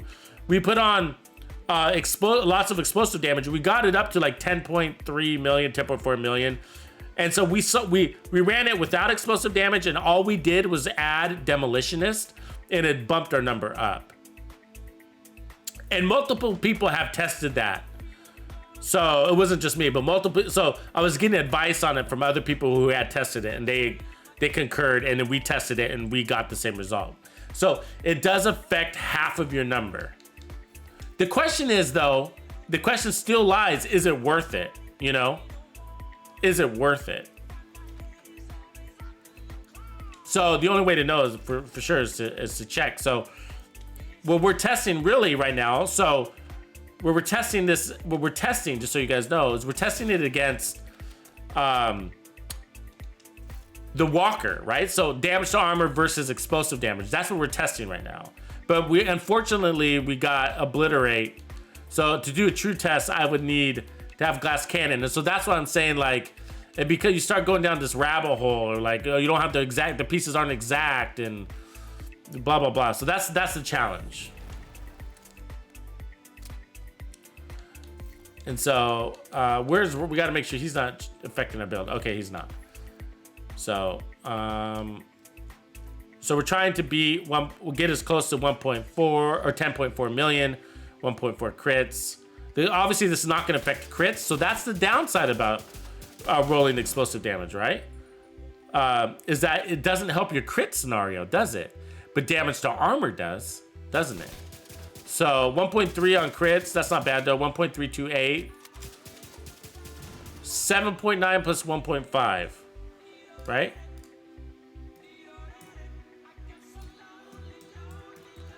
$9.4, it's not bad.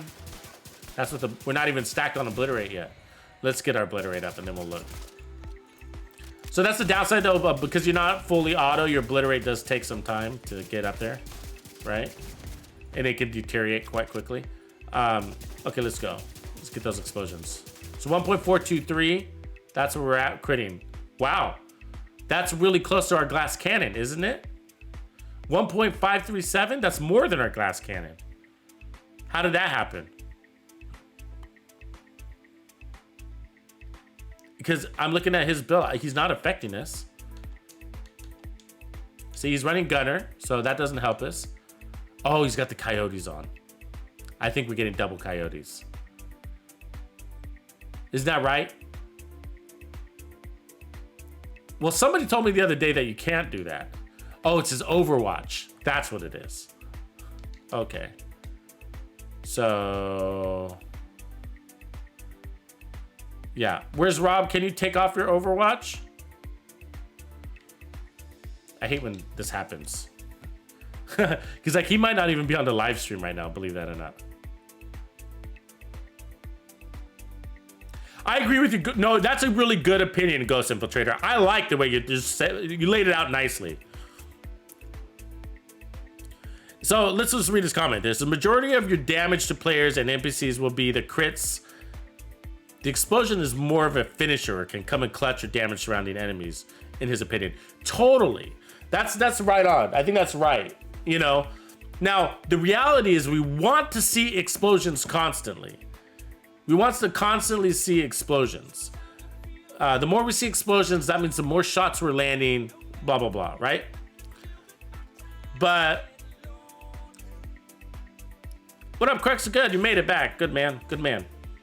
And so the reality, that's what I'm saying. So that's what I'm saying. So the reality is, but what the reality is that you want to play more into the crits. And so that's what I was saying earlier. Like, is it worth it to get your explosions up? I mean, you want them to be as strong as possible. Of course we do, but not at the sacrifice of crits, because your crits are going to be more valuable to you. They're going to be more common, right? So I think we're back down. I think he might have changed his chest piece. Yeah, right on. Okay, so he changed his chest piece. Thanks, Rob. Appreciate you, man. Okay, so let's get our tests. Let's get our stacks back up.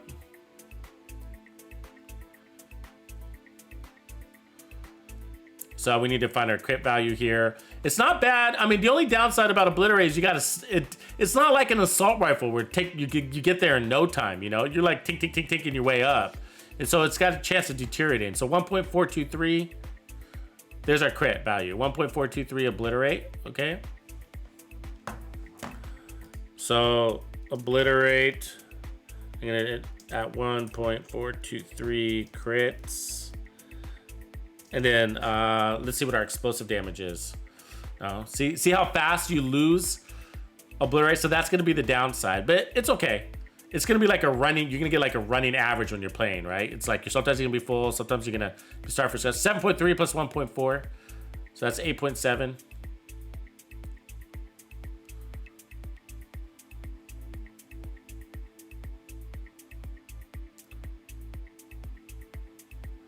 .3 plus 1.5, so that's 9.7. That's probably 7.9 plus 1.5, 8, 9.4. So 9.7 is still our high. 7.9 plus, okay, same thing. That's, I think, going to be 9.7 is going to be our high. Yep, so that's a repeat number 3 times in a row. So at least we're getting consistent numbers. I like that part. That one wasn't consistent. 7.9 plus 1.554. So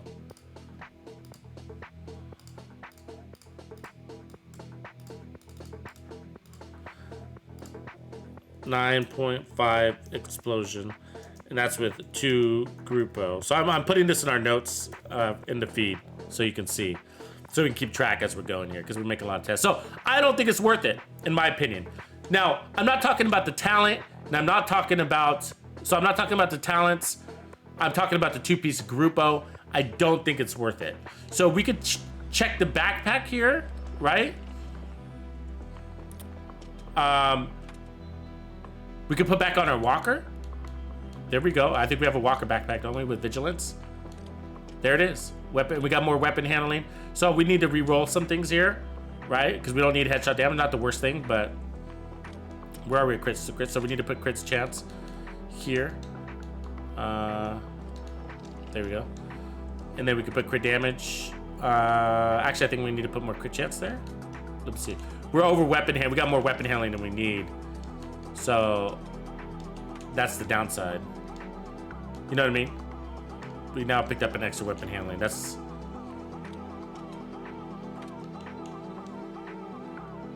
let me just run a quick value on this anyways. Let's just leave it as it is, knowing that If it looks good, we'll make some changes to it. Okay, so let's see what we're critting at now. We should get a higher value.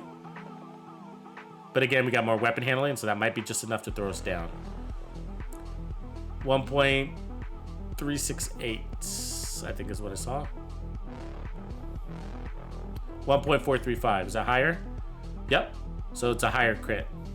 Good, that's what I would expect.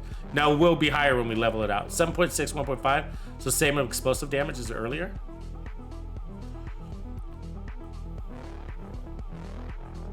Oh, we're out of ammo. I do like that glass cannon, I'm not gonna lie though. I like it because there's no stacking or nothing, right? So you just go for it. But it's nice for survivability's sake to not have it.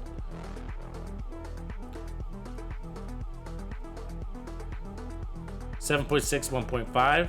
So that's 8, 9.9. Is that right?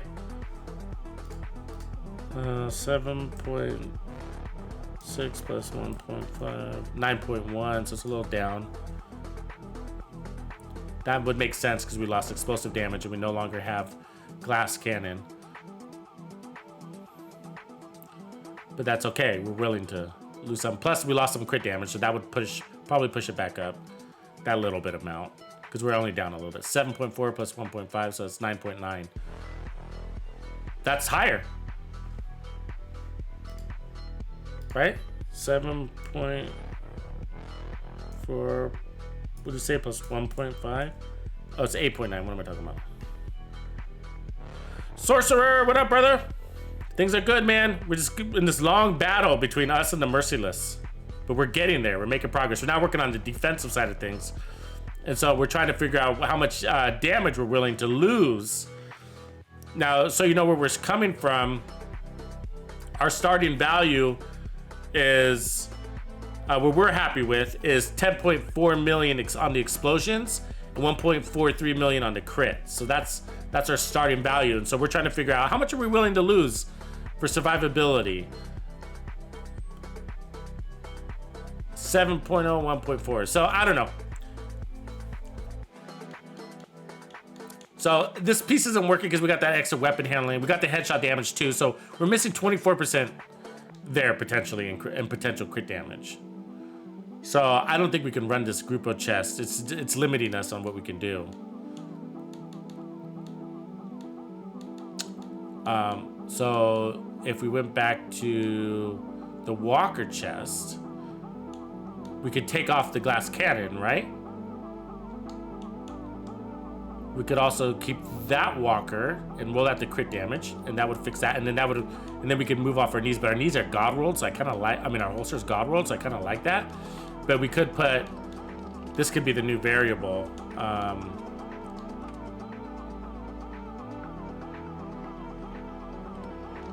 Ooh, we could go improvise here, couldn't we?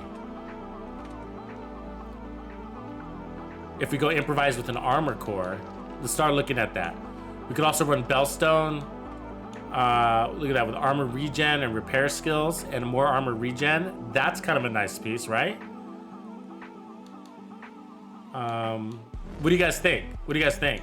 Should we go? So I got lots of improvised. So I got improvised with armor core. I could put double crits on it. Obviously, take off the hazard protection. And then we could put on more crit damage here. That should be strong, right? Take off the Hasbro, obviously. So, and then we put crit chance there, push us back up to 49. And you got weapon handling that put crit damage. How would that put it? Let's try that. So that should give us a bump in a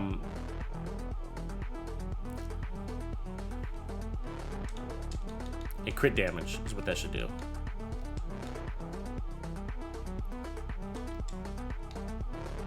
So go to the backpack, you see that, and then I'm gonna remove this headshot damage and put more crit damage there. 48, 156. That's close to the same, I think. Or is it more? But we added an armor core. Let's just go see what it does. Now we have glass cannon. So do we want to keep glass cannon? Or do we want to put obliterate there?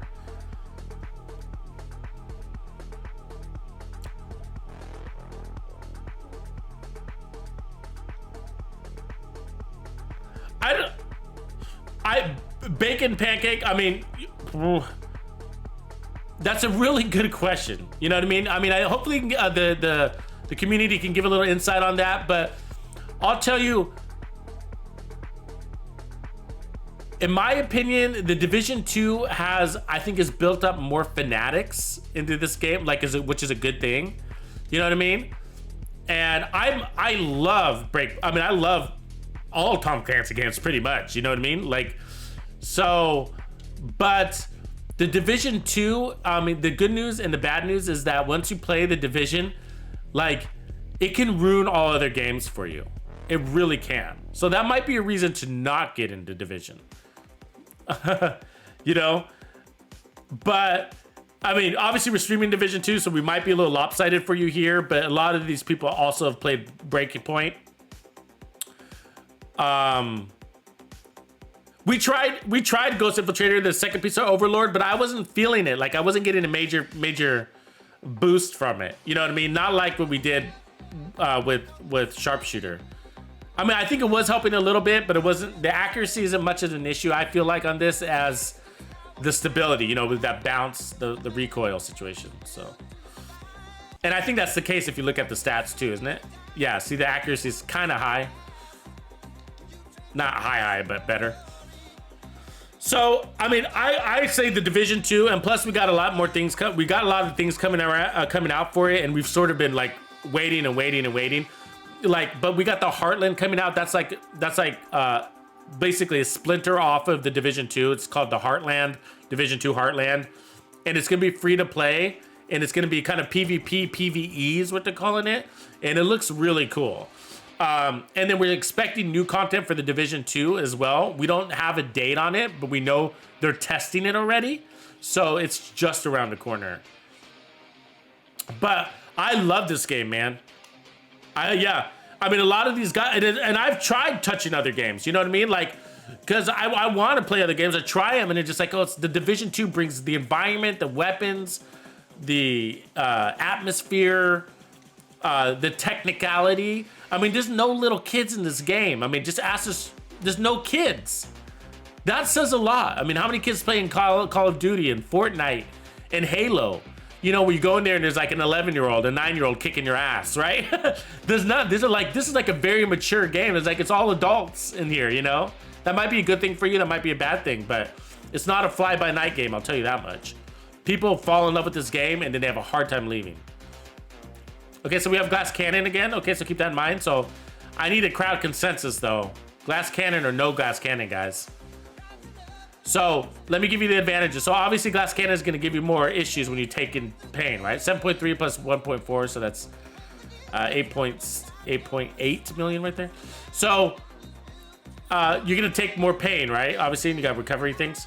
But the Obliterate you have to stack, and it sort of takes a long time to stack Obliterate with this weapon. It's not like an assault rifle or an SMG, you know what I mean? 7.3 plus 1.5, 8.1 plus 1.5, so that's 9.5 right there. 9.5 million on explosion.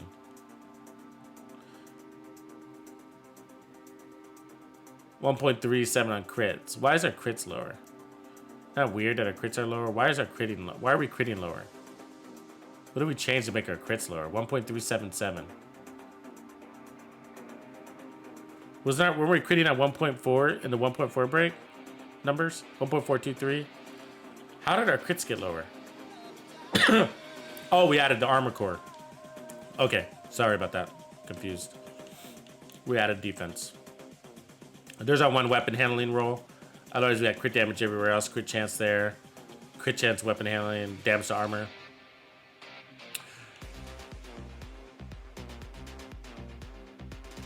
So I'm just thinking about this. Is the damage? Do we want that extra damage to armor? I don't know. You know.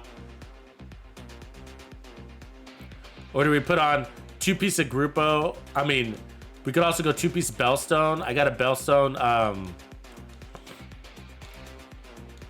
mean, I'm okay with 1.3 million, 1.2 million, 1.1 million.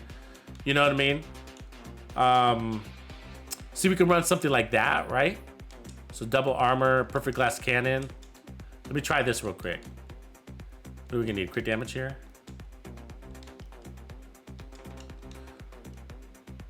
There we go.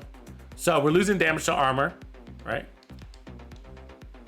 We might want to put on a group of backpack instead. But I don't think I have it with weapon handling. So know that let's just get a quick value. And then we know that 1.343. So we got 2 armor cores, so keep that in mind. 7.4, 1.6.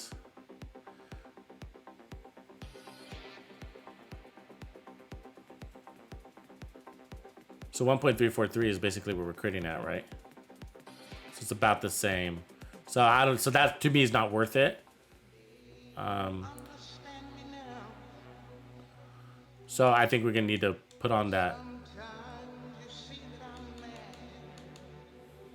Grupo, this one here. Is that the one we want? Yeah. That one. So we lose a little bit of weapon handling, so we'd have to replace that.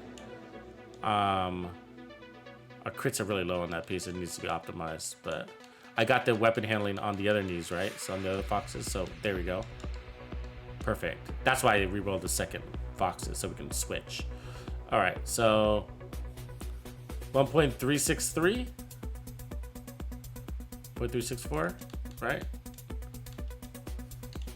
Making sure we don't have too much weapon handling. All right, yeah, we got the 1 there. Okay, 1.364 is what I'm catching there. Not a big improvement. 7.5, 1.4. So the perfect glass cannon with the double armors is like maintaining. It's like helping us maintain a little bit, but it might not be worth it, you know. Not when you could just run obliterate.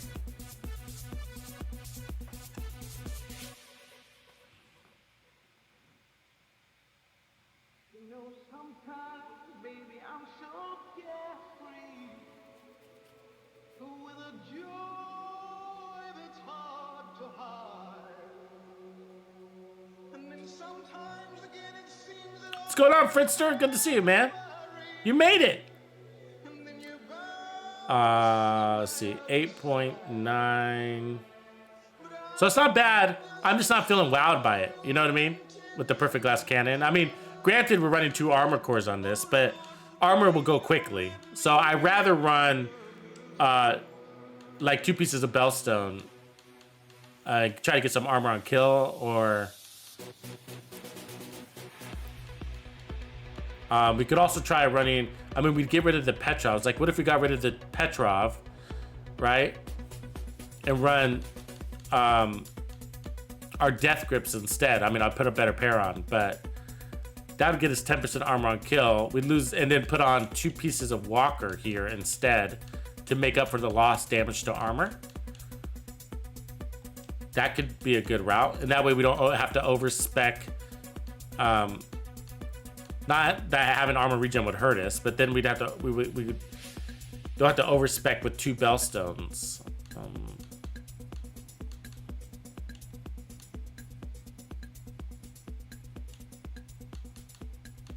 I'm pretty sure I have.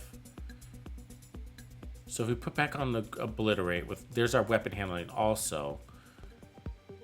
That frees up.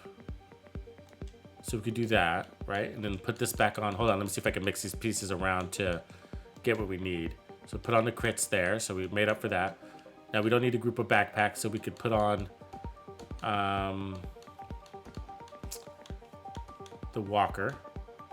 Oh, that's right. It's because it had the handling. So, okay.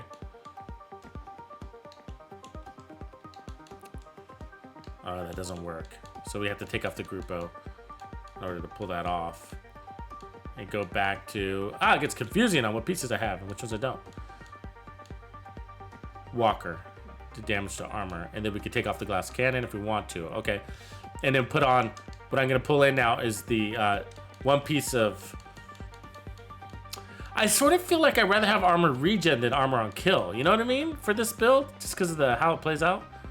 But anyways. Let's bring them in anyways. Let's give it a shot.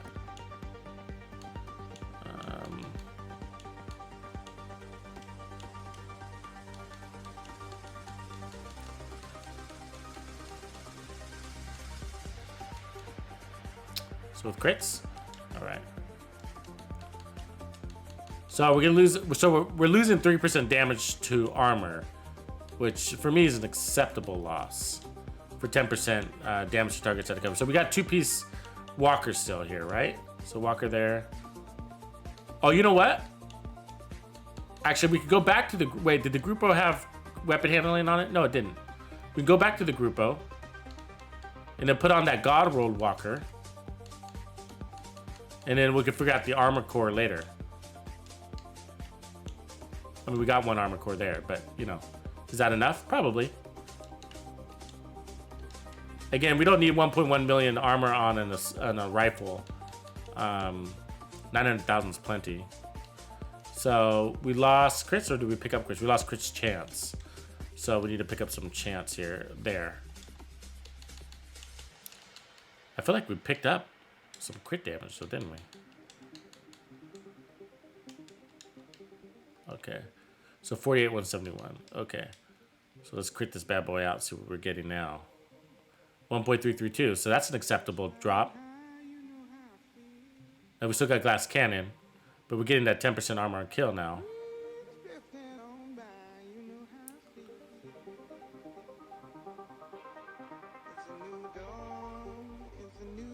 One, 332. So that's not bad.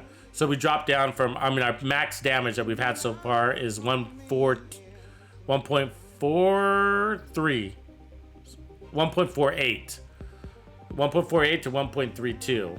That's an acceptable drop for 10% armor on kill. Anybody disagree with that? So the question is, you know, we can still try running this without glass cannon and see if we like it. We can go out in the field and try it. So the problem is that we were running it earlier in a team scenario because we had Where's Rob with us. So, you know what I mean? It's not going to be exactly an apples to apples test. That's the problem with, you know, testing things in the team scenario. Got a lot of changes. Well, you could play Shield to protect the glass. That does work. It's just that it's the handling thing. I mean, that's the part that I would worry about. You know, they have the bad handling behind the shield. I think you'd just be attracting more bullets than putting out more bullets. So let's go ahead and try Obliterate. Let's go see if we feel really weak with Obliterate. But we're going to get a damage number first. See, how close can we stay to that 1.3 million with Obliterate?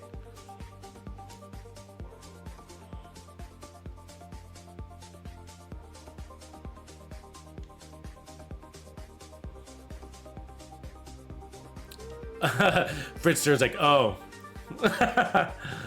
Yeah, oh. No, that's cool. We actually started out with a really cool build from Corrects. Actually, I'll post it as I'm testing this, which is Mr. Rob. You probably know Mr. Rob from YouTube, but he's Corrects here. But he's he put together this really cool build and sort of sparked this direction. Now, they might look completely different, and that's because they are, but it's an evolution of things. And so mostly because we're adapted to a group scenario. That's the biggest change. And so I'm gonna go back to his build in a little bit when I flesh this one out, because I think for a solo scenario, that one plays out really interesting. His 1.247, did I see 1.3 on the board?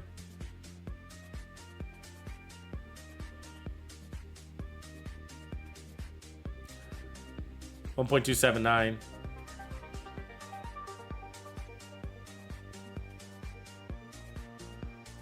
So that's an acceptable drop. Yep. Okay, let's just make sure our stats are all where they need to be. So crit damage. We got the one weapon handling still, or did we lose that? I thought I felt that loss. We didn't have it all. I didn't put it back on, so I gotta re-roll. I don't have to re-roll anything. I just gotta switch that knee pad. So we're gonna drop in damage even more. But we need that. We need that. It'll be a good drop. But let's just see how much. Let's get those stacks back up. I'm not worried about the explosion right now. I need to see if this is a viable build. 1.174.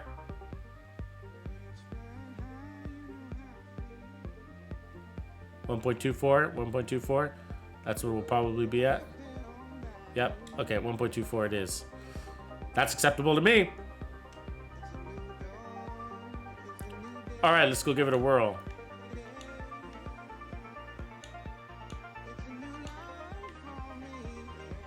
The map hasn't changed over yet, huh?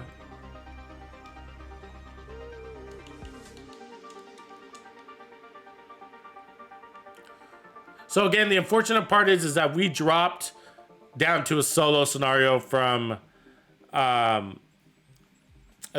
team scenario, so the enemies are gonna be a little bit squishier. But either way, we know what our damage numbers are, and that's what we're gonna have to base a little bit off of. But what we're gonna have to look at here is, is our weapon handling so good? We lost 2%. It should be the same. We shouldn't be able to detect any major differences there. So what we're really gonna be focusing on is the 10% armor on kill really doing anything for us? Is it really doing anything for us? And then the other thing we need to look at is obliterate. Is it taking too long to stack to the point where it's annoying?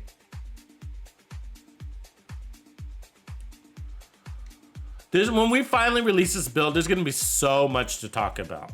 Oh my God. The reason why we did this and the reason why we went here and we tested this, but this was more logical because of this.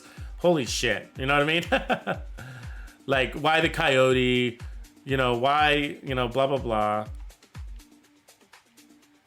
I mean, some things are pretty easy.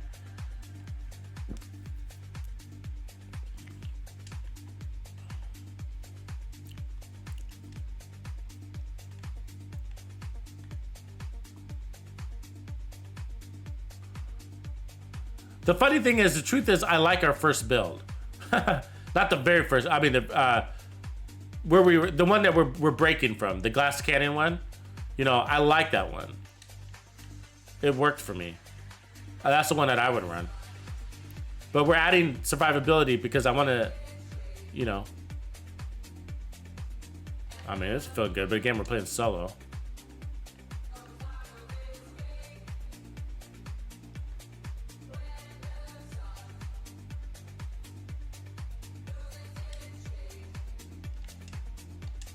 Somebody behind us again.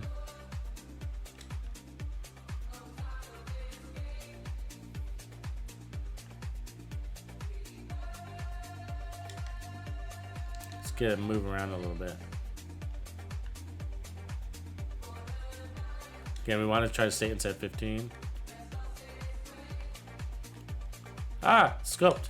Don't scope. Get down, get down, get down. We're getting railed on from somewhere else. God damn it. That was user error. User error. So ideal range for rifles, in my opinion, is like 25 to 35. Not this rifle. On this one, I think it's 15 to 25. Play this one like an assault rifle. It looks like an assault rifle, and its range and handling. I don't want to go as far as saying that it handles like an assault rifle, but it looks like an assault rifle. Its range is like an assault rifle. Come on, you idiots. Oh, God damn it. Oh, get out of here, you fucking dummy. Oh my God. Really? Because of you, I'm gonna have to run all the way around? Oh my God. Thank you for finally getting out of the fucking way, you idiots. I swear they do more harm.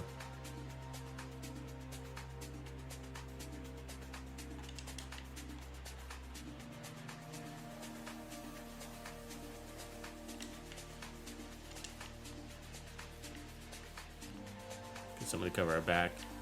How did you guys get there so fast? Where the fuck did you come from? That's good survivability right there. We saved ourselves, I mean, you know. Good sign. It's a good sign. It's basic, good. We're running obliterate, so notice we don't have any obliterate stacks. So that's kind of what I was saying, like they wear off faster than you can accumulate them. So that might be a reason why we don't want them. Granted, we might not, if we're trying to avoid glass cannon, we're trying to avoid glass cannon, but obliterate might not be the best bet for a binary trigger. But we'll see. We'll see. Still too early to call.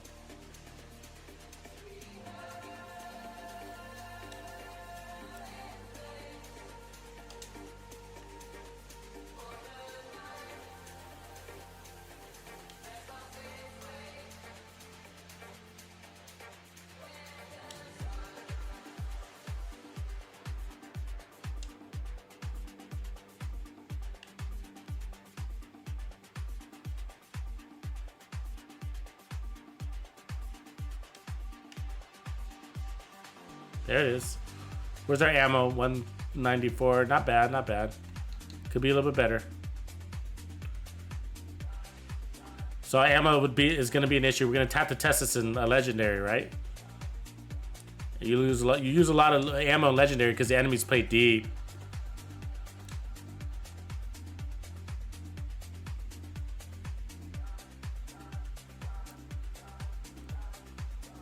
We'll get rid of that fucking turret.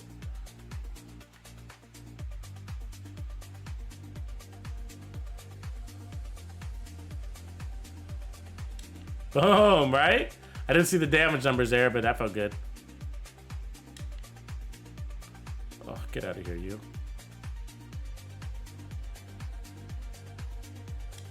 Boom. Double explosion. This isn't bad. Not bad. Not bad. We're kind of getting to that point where you can go so many different directions. So far we got okay armor though. So again, we look at obliterate's gone. Not liking that. It's already gone. But our armor's good, so the damage or the armor on kill might be helping us. Where did this guy go? The fuck? He basically vanished. Trying to tell me he ran all the way back like that? That fast?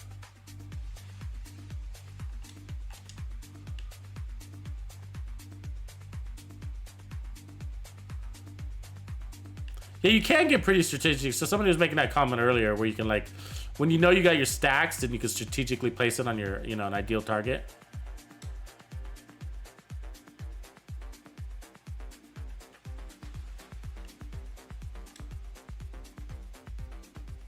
Not that you always have the choice in this game. Look how fast they got to that corner. Wow, incredible.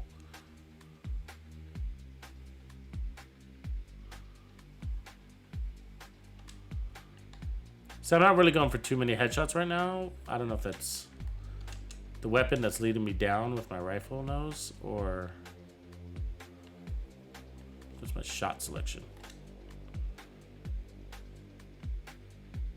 Me and my girl, we got this relationship. I love her so bad. I'm tired of these turrets. Just get fucking annoying.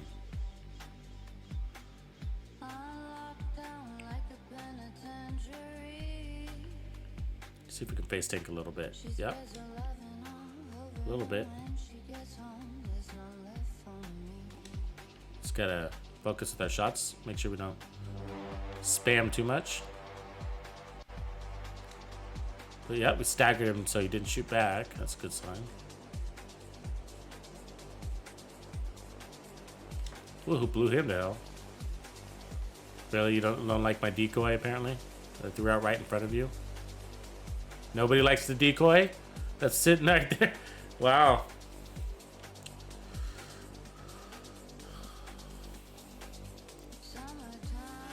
It's really not fast enough to play out of cover like that. I'm just kind of testing its limits.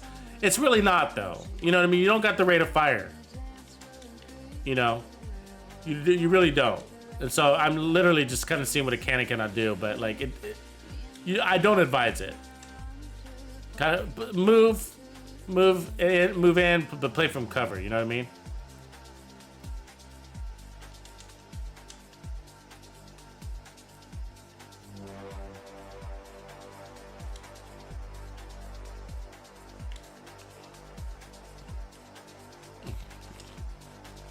Armor's in a good place though. I'm not sure if it's the armor on kill doing that or if it's the armor, repairs. I don't know.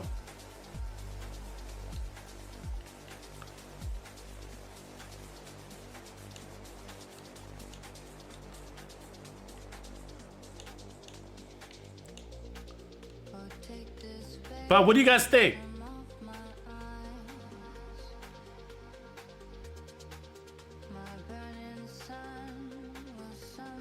Yeah, a sharpshooter for handling, that made a big impact, so I definitely recommend that. I think I'm probably going to stick with that no matter what build I run, skill tiers or memento or not. I think the sharpshooter, it was just such an easy thing to do to gain such recoil control, you know, which is the biggest problem with the weapon. So I recommend that. Easy change. Plus you get a bunch of headshot damage with it too, because it happens to be a rifle. So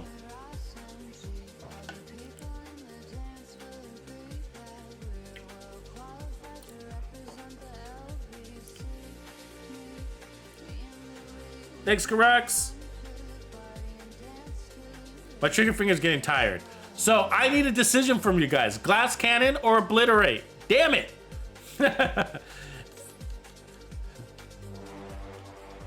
Was armor and kill or no armor and kill?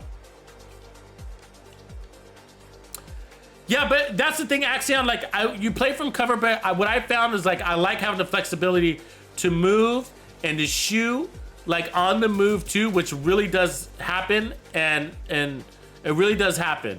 And you don't want to that's why I don't want to run. Let's just put it to the ultimate test, okay? Let's just go ahead and put it to the ultimate test. Toss King T is saying glass. I'm with you, brother. I'm thinking glass too, but I don't know. I'm only hesitant because I put a glass on everything, and I feel like I forced that on you guys a lot, you know. And it's just like, and there's so many people that just don't use glass cannon. I feel like, you know, obviously if you're on that side, you could be like, hey, just don't put a glass cannon, you know, just change it to obliterate. But here's the test. So let's just go ahead and try this out over here. Hopefully I refilled my ammo enough. Yeah, it's good enough. 492. So let's just go ahead and put it to the test. And the test is legendary.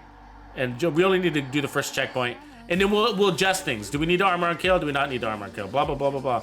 So I'm going to go ahead and take off the armor on kill for this first test. Okay, we're going to put back on the gloves. All right. And then that puts us to 54. So we got to drop a crit chance mod here. So we're going to try without armor on kill and see if just with obliterate and everything else and our heals, if that's going to be enough. Now I'm going to take off the decoy and I'm going to put on the turret just because it tends to last longer. So that's the only reason why I'm doing that.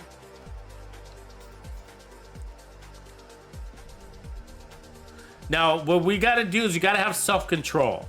The self-control is don't go for those long targets. Even if you think you can, I mean, a little bit here and there, okay, but that's going to waste too much armor. We got to let the targets come to us. Good sign right off the bat. Now, it didn't look like it was just a red guy, but I'm just talking about, like, it felt easy to take him down. I didn't feel like the gun was all over the place. That was a good sign. And we just quickly eliminated him, got him off the chessboard, right? We're pinning him down, also a good sign. And then the grenades, of course. And then the grenades, of course. And we're smashed. But that wasn't the build. I mean, any build would have died from that. You know what I mean? Your objective. Don't let anything stand in your way. And so, but yeah, we only have one weapon handling mod, and we don't. That's amazing. That's amazing that we were able to do that with only one weapon handling mod. You know, my opinion. Now, I don't think you can get away with doing that so much with like the Pestilence, because the Pestilence is unfortunately an LMG, and so it doesn't get... Oh, we smashed him. We smashed that purple grenader. Got lots of damage to armor, so that's helping, right? The red guys are damaged to health, so we're not as... Well, we are pretty effective against them, but, you know, we don't have that added perk of damage to health. We need to stay under control of how much damage we're taking in. And we don't have glass cannon, so... But...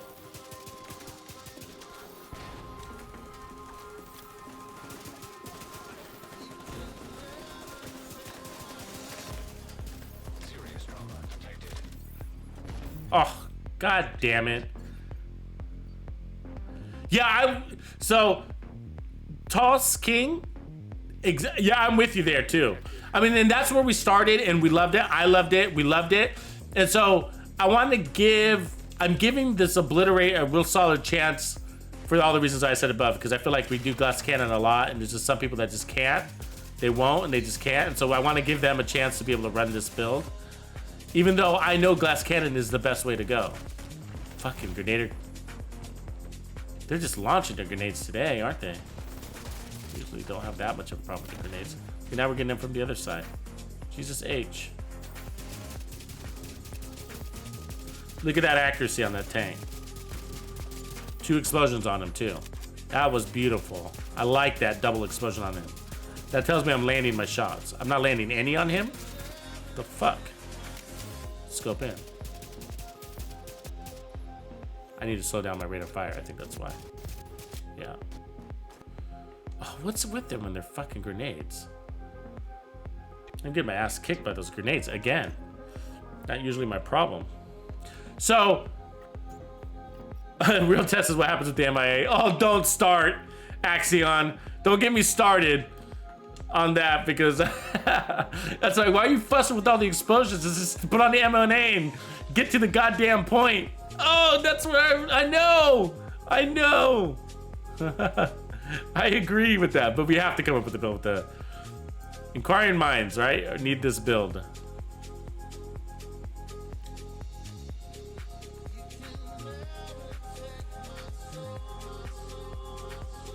Remember, 1, 2, 3, 4. 1, 2, 3, 4. That's the fire cadence on this one.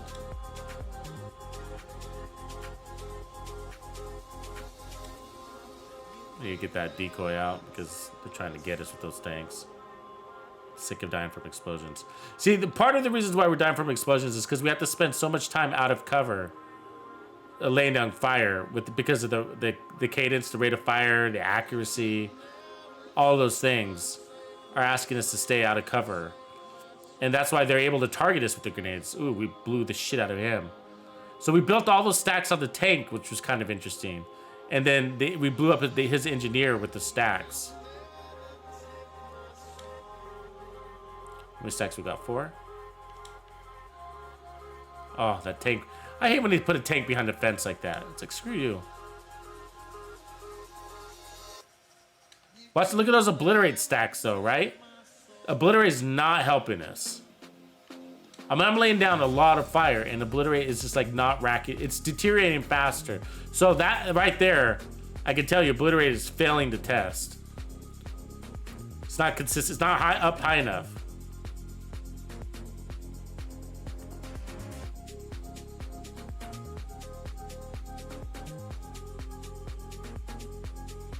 Ammo is becoming an issue.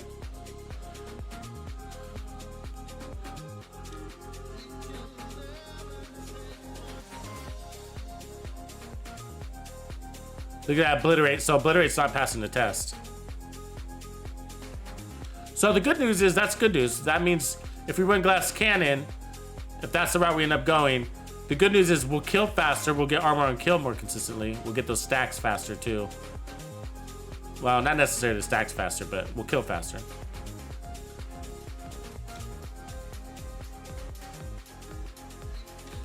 Yeah. Shot cadence means a lot though.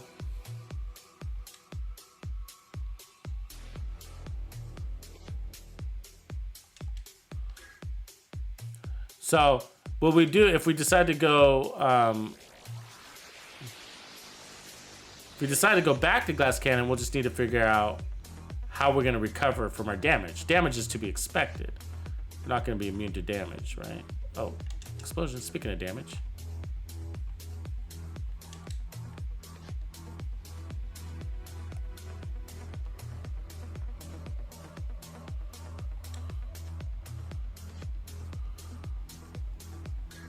Boom!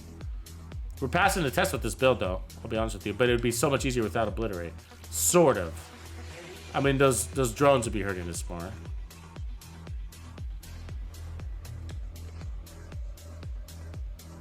Actually, the fact that we landed on that drone, that we hit that drone, is pretty impressive. We need to take out that drone lady, though. She's going to be a bitch if we don't. Might be beyond the point of no return. The reason why is because that drone lady's gonna go hide on us. So she's gonna pop us out of cover.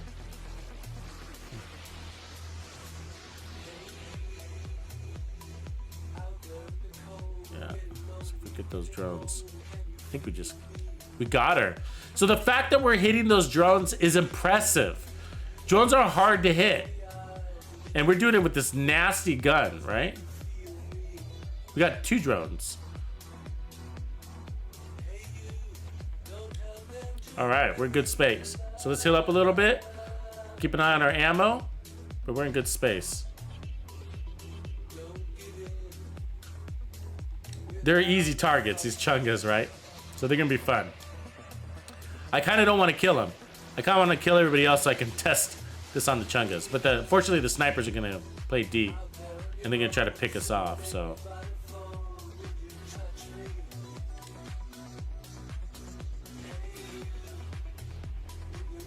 They're kind of fun to play the chungas though. Look at them.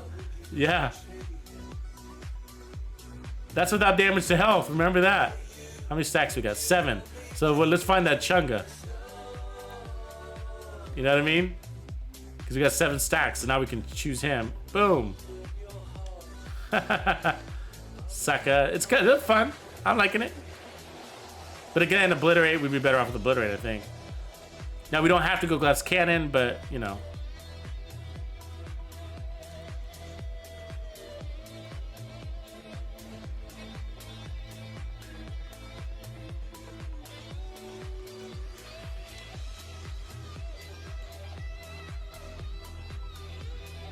There it is, guys. We passed the test. That's with obliterate, which was barely helping us.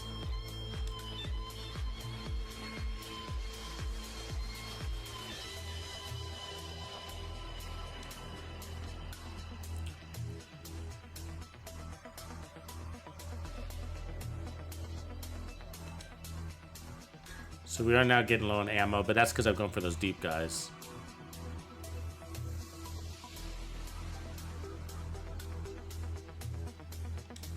That's it. Good job. Good job. Round of applause. Yeah, no, yeah, we did the Hollow Man. It wasn't worth it. So we decided to go for the coyotes. The coyotes means more because it doesn't just apply to health. It applies to damage to armor, or targets to elites, non-elites, everything in between. You know what I mean? So that's why we decided to go with the coyotes, but also allowed us to drop our crit chance down to 48, so it saves us slots too. And plus it's pushing our crit damage up to 170, as high as 185. So, but we can run 3 pieces of walk if we really wanted it, but again, what's more valuable, crit hit damage or damage to health? Well, damage to health is selective, so that's the only reason why we went crit damage. Damage to health could add up more against the chungas, but it's mostly that's the reason. But yeah, totally Toss King, good suggestion. Right in line. So we've just moved through the motions. So we were pretty late in the build here. We're more on the defense side than anything. Just making minor tweaks, but all suggestions are welcome for sure. So I'm gonna try it now, guys, with glass cannon. I'm gonna keep on, wait, what did we do? So we didn't have any damage to armor. I mean, damage to, I'm sorry. Armor on kill, we had no armor on kill on that, and I don't think we used, or maybe I used 1 armor kit, but I wasn't desperate for it. So this is the Merciless, Doded, still on the Merciless. We're still working this. Yeah, we're working it to the ground till we get to a good place. We don't have to finish this tonight, but I would like to get it at like a really good place. So that way I can start on the solo version. I mean, this is obviously a solo version also, but I think we can get creative and kind of go back to Correx's original concept and kind of branch out from that again. I'm thinking something with the traps, guys. Like, I think it would be cool to like get them stuck in traps, kind of like Riot Foam. Except the reason why I like traps is because I don't want to have to switch to my chem launcher with a gun that has horrible accuracy, and then it's gonna throw off my concentration and aim and all that stuff. With the traps, I can throw them out, kind of get them trapped into the electric shock, kind of like a spider's web, and then we blow up a target with the Merciless, and then they all take damage if there happens to be more than one. So that's kind of what I'm thinking there.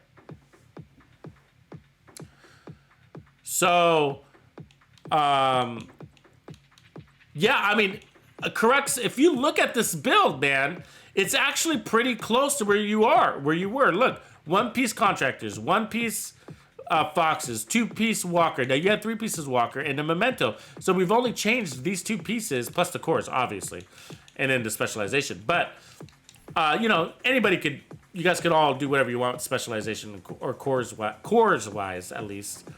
But I do recommend the specialization change at the very least. I think that it's just an easy way to pick up that stability. But okay, so actually I won't flip that over yet. Let's what I'm gonna do is now take this off. I'm just gonna make one simple change. Oh, I can't, can I? Because let me see if I can. Because I re-rolled off damage to armor off that. So let me see if I can put on a different piece. So if we put on this Petrov, you can pick up that 10% weapon handling. And where did we re-roll that weapon handling? On the knees? Yeah. So then we'll flip these back over. It's basically the same thing, right?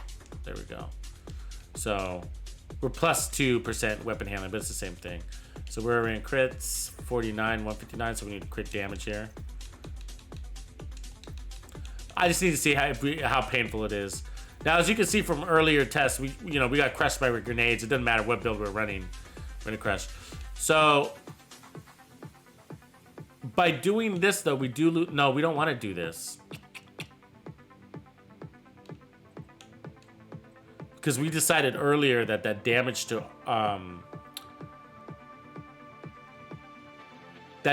armor was better than putting the Petrov piece on. We don't want to do that. Might have to go back. Let me actually see if was there a Grupo that I had with. I didn't. So I think we have to put this. I think we have to re-roll this piece back. I think we need that to be. Okay. Sorry, we're gonna have to re-roll this. Let me reset this though. Quick change. It hadn't changed over yet, Geisha boy. It hadn't changed over today yet, so nothing really good, unfortunately. There's some Badger, Gila Guard, SMGs, LMGs. I think some Providence. Nothing super fantastic though. Like I like to see chest pieces, assault rifle. I mean, there's assault rifles at the White House, but I don't like those control points. I'll show you in a sec though.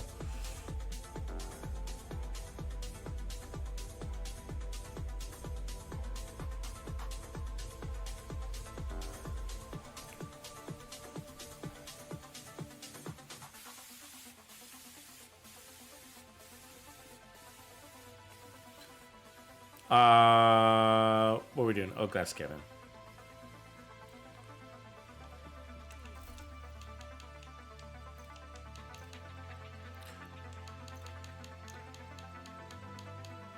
So one advantage of running glass cannon is nobody's been able to run glass cannon because unfortunately they were forced into running brace because they didn't know sharpshooter existed for them. So that puts this build at a big advantage against those standard Merciless builds that you've seen out there. The survivability, 10% armor on kill, we can pick up anywhere, right? We can put Bellstones, we can put whatchamacallit, the death grips. I almost feel like armor regen would be cooler. Cause I just like gonna put an armor regen on top of the fixer, you know. Because we're not putting out a lot of burst damage per se, you know, although there's that explosion. But it's not a lot of burst damage. Yeah, you mean like a yellow True Patriot for the Merciless? Because we've done yellow True Patriots. It's called the Contender, and it's pretty legit. You should actually try it. But yeah, I've never seen a yellow Merciless build. True Patriot or not, actually.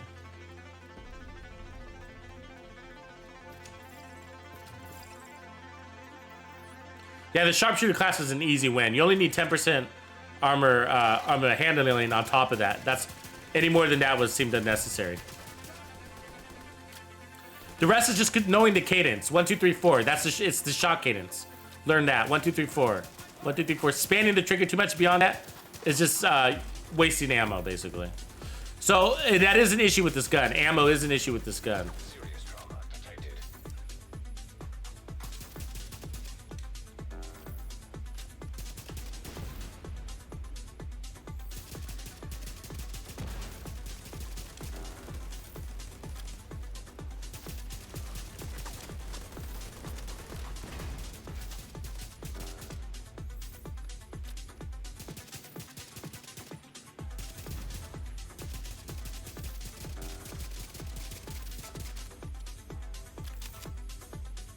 It's kind of hidden back there. It is harder in scope, I gotta say that. Boom. So again, don't waste ammo. They gotta come to us to some degree. You wanna play inside 15 to 25. And they will come to you. They just constantly run in and out.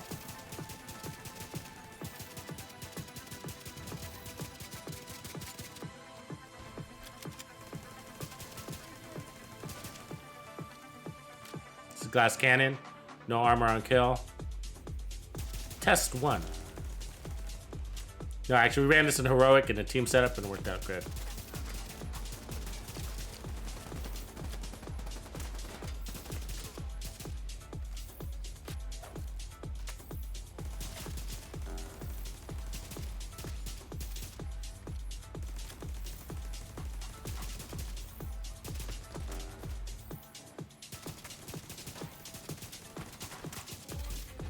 The stability at range is harder too.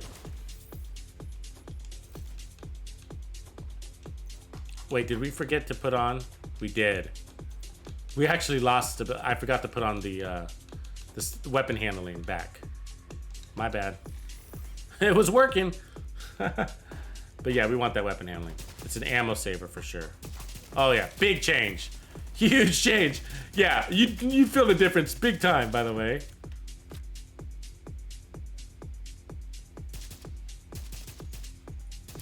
Big change. In a good way.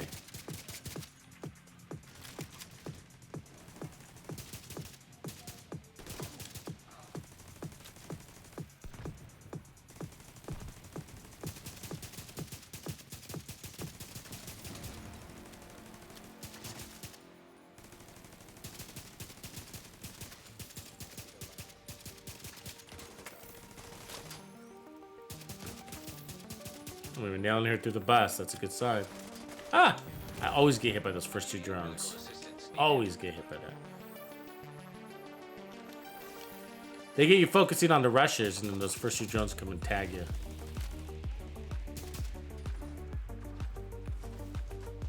Come on, give me that head. Damn it. See that delay? That's bullshit! How it was just hovering there. Oh!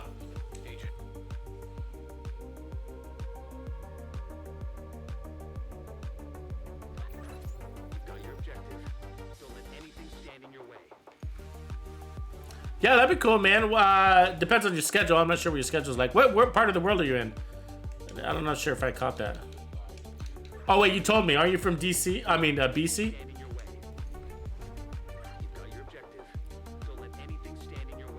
Vancouver, that's right. What are you streaming from like Xbox or whatever? You just want me like not in game but like in chat?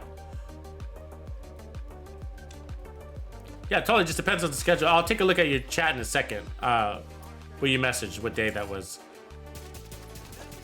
Let you know my availability.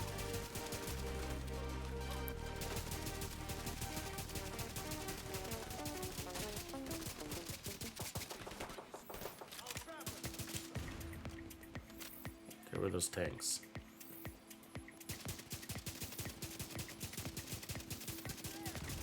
See a tank. That was easy. Easier than the first time because we got more handling. We're landing more shots. You use those tanks to build up your stacks too.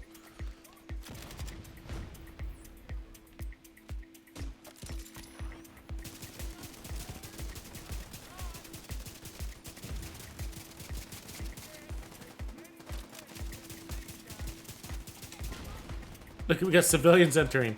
Isn't that funny? Have you seen that happen? Look at the civilian up there going Rambo. You see him?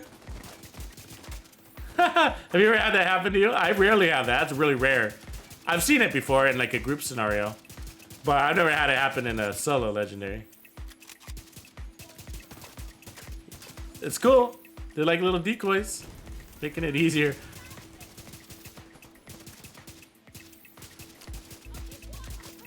They don't do much for damage, but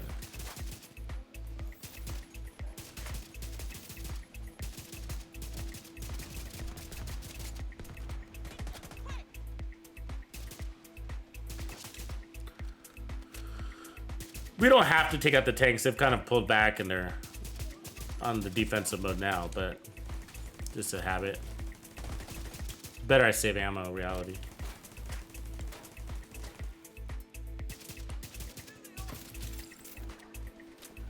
I mean, the civilians are pulling from the test a little bit because they're taking aggro, which is helping me. You know where might be taking more damage.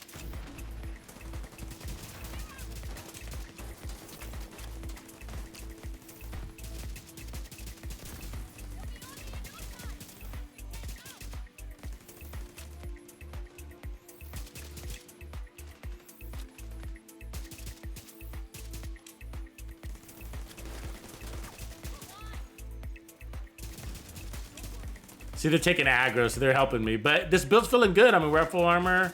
Not dead. I mean, we still got room for defense, remember. We still got room for defense. We're just testing the survivability of this glass cannon with all reds, but unfortunately, these stupid civilians are hurting the test, but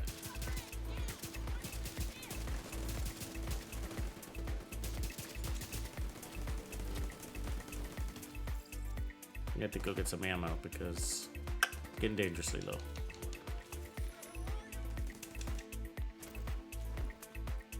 I mean, the cool thing is we could actually whip out our special weapon from time to time too. Snipe, pick some fools off that are deep, you know what I mean? Got her. 10 million on the back. Oh, the chunkers have arrived.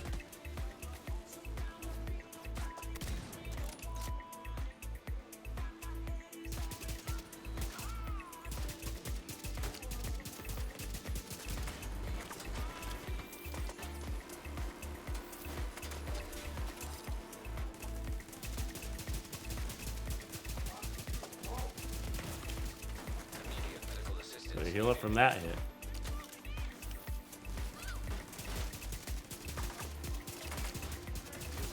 Chunk it down. That was fast and easy.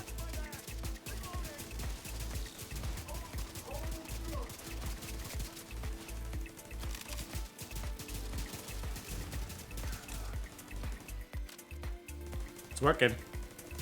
I mean, we're done. We're done testing. I mean, the civilians took a lot of aggro for us, so that's we cheated a little bit. Unfortunately, I gotta finish it because if I reset it, right now I won't have ammo and not the fast travel, so.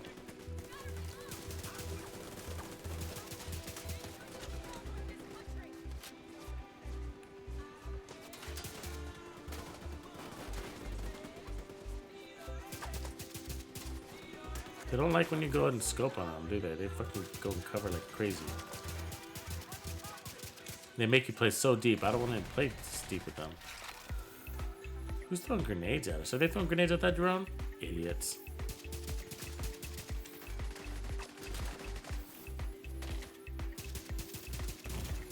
Serious trauma detected.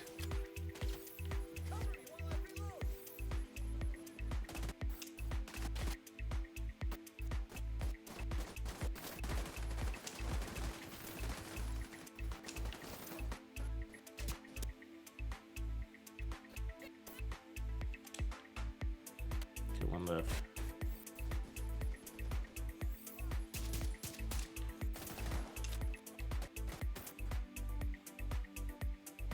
Lonely little grunt. There we go. Got a tank, but he'll blow up. Yeah, I'm on Xbox.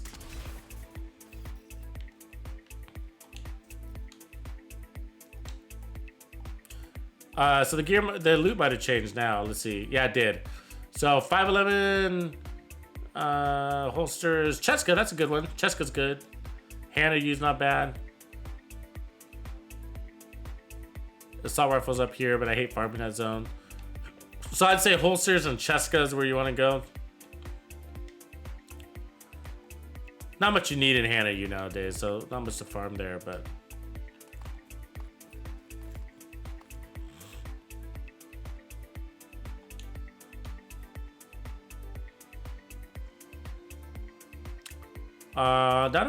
Not a bad walker.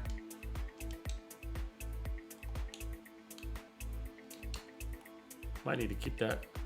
Actually, I have walker gloves. I don't need to keep it.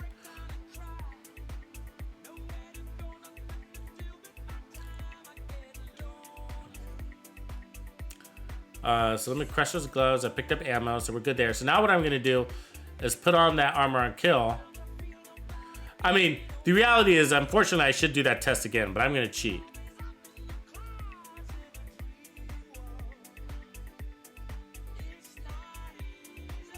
I like perfect clutch toss. I think that'll be cool.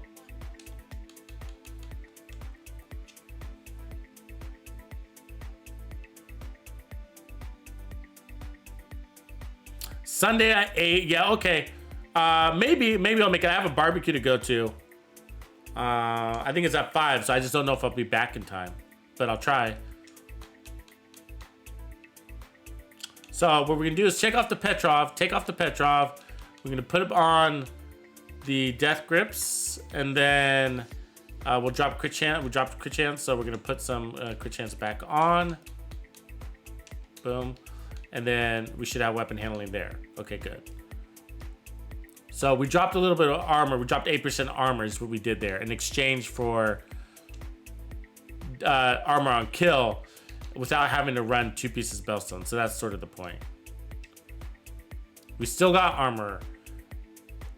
Damage armor. We got 5% instead of 8%, or instead of 13%, depending on how you want to look at it, or 12, 13, 13%.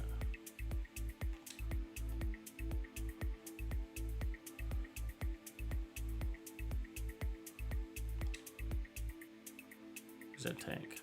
It's hard to see him.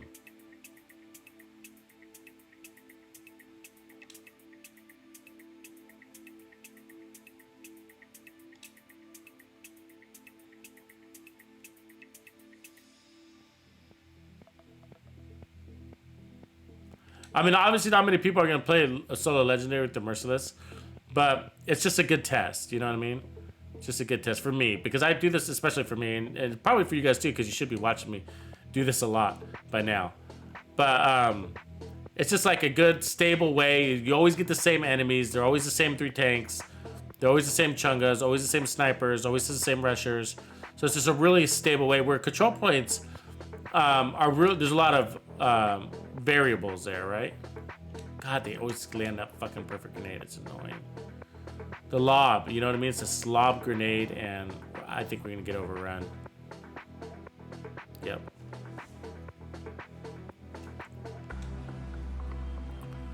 Sounds cool though, Thoden. Good job for getting out there and doing it. You'll probably be streaming for a while, so I should probably be back in theory. You know what I mean? If you start at 8, I might be late, but I'll be there.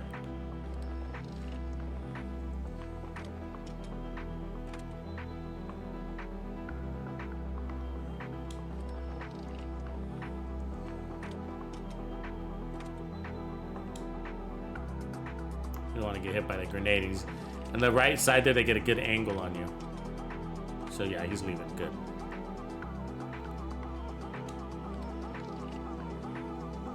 See, that's why you don't want Sawyer's knee pad. See how many grenades you have to dodge? So that's what I always think about when I'm running Sawyer's. It's like, oh, I'm dodging grenades a lot. I'm always moving because of that, you know? So when you get a good shot on their feet, you're good to go. I mean, we just blew him up easy. So this is, again, we got the 10% armor on kill. Not sure we even need it.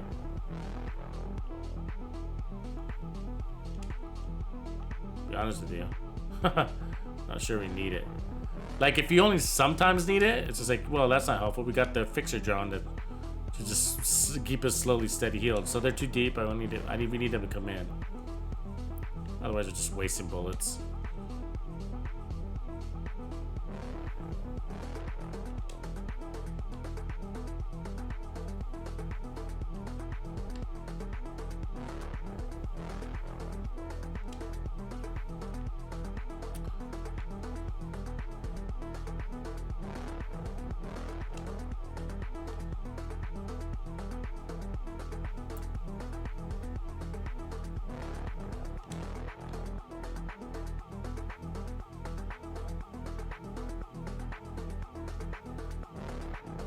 That was a test right there. We won. But I knew we had the power, so it's not much of a test. But do you have the power to send back a tank, right? Preferably like to blow them up, but we didn't have the option. Backed out too quick. This gun doesn't have the rate of fire to necessarily do that, but at least we had the rate of fire to put them back.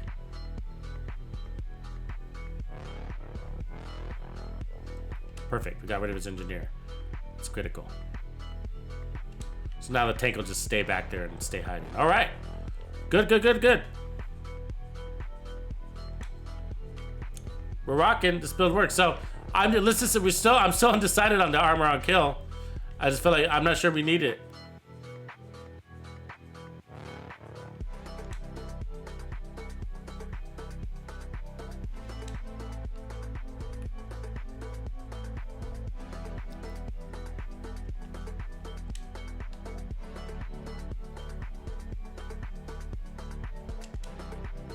Fucking drone ladies, goddamn it. So when they stagger you like that, your aim sucks, right? Nice, nice. So I think we still have one drone lady hiding in the back. Maybe. Yeah, I think she's that purple in the back. Nope. Here comes the drones. Yep. I can't see her though.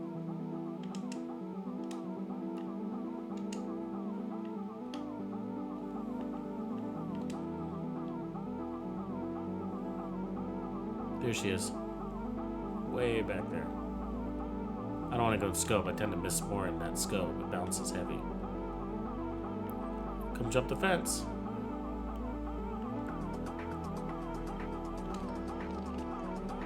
Those drones are going to pause before they hit me, and it's really annoying. Oh, they didn't. Good. Got her. Right on. It's nice having those. It is, you know, those crits are important. So, I mean, that's basically the test. The chungas are easy. We know that. They don't necessarily go back and behind us. They can't flank us, really. So, it's going to pick up some ammo.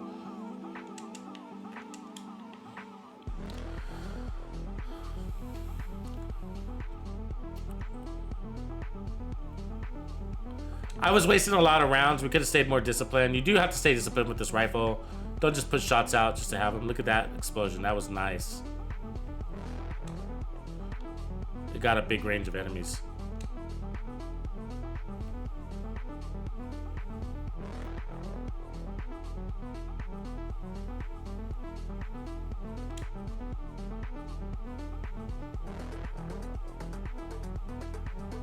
Done.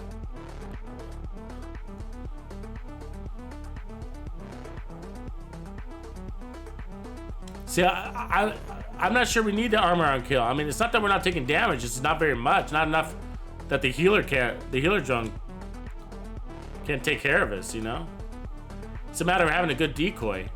Chunk it down. I mean, fuck. Glass cannon for me.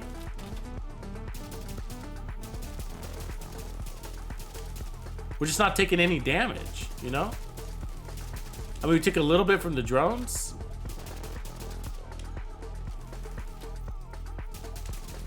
I mean, we got good cover and all that, you know? But we saw it in Heroic, too. It was working really well in Heroic, right? So, and we were in a team scenario, so it was slightly ramped up.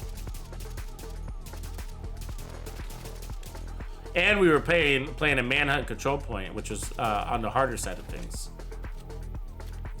So, I mean, it definitely works in heroic. On legend, and so we're seeing that it works on legendary too.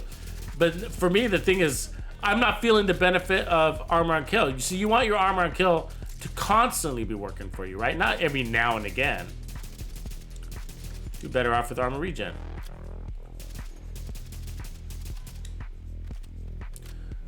Now again, I'm so glad we're not using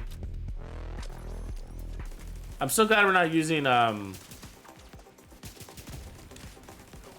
Sawyer's knee pads. I think that's a mistake. You know, the best in slot piece I think is vital to this. I think it's the base of the everything that's happening, you know? Damage to targets out of cover and rifle damage, and there we go. That's it. So, in my opinion, that's the build, but I don't think we need... So, this is what we're gonna need to do. We're gonna take off... we don't need those gloves. So, what I would do is basically put back on the damage to armor, pick up 8% damage to armor. We realized that 5% damage to armor worked great. So that gives me the ability to drop the second piece of Walker and just be happy with the 8% because we just ran it with 5%. Remember, we ran the death grips. We had the death grips and we cleared that really easily. And our armor was up the whole time. We weren't even needing it. We weren't even taking damage. We took a little bit. So this is only how much? 5% damage to armor. What's more, 8% or 5%? Well, 8%. We know that. So if we just go ahead and put back on the contractor's gloves, wherever they went, they disappeared. We're gonna gain 3% damage to armor, right? And so we can lose the second piece of damage to armor. We'll net more damage, right? We'll net, we'll have 8% damage to armor instead of 5% damage to armor, so we'll net 3% more damage to armor. So that allows us, that frees us up. What do we want to do from there, right? So we can, well, there's a couple of things. You can keep the extra 5% damage to armor and lose glass cannon. I like glass cannon though, and the reason why I like glass cannon is because you don't have to stack it. It's just ready for you.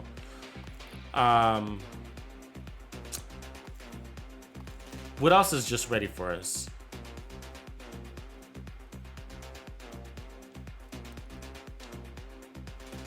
Spark, 15%. We were just talking about the other day. Somebody was asking me to use Spark, and I was like, I never have a good reason to use Spark. You know what I mean? Like, it's just like there's always something better to put in Spark, like Spotter and whatever. You know what I mean? But we don't need any more damage, so that's not what I'm saying. I'm not saying we need more damage. So we could lose. I'm just trying to think out loud here. I mean, we could technically lose. I mean, what's 5%? So if we get rid of, let's just hang with me here. I'm just thinking out loud. If we just get rid of one piece of, let me go back. I'm just gonna go back to whatever, like the Petrov piece here. Okay, just for example. So if we get rid of that one piece of Walker, what are we left with? A Walker that's giving us 5% weapon damage. Do we really care about that 5% weapon damage? Absolutely. I don't give a damn about 5% weapon damage, you know? We got plenty of weapon damage. So losing 5% weapon damage, I don't care about that. So I guess what I'm trying to say is like you either run 2-piece Walker or you don't run Walker at all. You know? I guess what I'm saying is like I'd rather have, I mean, that pulls in a ton more weapon. That's another 10% weapon handling. That's like more than enough. You know? Well, by doing that, look, I'm trying to think of this out loud. We can run. Do we run Bellstone? No, we don't need Bellstone, right? The armor on kill wasn't really helping us. It wasn't, I mean, it was a little helpful. Like an Alp Summit, thinking out loud. Like, because repair skills are nice, because it's sustainable heal. You know, so I'm liking that. So do we go, I guess, do we go yellow instead of blue? Do we put on a skill tier for repair's sake? You know what I mean? Or do we go one piece of Bellstone for armor regen? We could do that. See if I have that. We could also go improvise for more crits, and we could go improvise and then put on repair skills to compensate down. We could put on 1 armor core, which wouldn't hurt. I don't mind having 1 armor core. That helps us take more damage. So we could do that, right? And then instead of 2 pieces Petrov, let me see, where are we crits wise? 49, 172.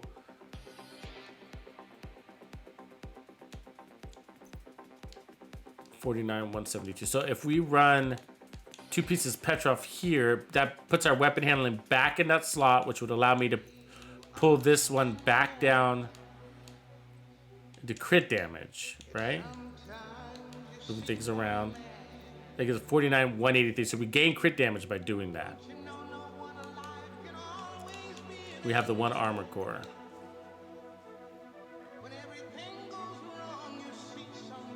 Yeah, Hasbro's not bad. I mean, it just sort of depends, right? Like for heroic, I like Hasbro. For legendary, I like explosive resistance. You know.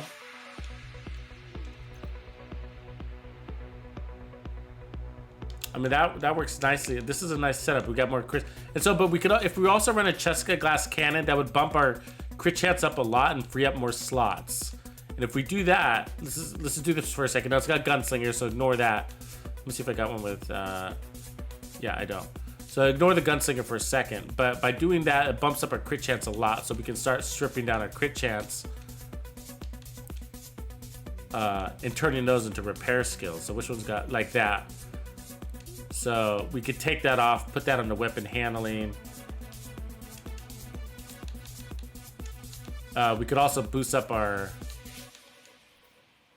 We don't need any more crits. Let me see, where's our crits at? 172. So we're the same crits. We're happy with 172. So we could put on our repair skill mods here instead. To balance it out. Because, so 1 armor core, just to give us a little bit more armor, and then repair skills, you know what I mean? We could also go armor regen. That'd be the other way to go. But if we could bump up that, that'd be nice. Let's see here. So 59, 172. So we still got room because I could drop that crit chance. Do I already have one with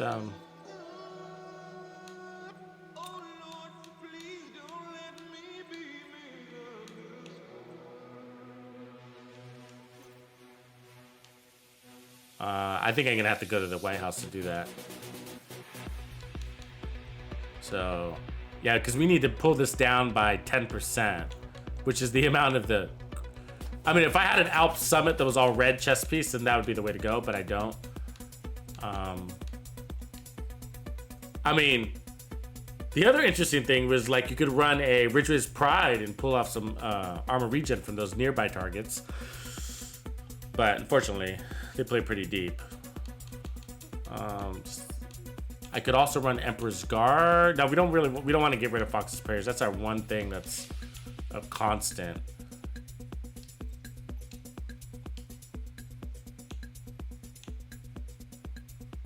So basically, we need to turn that crit chance to weapon handling. That one piece there. And then by doing that, it gives us the option to pull down some of these crit damage rolls if we want to more repair skills, or at least one repair skill mod. We could also run kinetic momentum. Ooh. Right? And give ourselves more heals.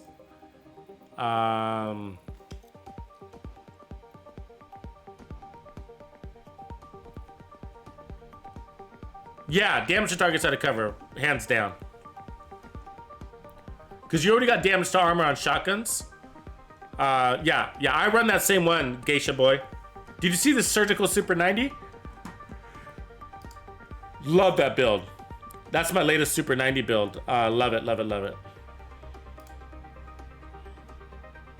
I'm gonna send you the link to it now, so no worries.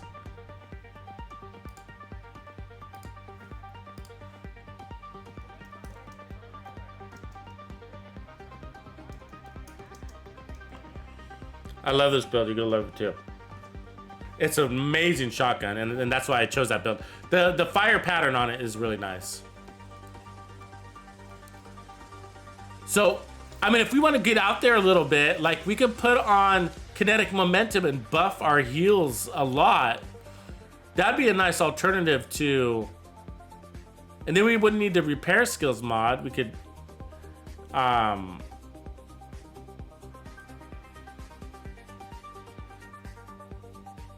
just kind of thinking, what would I rather have? More damage and then repair skills mods? Probably. Let me try that.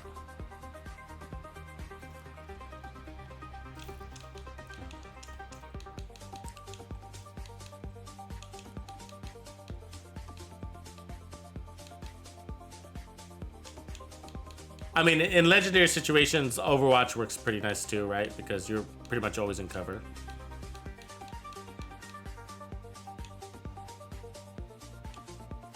Efficient is also another way if you're looking for defense, but those are kind of obvious. So, I mean, so is glass cannon. I mean, I think it's all obvious, right? You got a lot of options.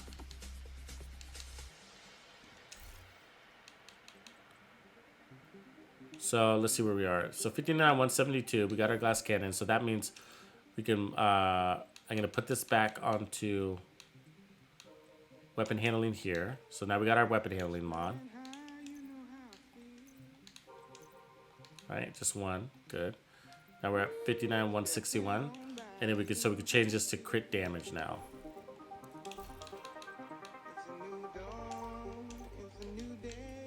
We're using resources, ladies and gents.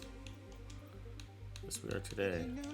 Well, we've done so many rolls, we ran out of electronics. That's impressive.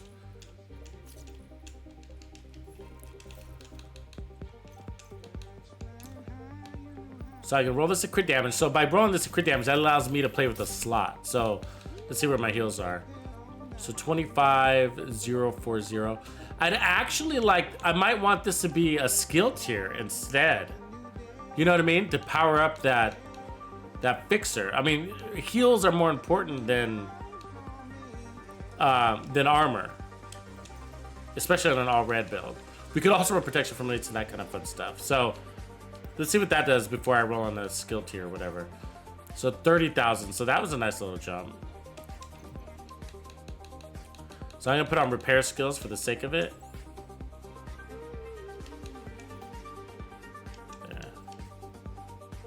See what it looks like now. So 34,000, so about 5,000 per mod. I think our damage is high enough. Like, why not, right? Should we see where we crit at real quick? Let's see where our stats are. 53, I mean, we could still lose 5%, even 6% crit chance, actually. We could take off one more crit chance and push it. We could take off that crit chance right there.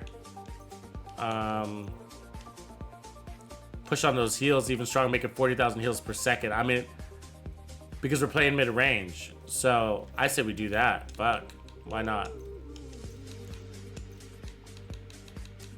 So obviously you could run an R&K holster or an Alps holster to get the same thing. So you don't have to use improvised. I just happen to have one. So let's see. So I think we're gonna be sitting pretty good. So we got max pain, but we got good remedy too. So that's what I like to see.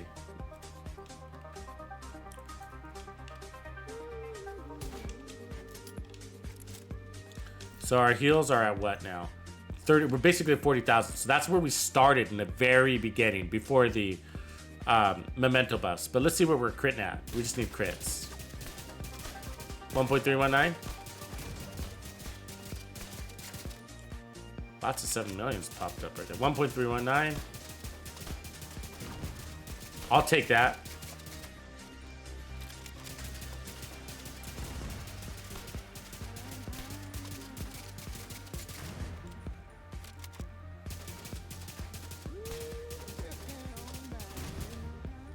All right. I'm happy with that. Let's see how fast we heal actually before we go.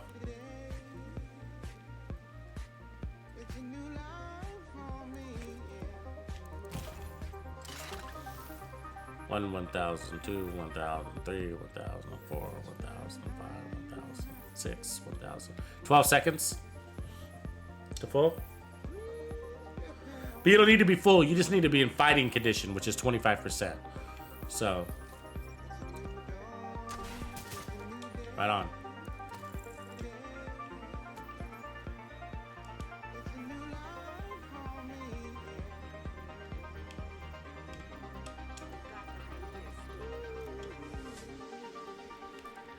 Right on. We're making some improvements. This is an interesting swap. We just added a skill tier. Next thing you know, we're gonna be putting back on that memento. So you know, that's how this happens, you know?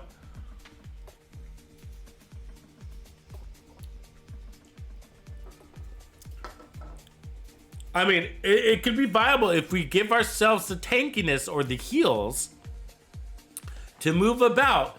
We go back to the memento. So I'm not joking. I'm not joking. So if we put on this build and we say we have enough heals and damage where we can get rid of vigilance and pick up those short-term trophy buffs and make use of them, get rid of the coyote, we end up going that direction. So we're gonna try that, but first we're gonna test this. Got your objective. Don't let anything stand in your way.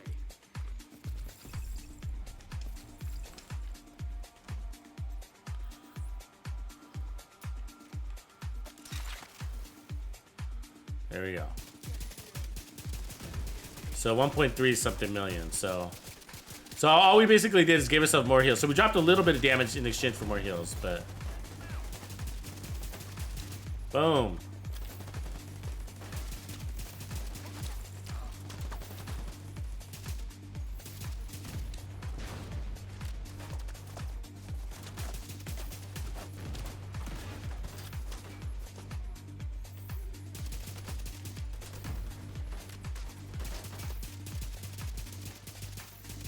Yep.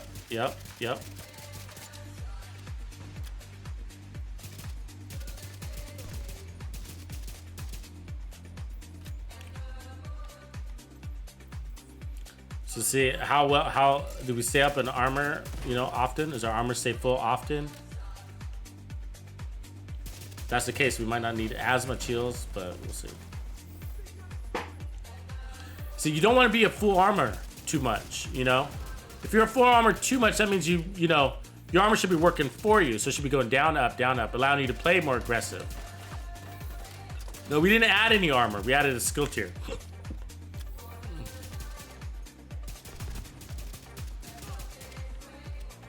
Because heals are more important than armor. Armor goes away really fast. If you're running armor regen, you would need that armor though. We're not doing that. So for all red builds, if you're, you know, if you're going all red builds, then you're better off running heals, right? Boom. On target, at distance, right on.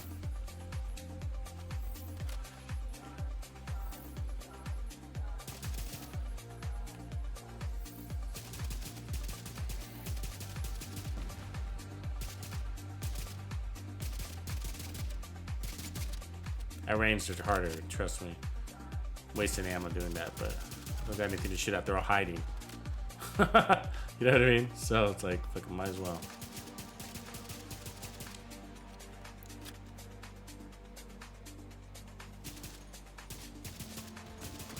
See you later.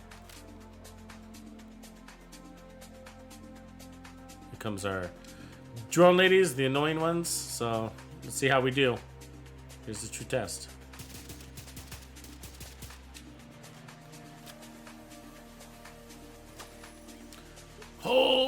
Hold. Wait till you see the white of their eyes. You do that because you don't want to be caught in a reload when they're right on your ass. That's why you gotta hold.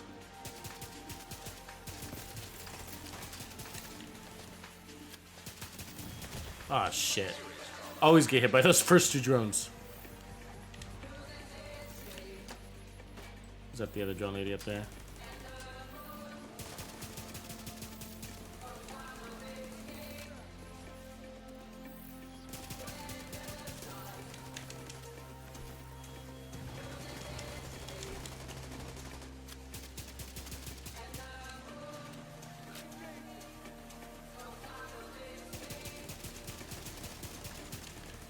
All right, we killed one and counted. So we got one drone lady left, I think. Oh, there's a red one right there. Maybe two then.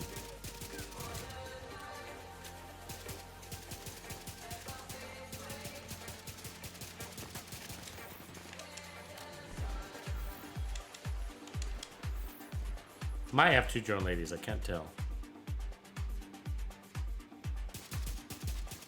Actually, no, I think we killed both purple ones. This is the red one.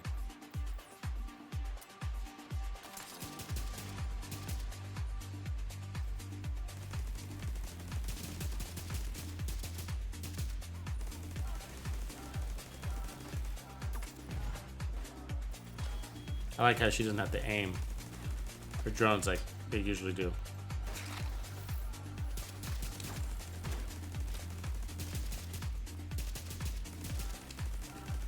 Yep, so that was a test. We passed. Chungas are easy, right? Because they don't flank.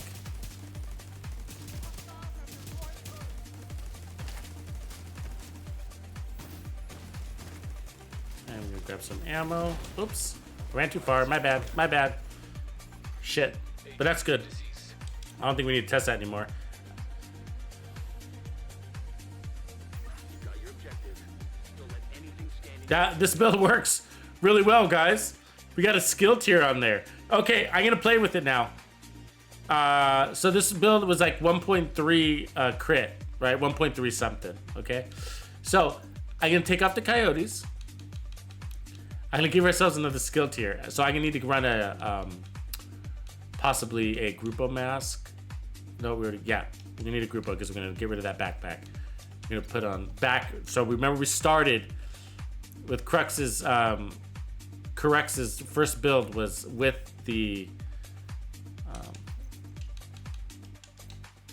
Memento. So we're gonna put back on some crit chance to get us up to a reasonable number. There we go. So 53, 124. And so we're playing off the two skill tiers. Again, that's for the heals. And so look at our heals of 45,000 now.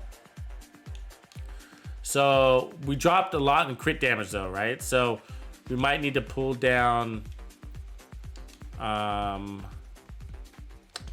mod and just go off of pure. Yeah, we need to pull down the mods. The reason why is because we're gonna be playing off the trophies. Okay, so technically I need to remove that other one too. So we're gonna be, by picking up two skill tiers, that makes the trophies in game, right? In play, I should say. So technically I'd want to get rid of that repair skills right there and work just off of skill efficiency by picking up trophies on kill. So what we're gonna be doing is we're gonna be moving a lot more. But that's good because we now got armor regen, we now got bonus armor and weapon damage.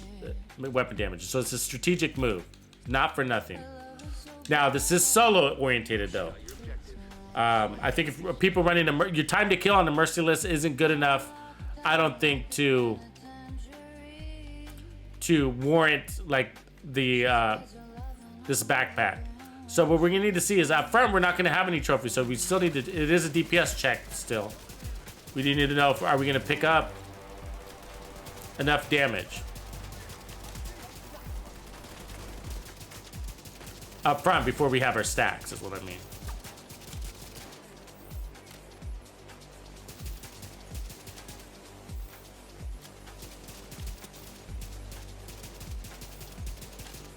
Those heals are nice though.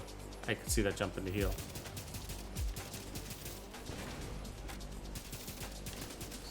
Oh, I knew they were gonna get us with that, fuckers. It's kind of a bad shot to shoot on the left here like that. You tend to take more damage than you want.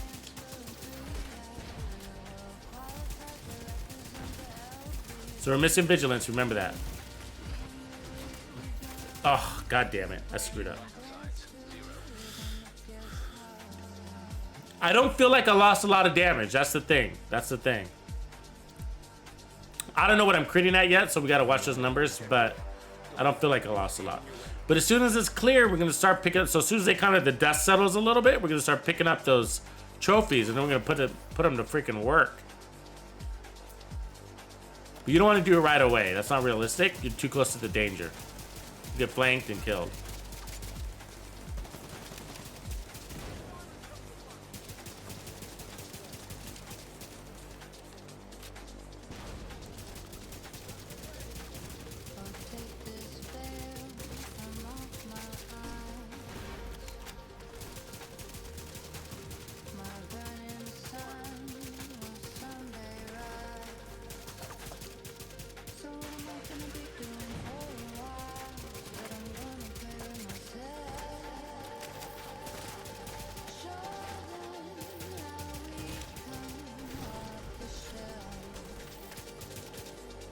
Looking for that purple guy right there.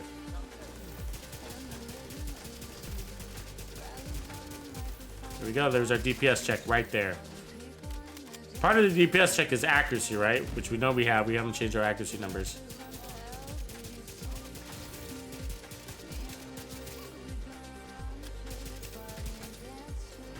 All right, we're looking good. There's trophies on the floor. We have good armor. Let's not get flanked by this. He's trying to get an angle on me. He is getting an angle on me. No fucking way. That was asshole bullshit. For sure. So you do have an upfront disadvantage, no doubt. Not on the heal side, but on the offense side. So we're gonna have to keep trying until we can feel that out. Like, is there a big gap?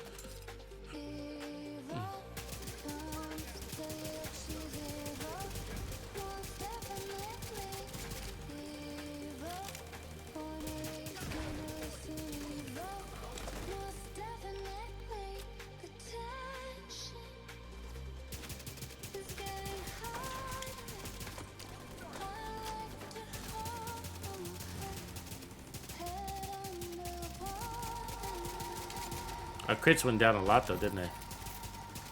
Is that 637? Is that what we're critting at nowadays?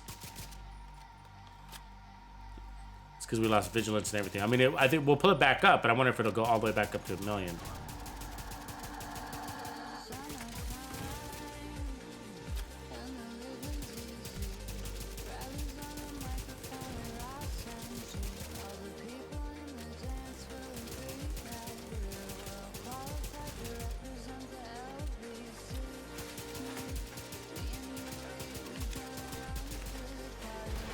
I didn't have my healer up. Thought it was up.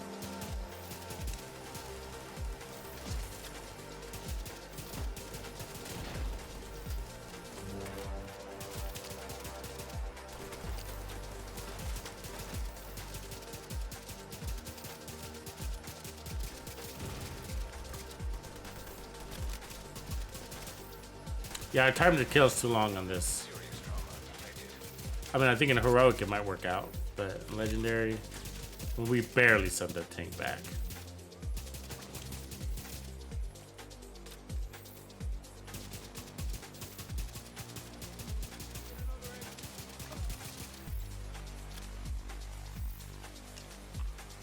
So we can pull in now, try to start collecting our trophies to see if it works out. Wait for my decoy. Nice. Now trophy time.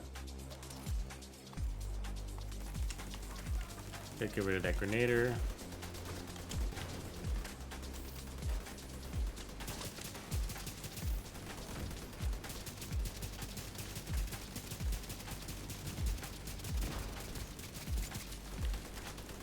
Back to our cover. Yeah, we lost our decoy because that tank blew it up.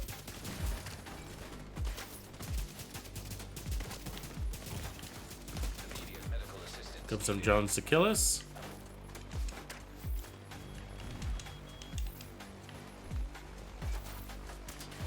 We survived it.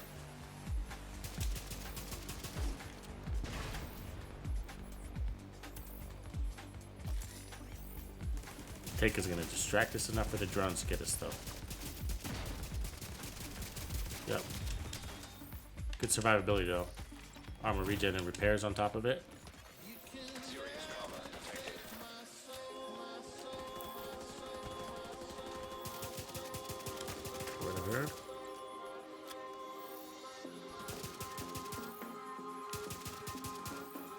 We got a couple of drone ladies still out there though. There's one. Yep. Yeah, the time to kill's too slow. I mean, we could drop, change our holster. That would help it out a little bit. You've got your objective. Don't let anything stand in your way.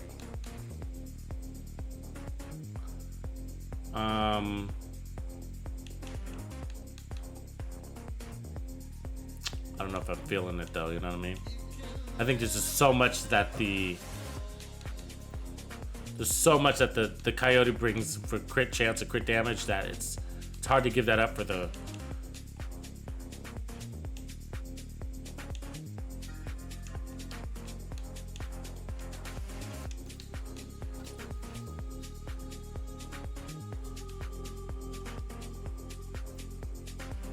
Yeah, so it's a big jump in crit damage. It brings it to 182 right there.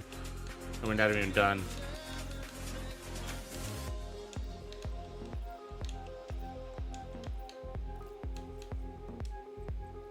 $47, 184. 30,000 heals. I mean, what if we got our crit damage up to 200%? Would this thing just shred? Oh, we're down. We'd only need to gain 5% more.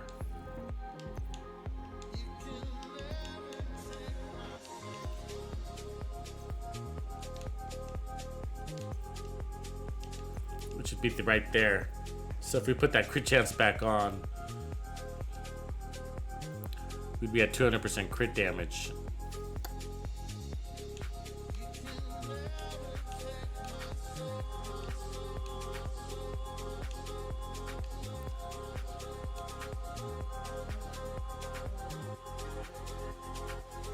We don't really need it though.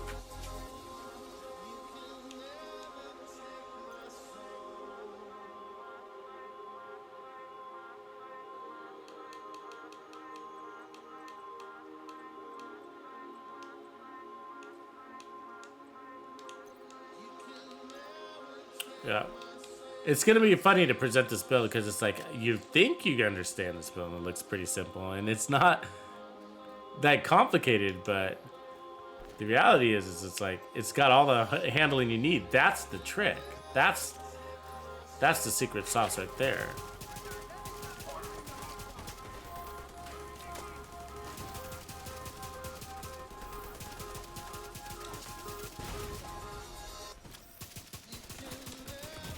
Yeah, that wailed on right there. Cool. I think I'm gonna leave it there though.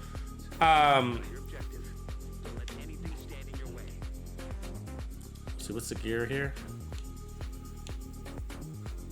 Gloves. I should probably run. See, do I have the room to snag those? No, I don't.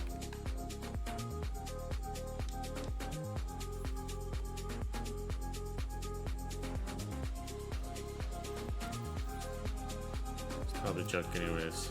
Yeah. Junk. Yeah. Just had to double check. Don't want to miss out on good gear.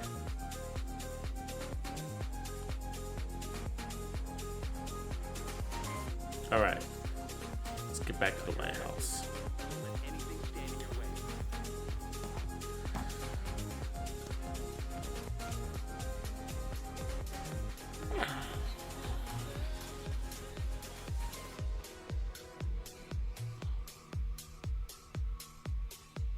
Hunter's Chatterbox, that's a fun one. It's been a while since I've used it, but I love the Chatterbox. It's a lot of fun to use.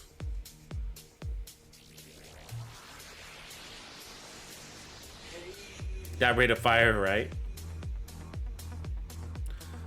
You should check out my fastest SMG build. It actually gets you higher than the Chatterbox.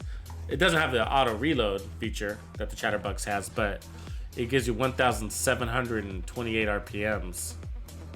Yeah, and the highest the Chatterbox gets to is 1,400, so it's quite a bit higher.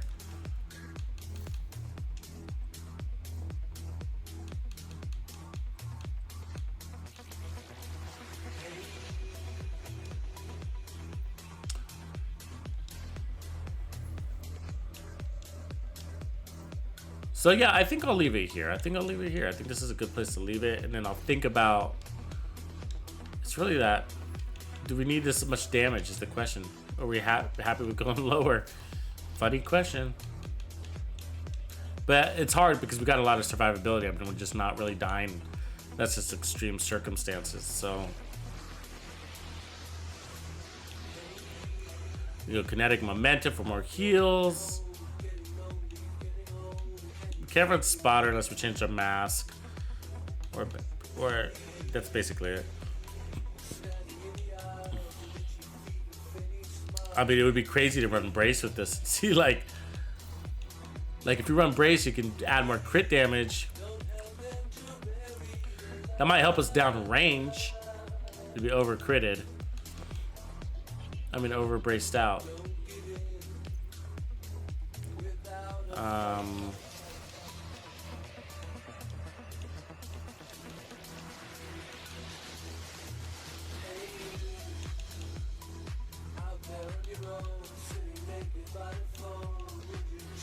You tamper proof, you could shock them into place. That'd be kind of interesting too.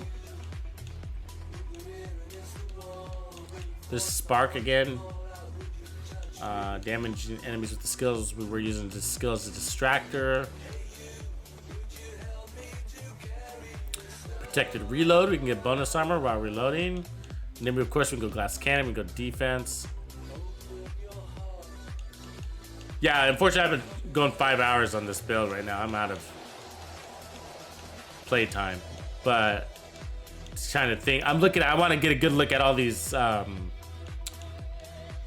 talents so I can think about it tonight. Kinetic momentum would power up those heals a lot, right? That's 30% juice to our heals. So that's another way to go. Instead of unbreakable, you could go unbreakable and just,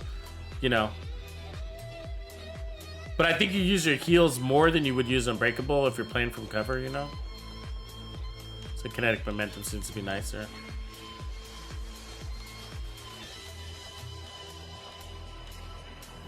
Or we could just add a bunch of armor just to make it look more powerful defensively, even though we know armor comes and goes really quickly. That's an easy thing to do.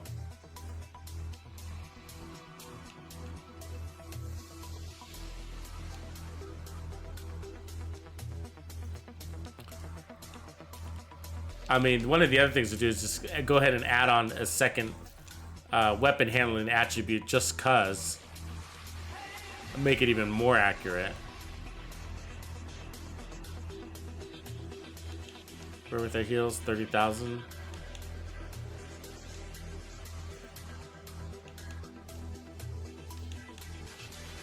What happens if I put this down to weapon damage? Let's just look at my heals real quick. 21,000. Yeah, so it's not 9,000 more. It's not that big of a boost. I'm not liking that anymore.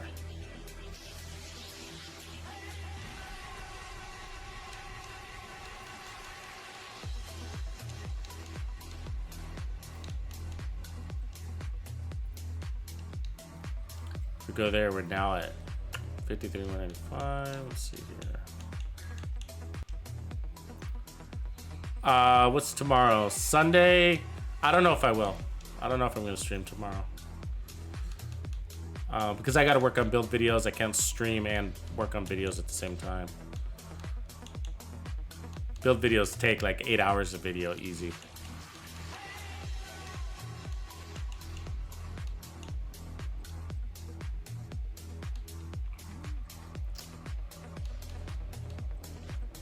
Let's see. We could also go composure. Composure would be interesting too. Drop our damage a little bit, but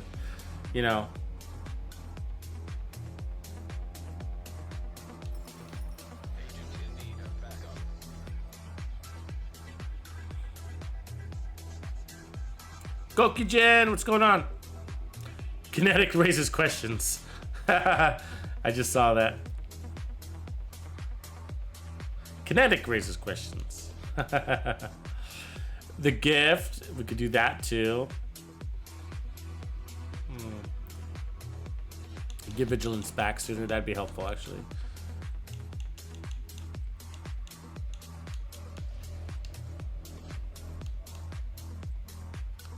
Yeah, I mean, we've got a lot of possibilities. It just comes down to how power hungry we are at the end, That's what I'm gonna sleep on. Appreciate that, Goku-chan. We work hard at it. That's a team. Unfortunately, you're catching me on the tail end of this bad boy stream. We've been going a solid 5 hours now, but it was worth it. Lots of testing. That's unfortunately what it takes on some of these difficult weapons like that, I mean, we could have made it easy and just, gone the standard route, but we've already seen the standard route. I mean, the other thing is like we haven't even tested this. We're testing the Merciless, by the way. This gun here. Well, I mean, we haven't even tried it with tip of spear. I mean, that's a whole nother banana, right? Get more weapon damage and all that stuff. It's kind of a pain in the ass to switch to your special weapon, but.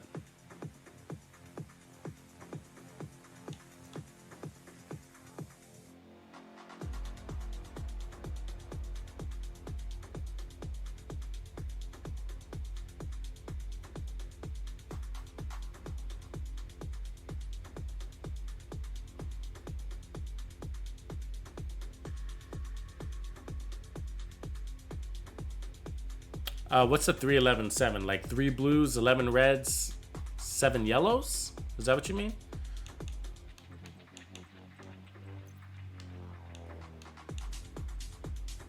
Or 3 reds, 11 blues, and 7 yellows. Or 3 yellows, 11 reds, and 7 blues. Yeah, I'm trying. Tip of spear, it's the same thing with the Merciless. Tip of spear and the Merciless are the same thing for me. Like every like 6 months I pick up tip of spear and try to do something with it, and then I'm sort of disappointed because something else ends up just being better. You know what I mean? For whatever reason. Maybe it's the defense, maybe it's the lack of slots, maybe it's, I don't know.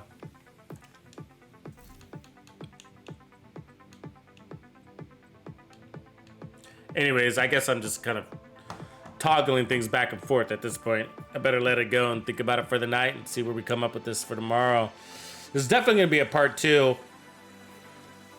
I think it's all going to be about that chest talent, you know, and or how much defense we want on the build. It's going to come down to that, how much defense we want on the build. It's just really hard because it's so different for everybody. 3 reds, 11 blues. Okay, yeah. I remember that. I mean, I know what you mean when you said that. I think we've made 100 of them, really. I don't usually go 11 blue, though. I usually flip it on its head like I do, like... my numbers would be different, you know what I mean?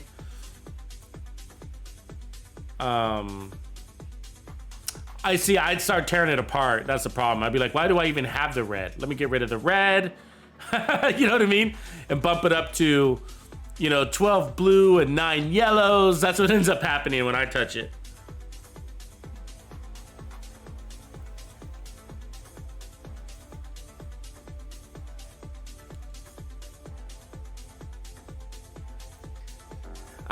I don't play into a lot of blue unless it's typically like protection from elites. That's usually with blues I add, armor regen, or I only use hazard protection when I'm running the gun. The backfire. Yeah, so like a 12 blue, 9 yellow, what I would probably end up doing is pumping in all those yellows would be repair skills. And then all the blues would be armor and armor regen. And so the repair skills to heal the shield, the armor regen to heal you. Do not go gentle. And it'd probably end up running the bulwark along with the artificer hive. Burn and rave at close of day. Rage. Something like that. Against the dying of the light.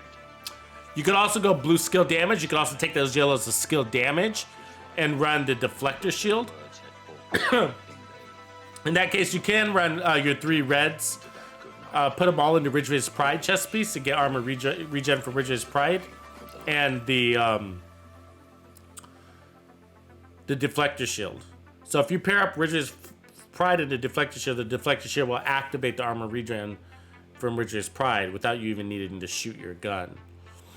But you have to have max protection from elites with the deflector shield because all the elites end up aiming for your head. They react differently to that shield than other shields.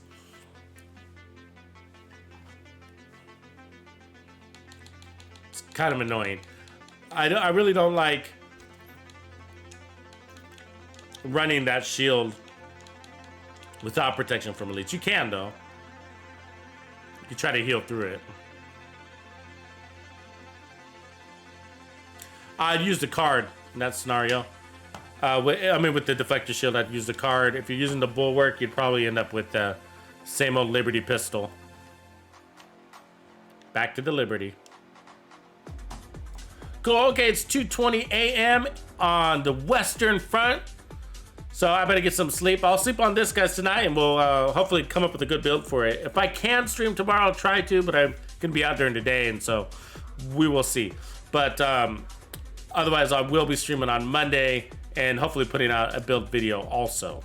So, cool. All right, good job, man. Appreciate it. Appreciate the help and the spark of ideas. We will keep her rocking.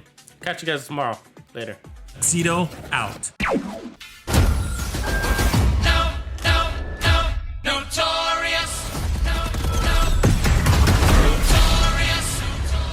Raw flows, and that's how it goes.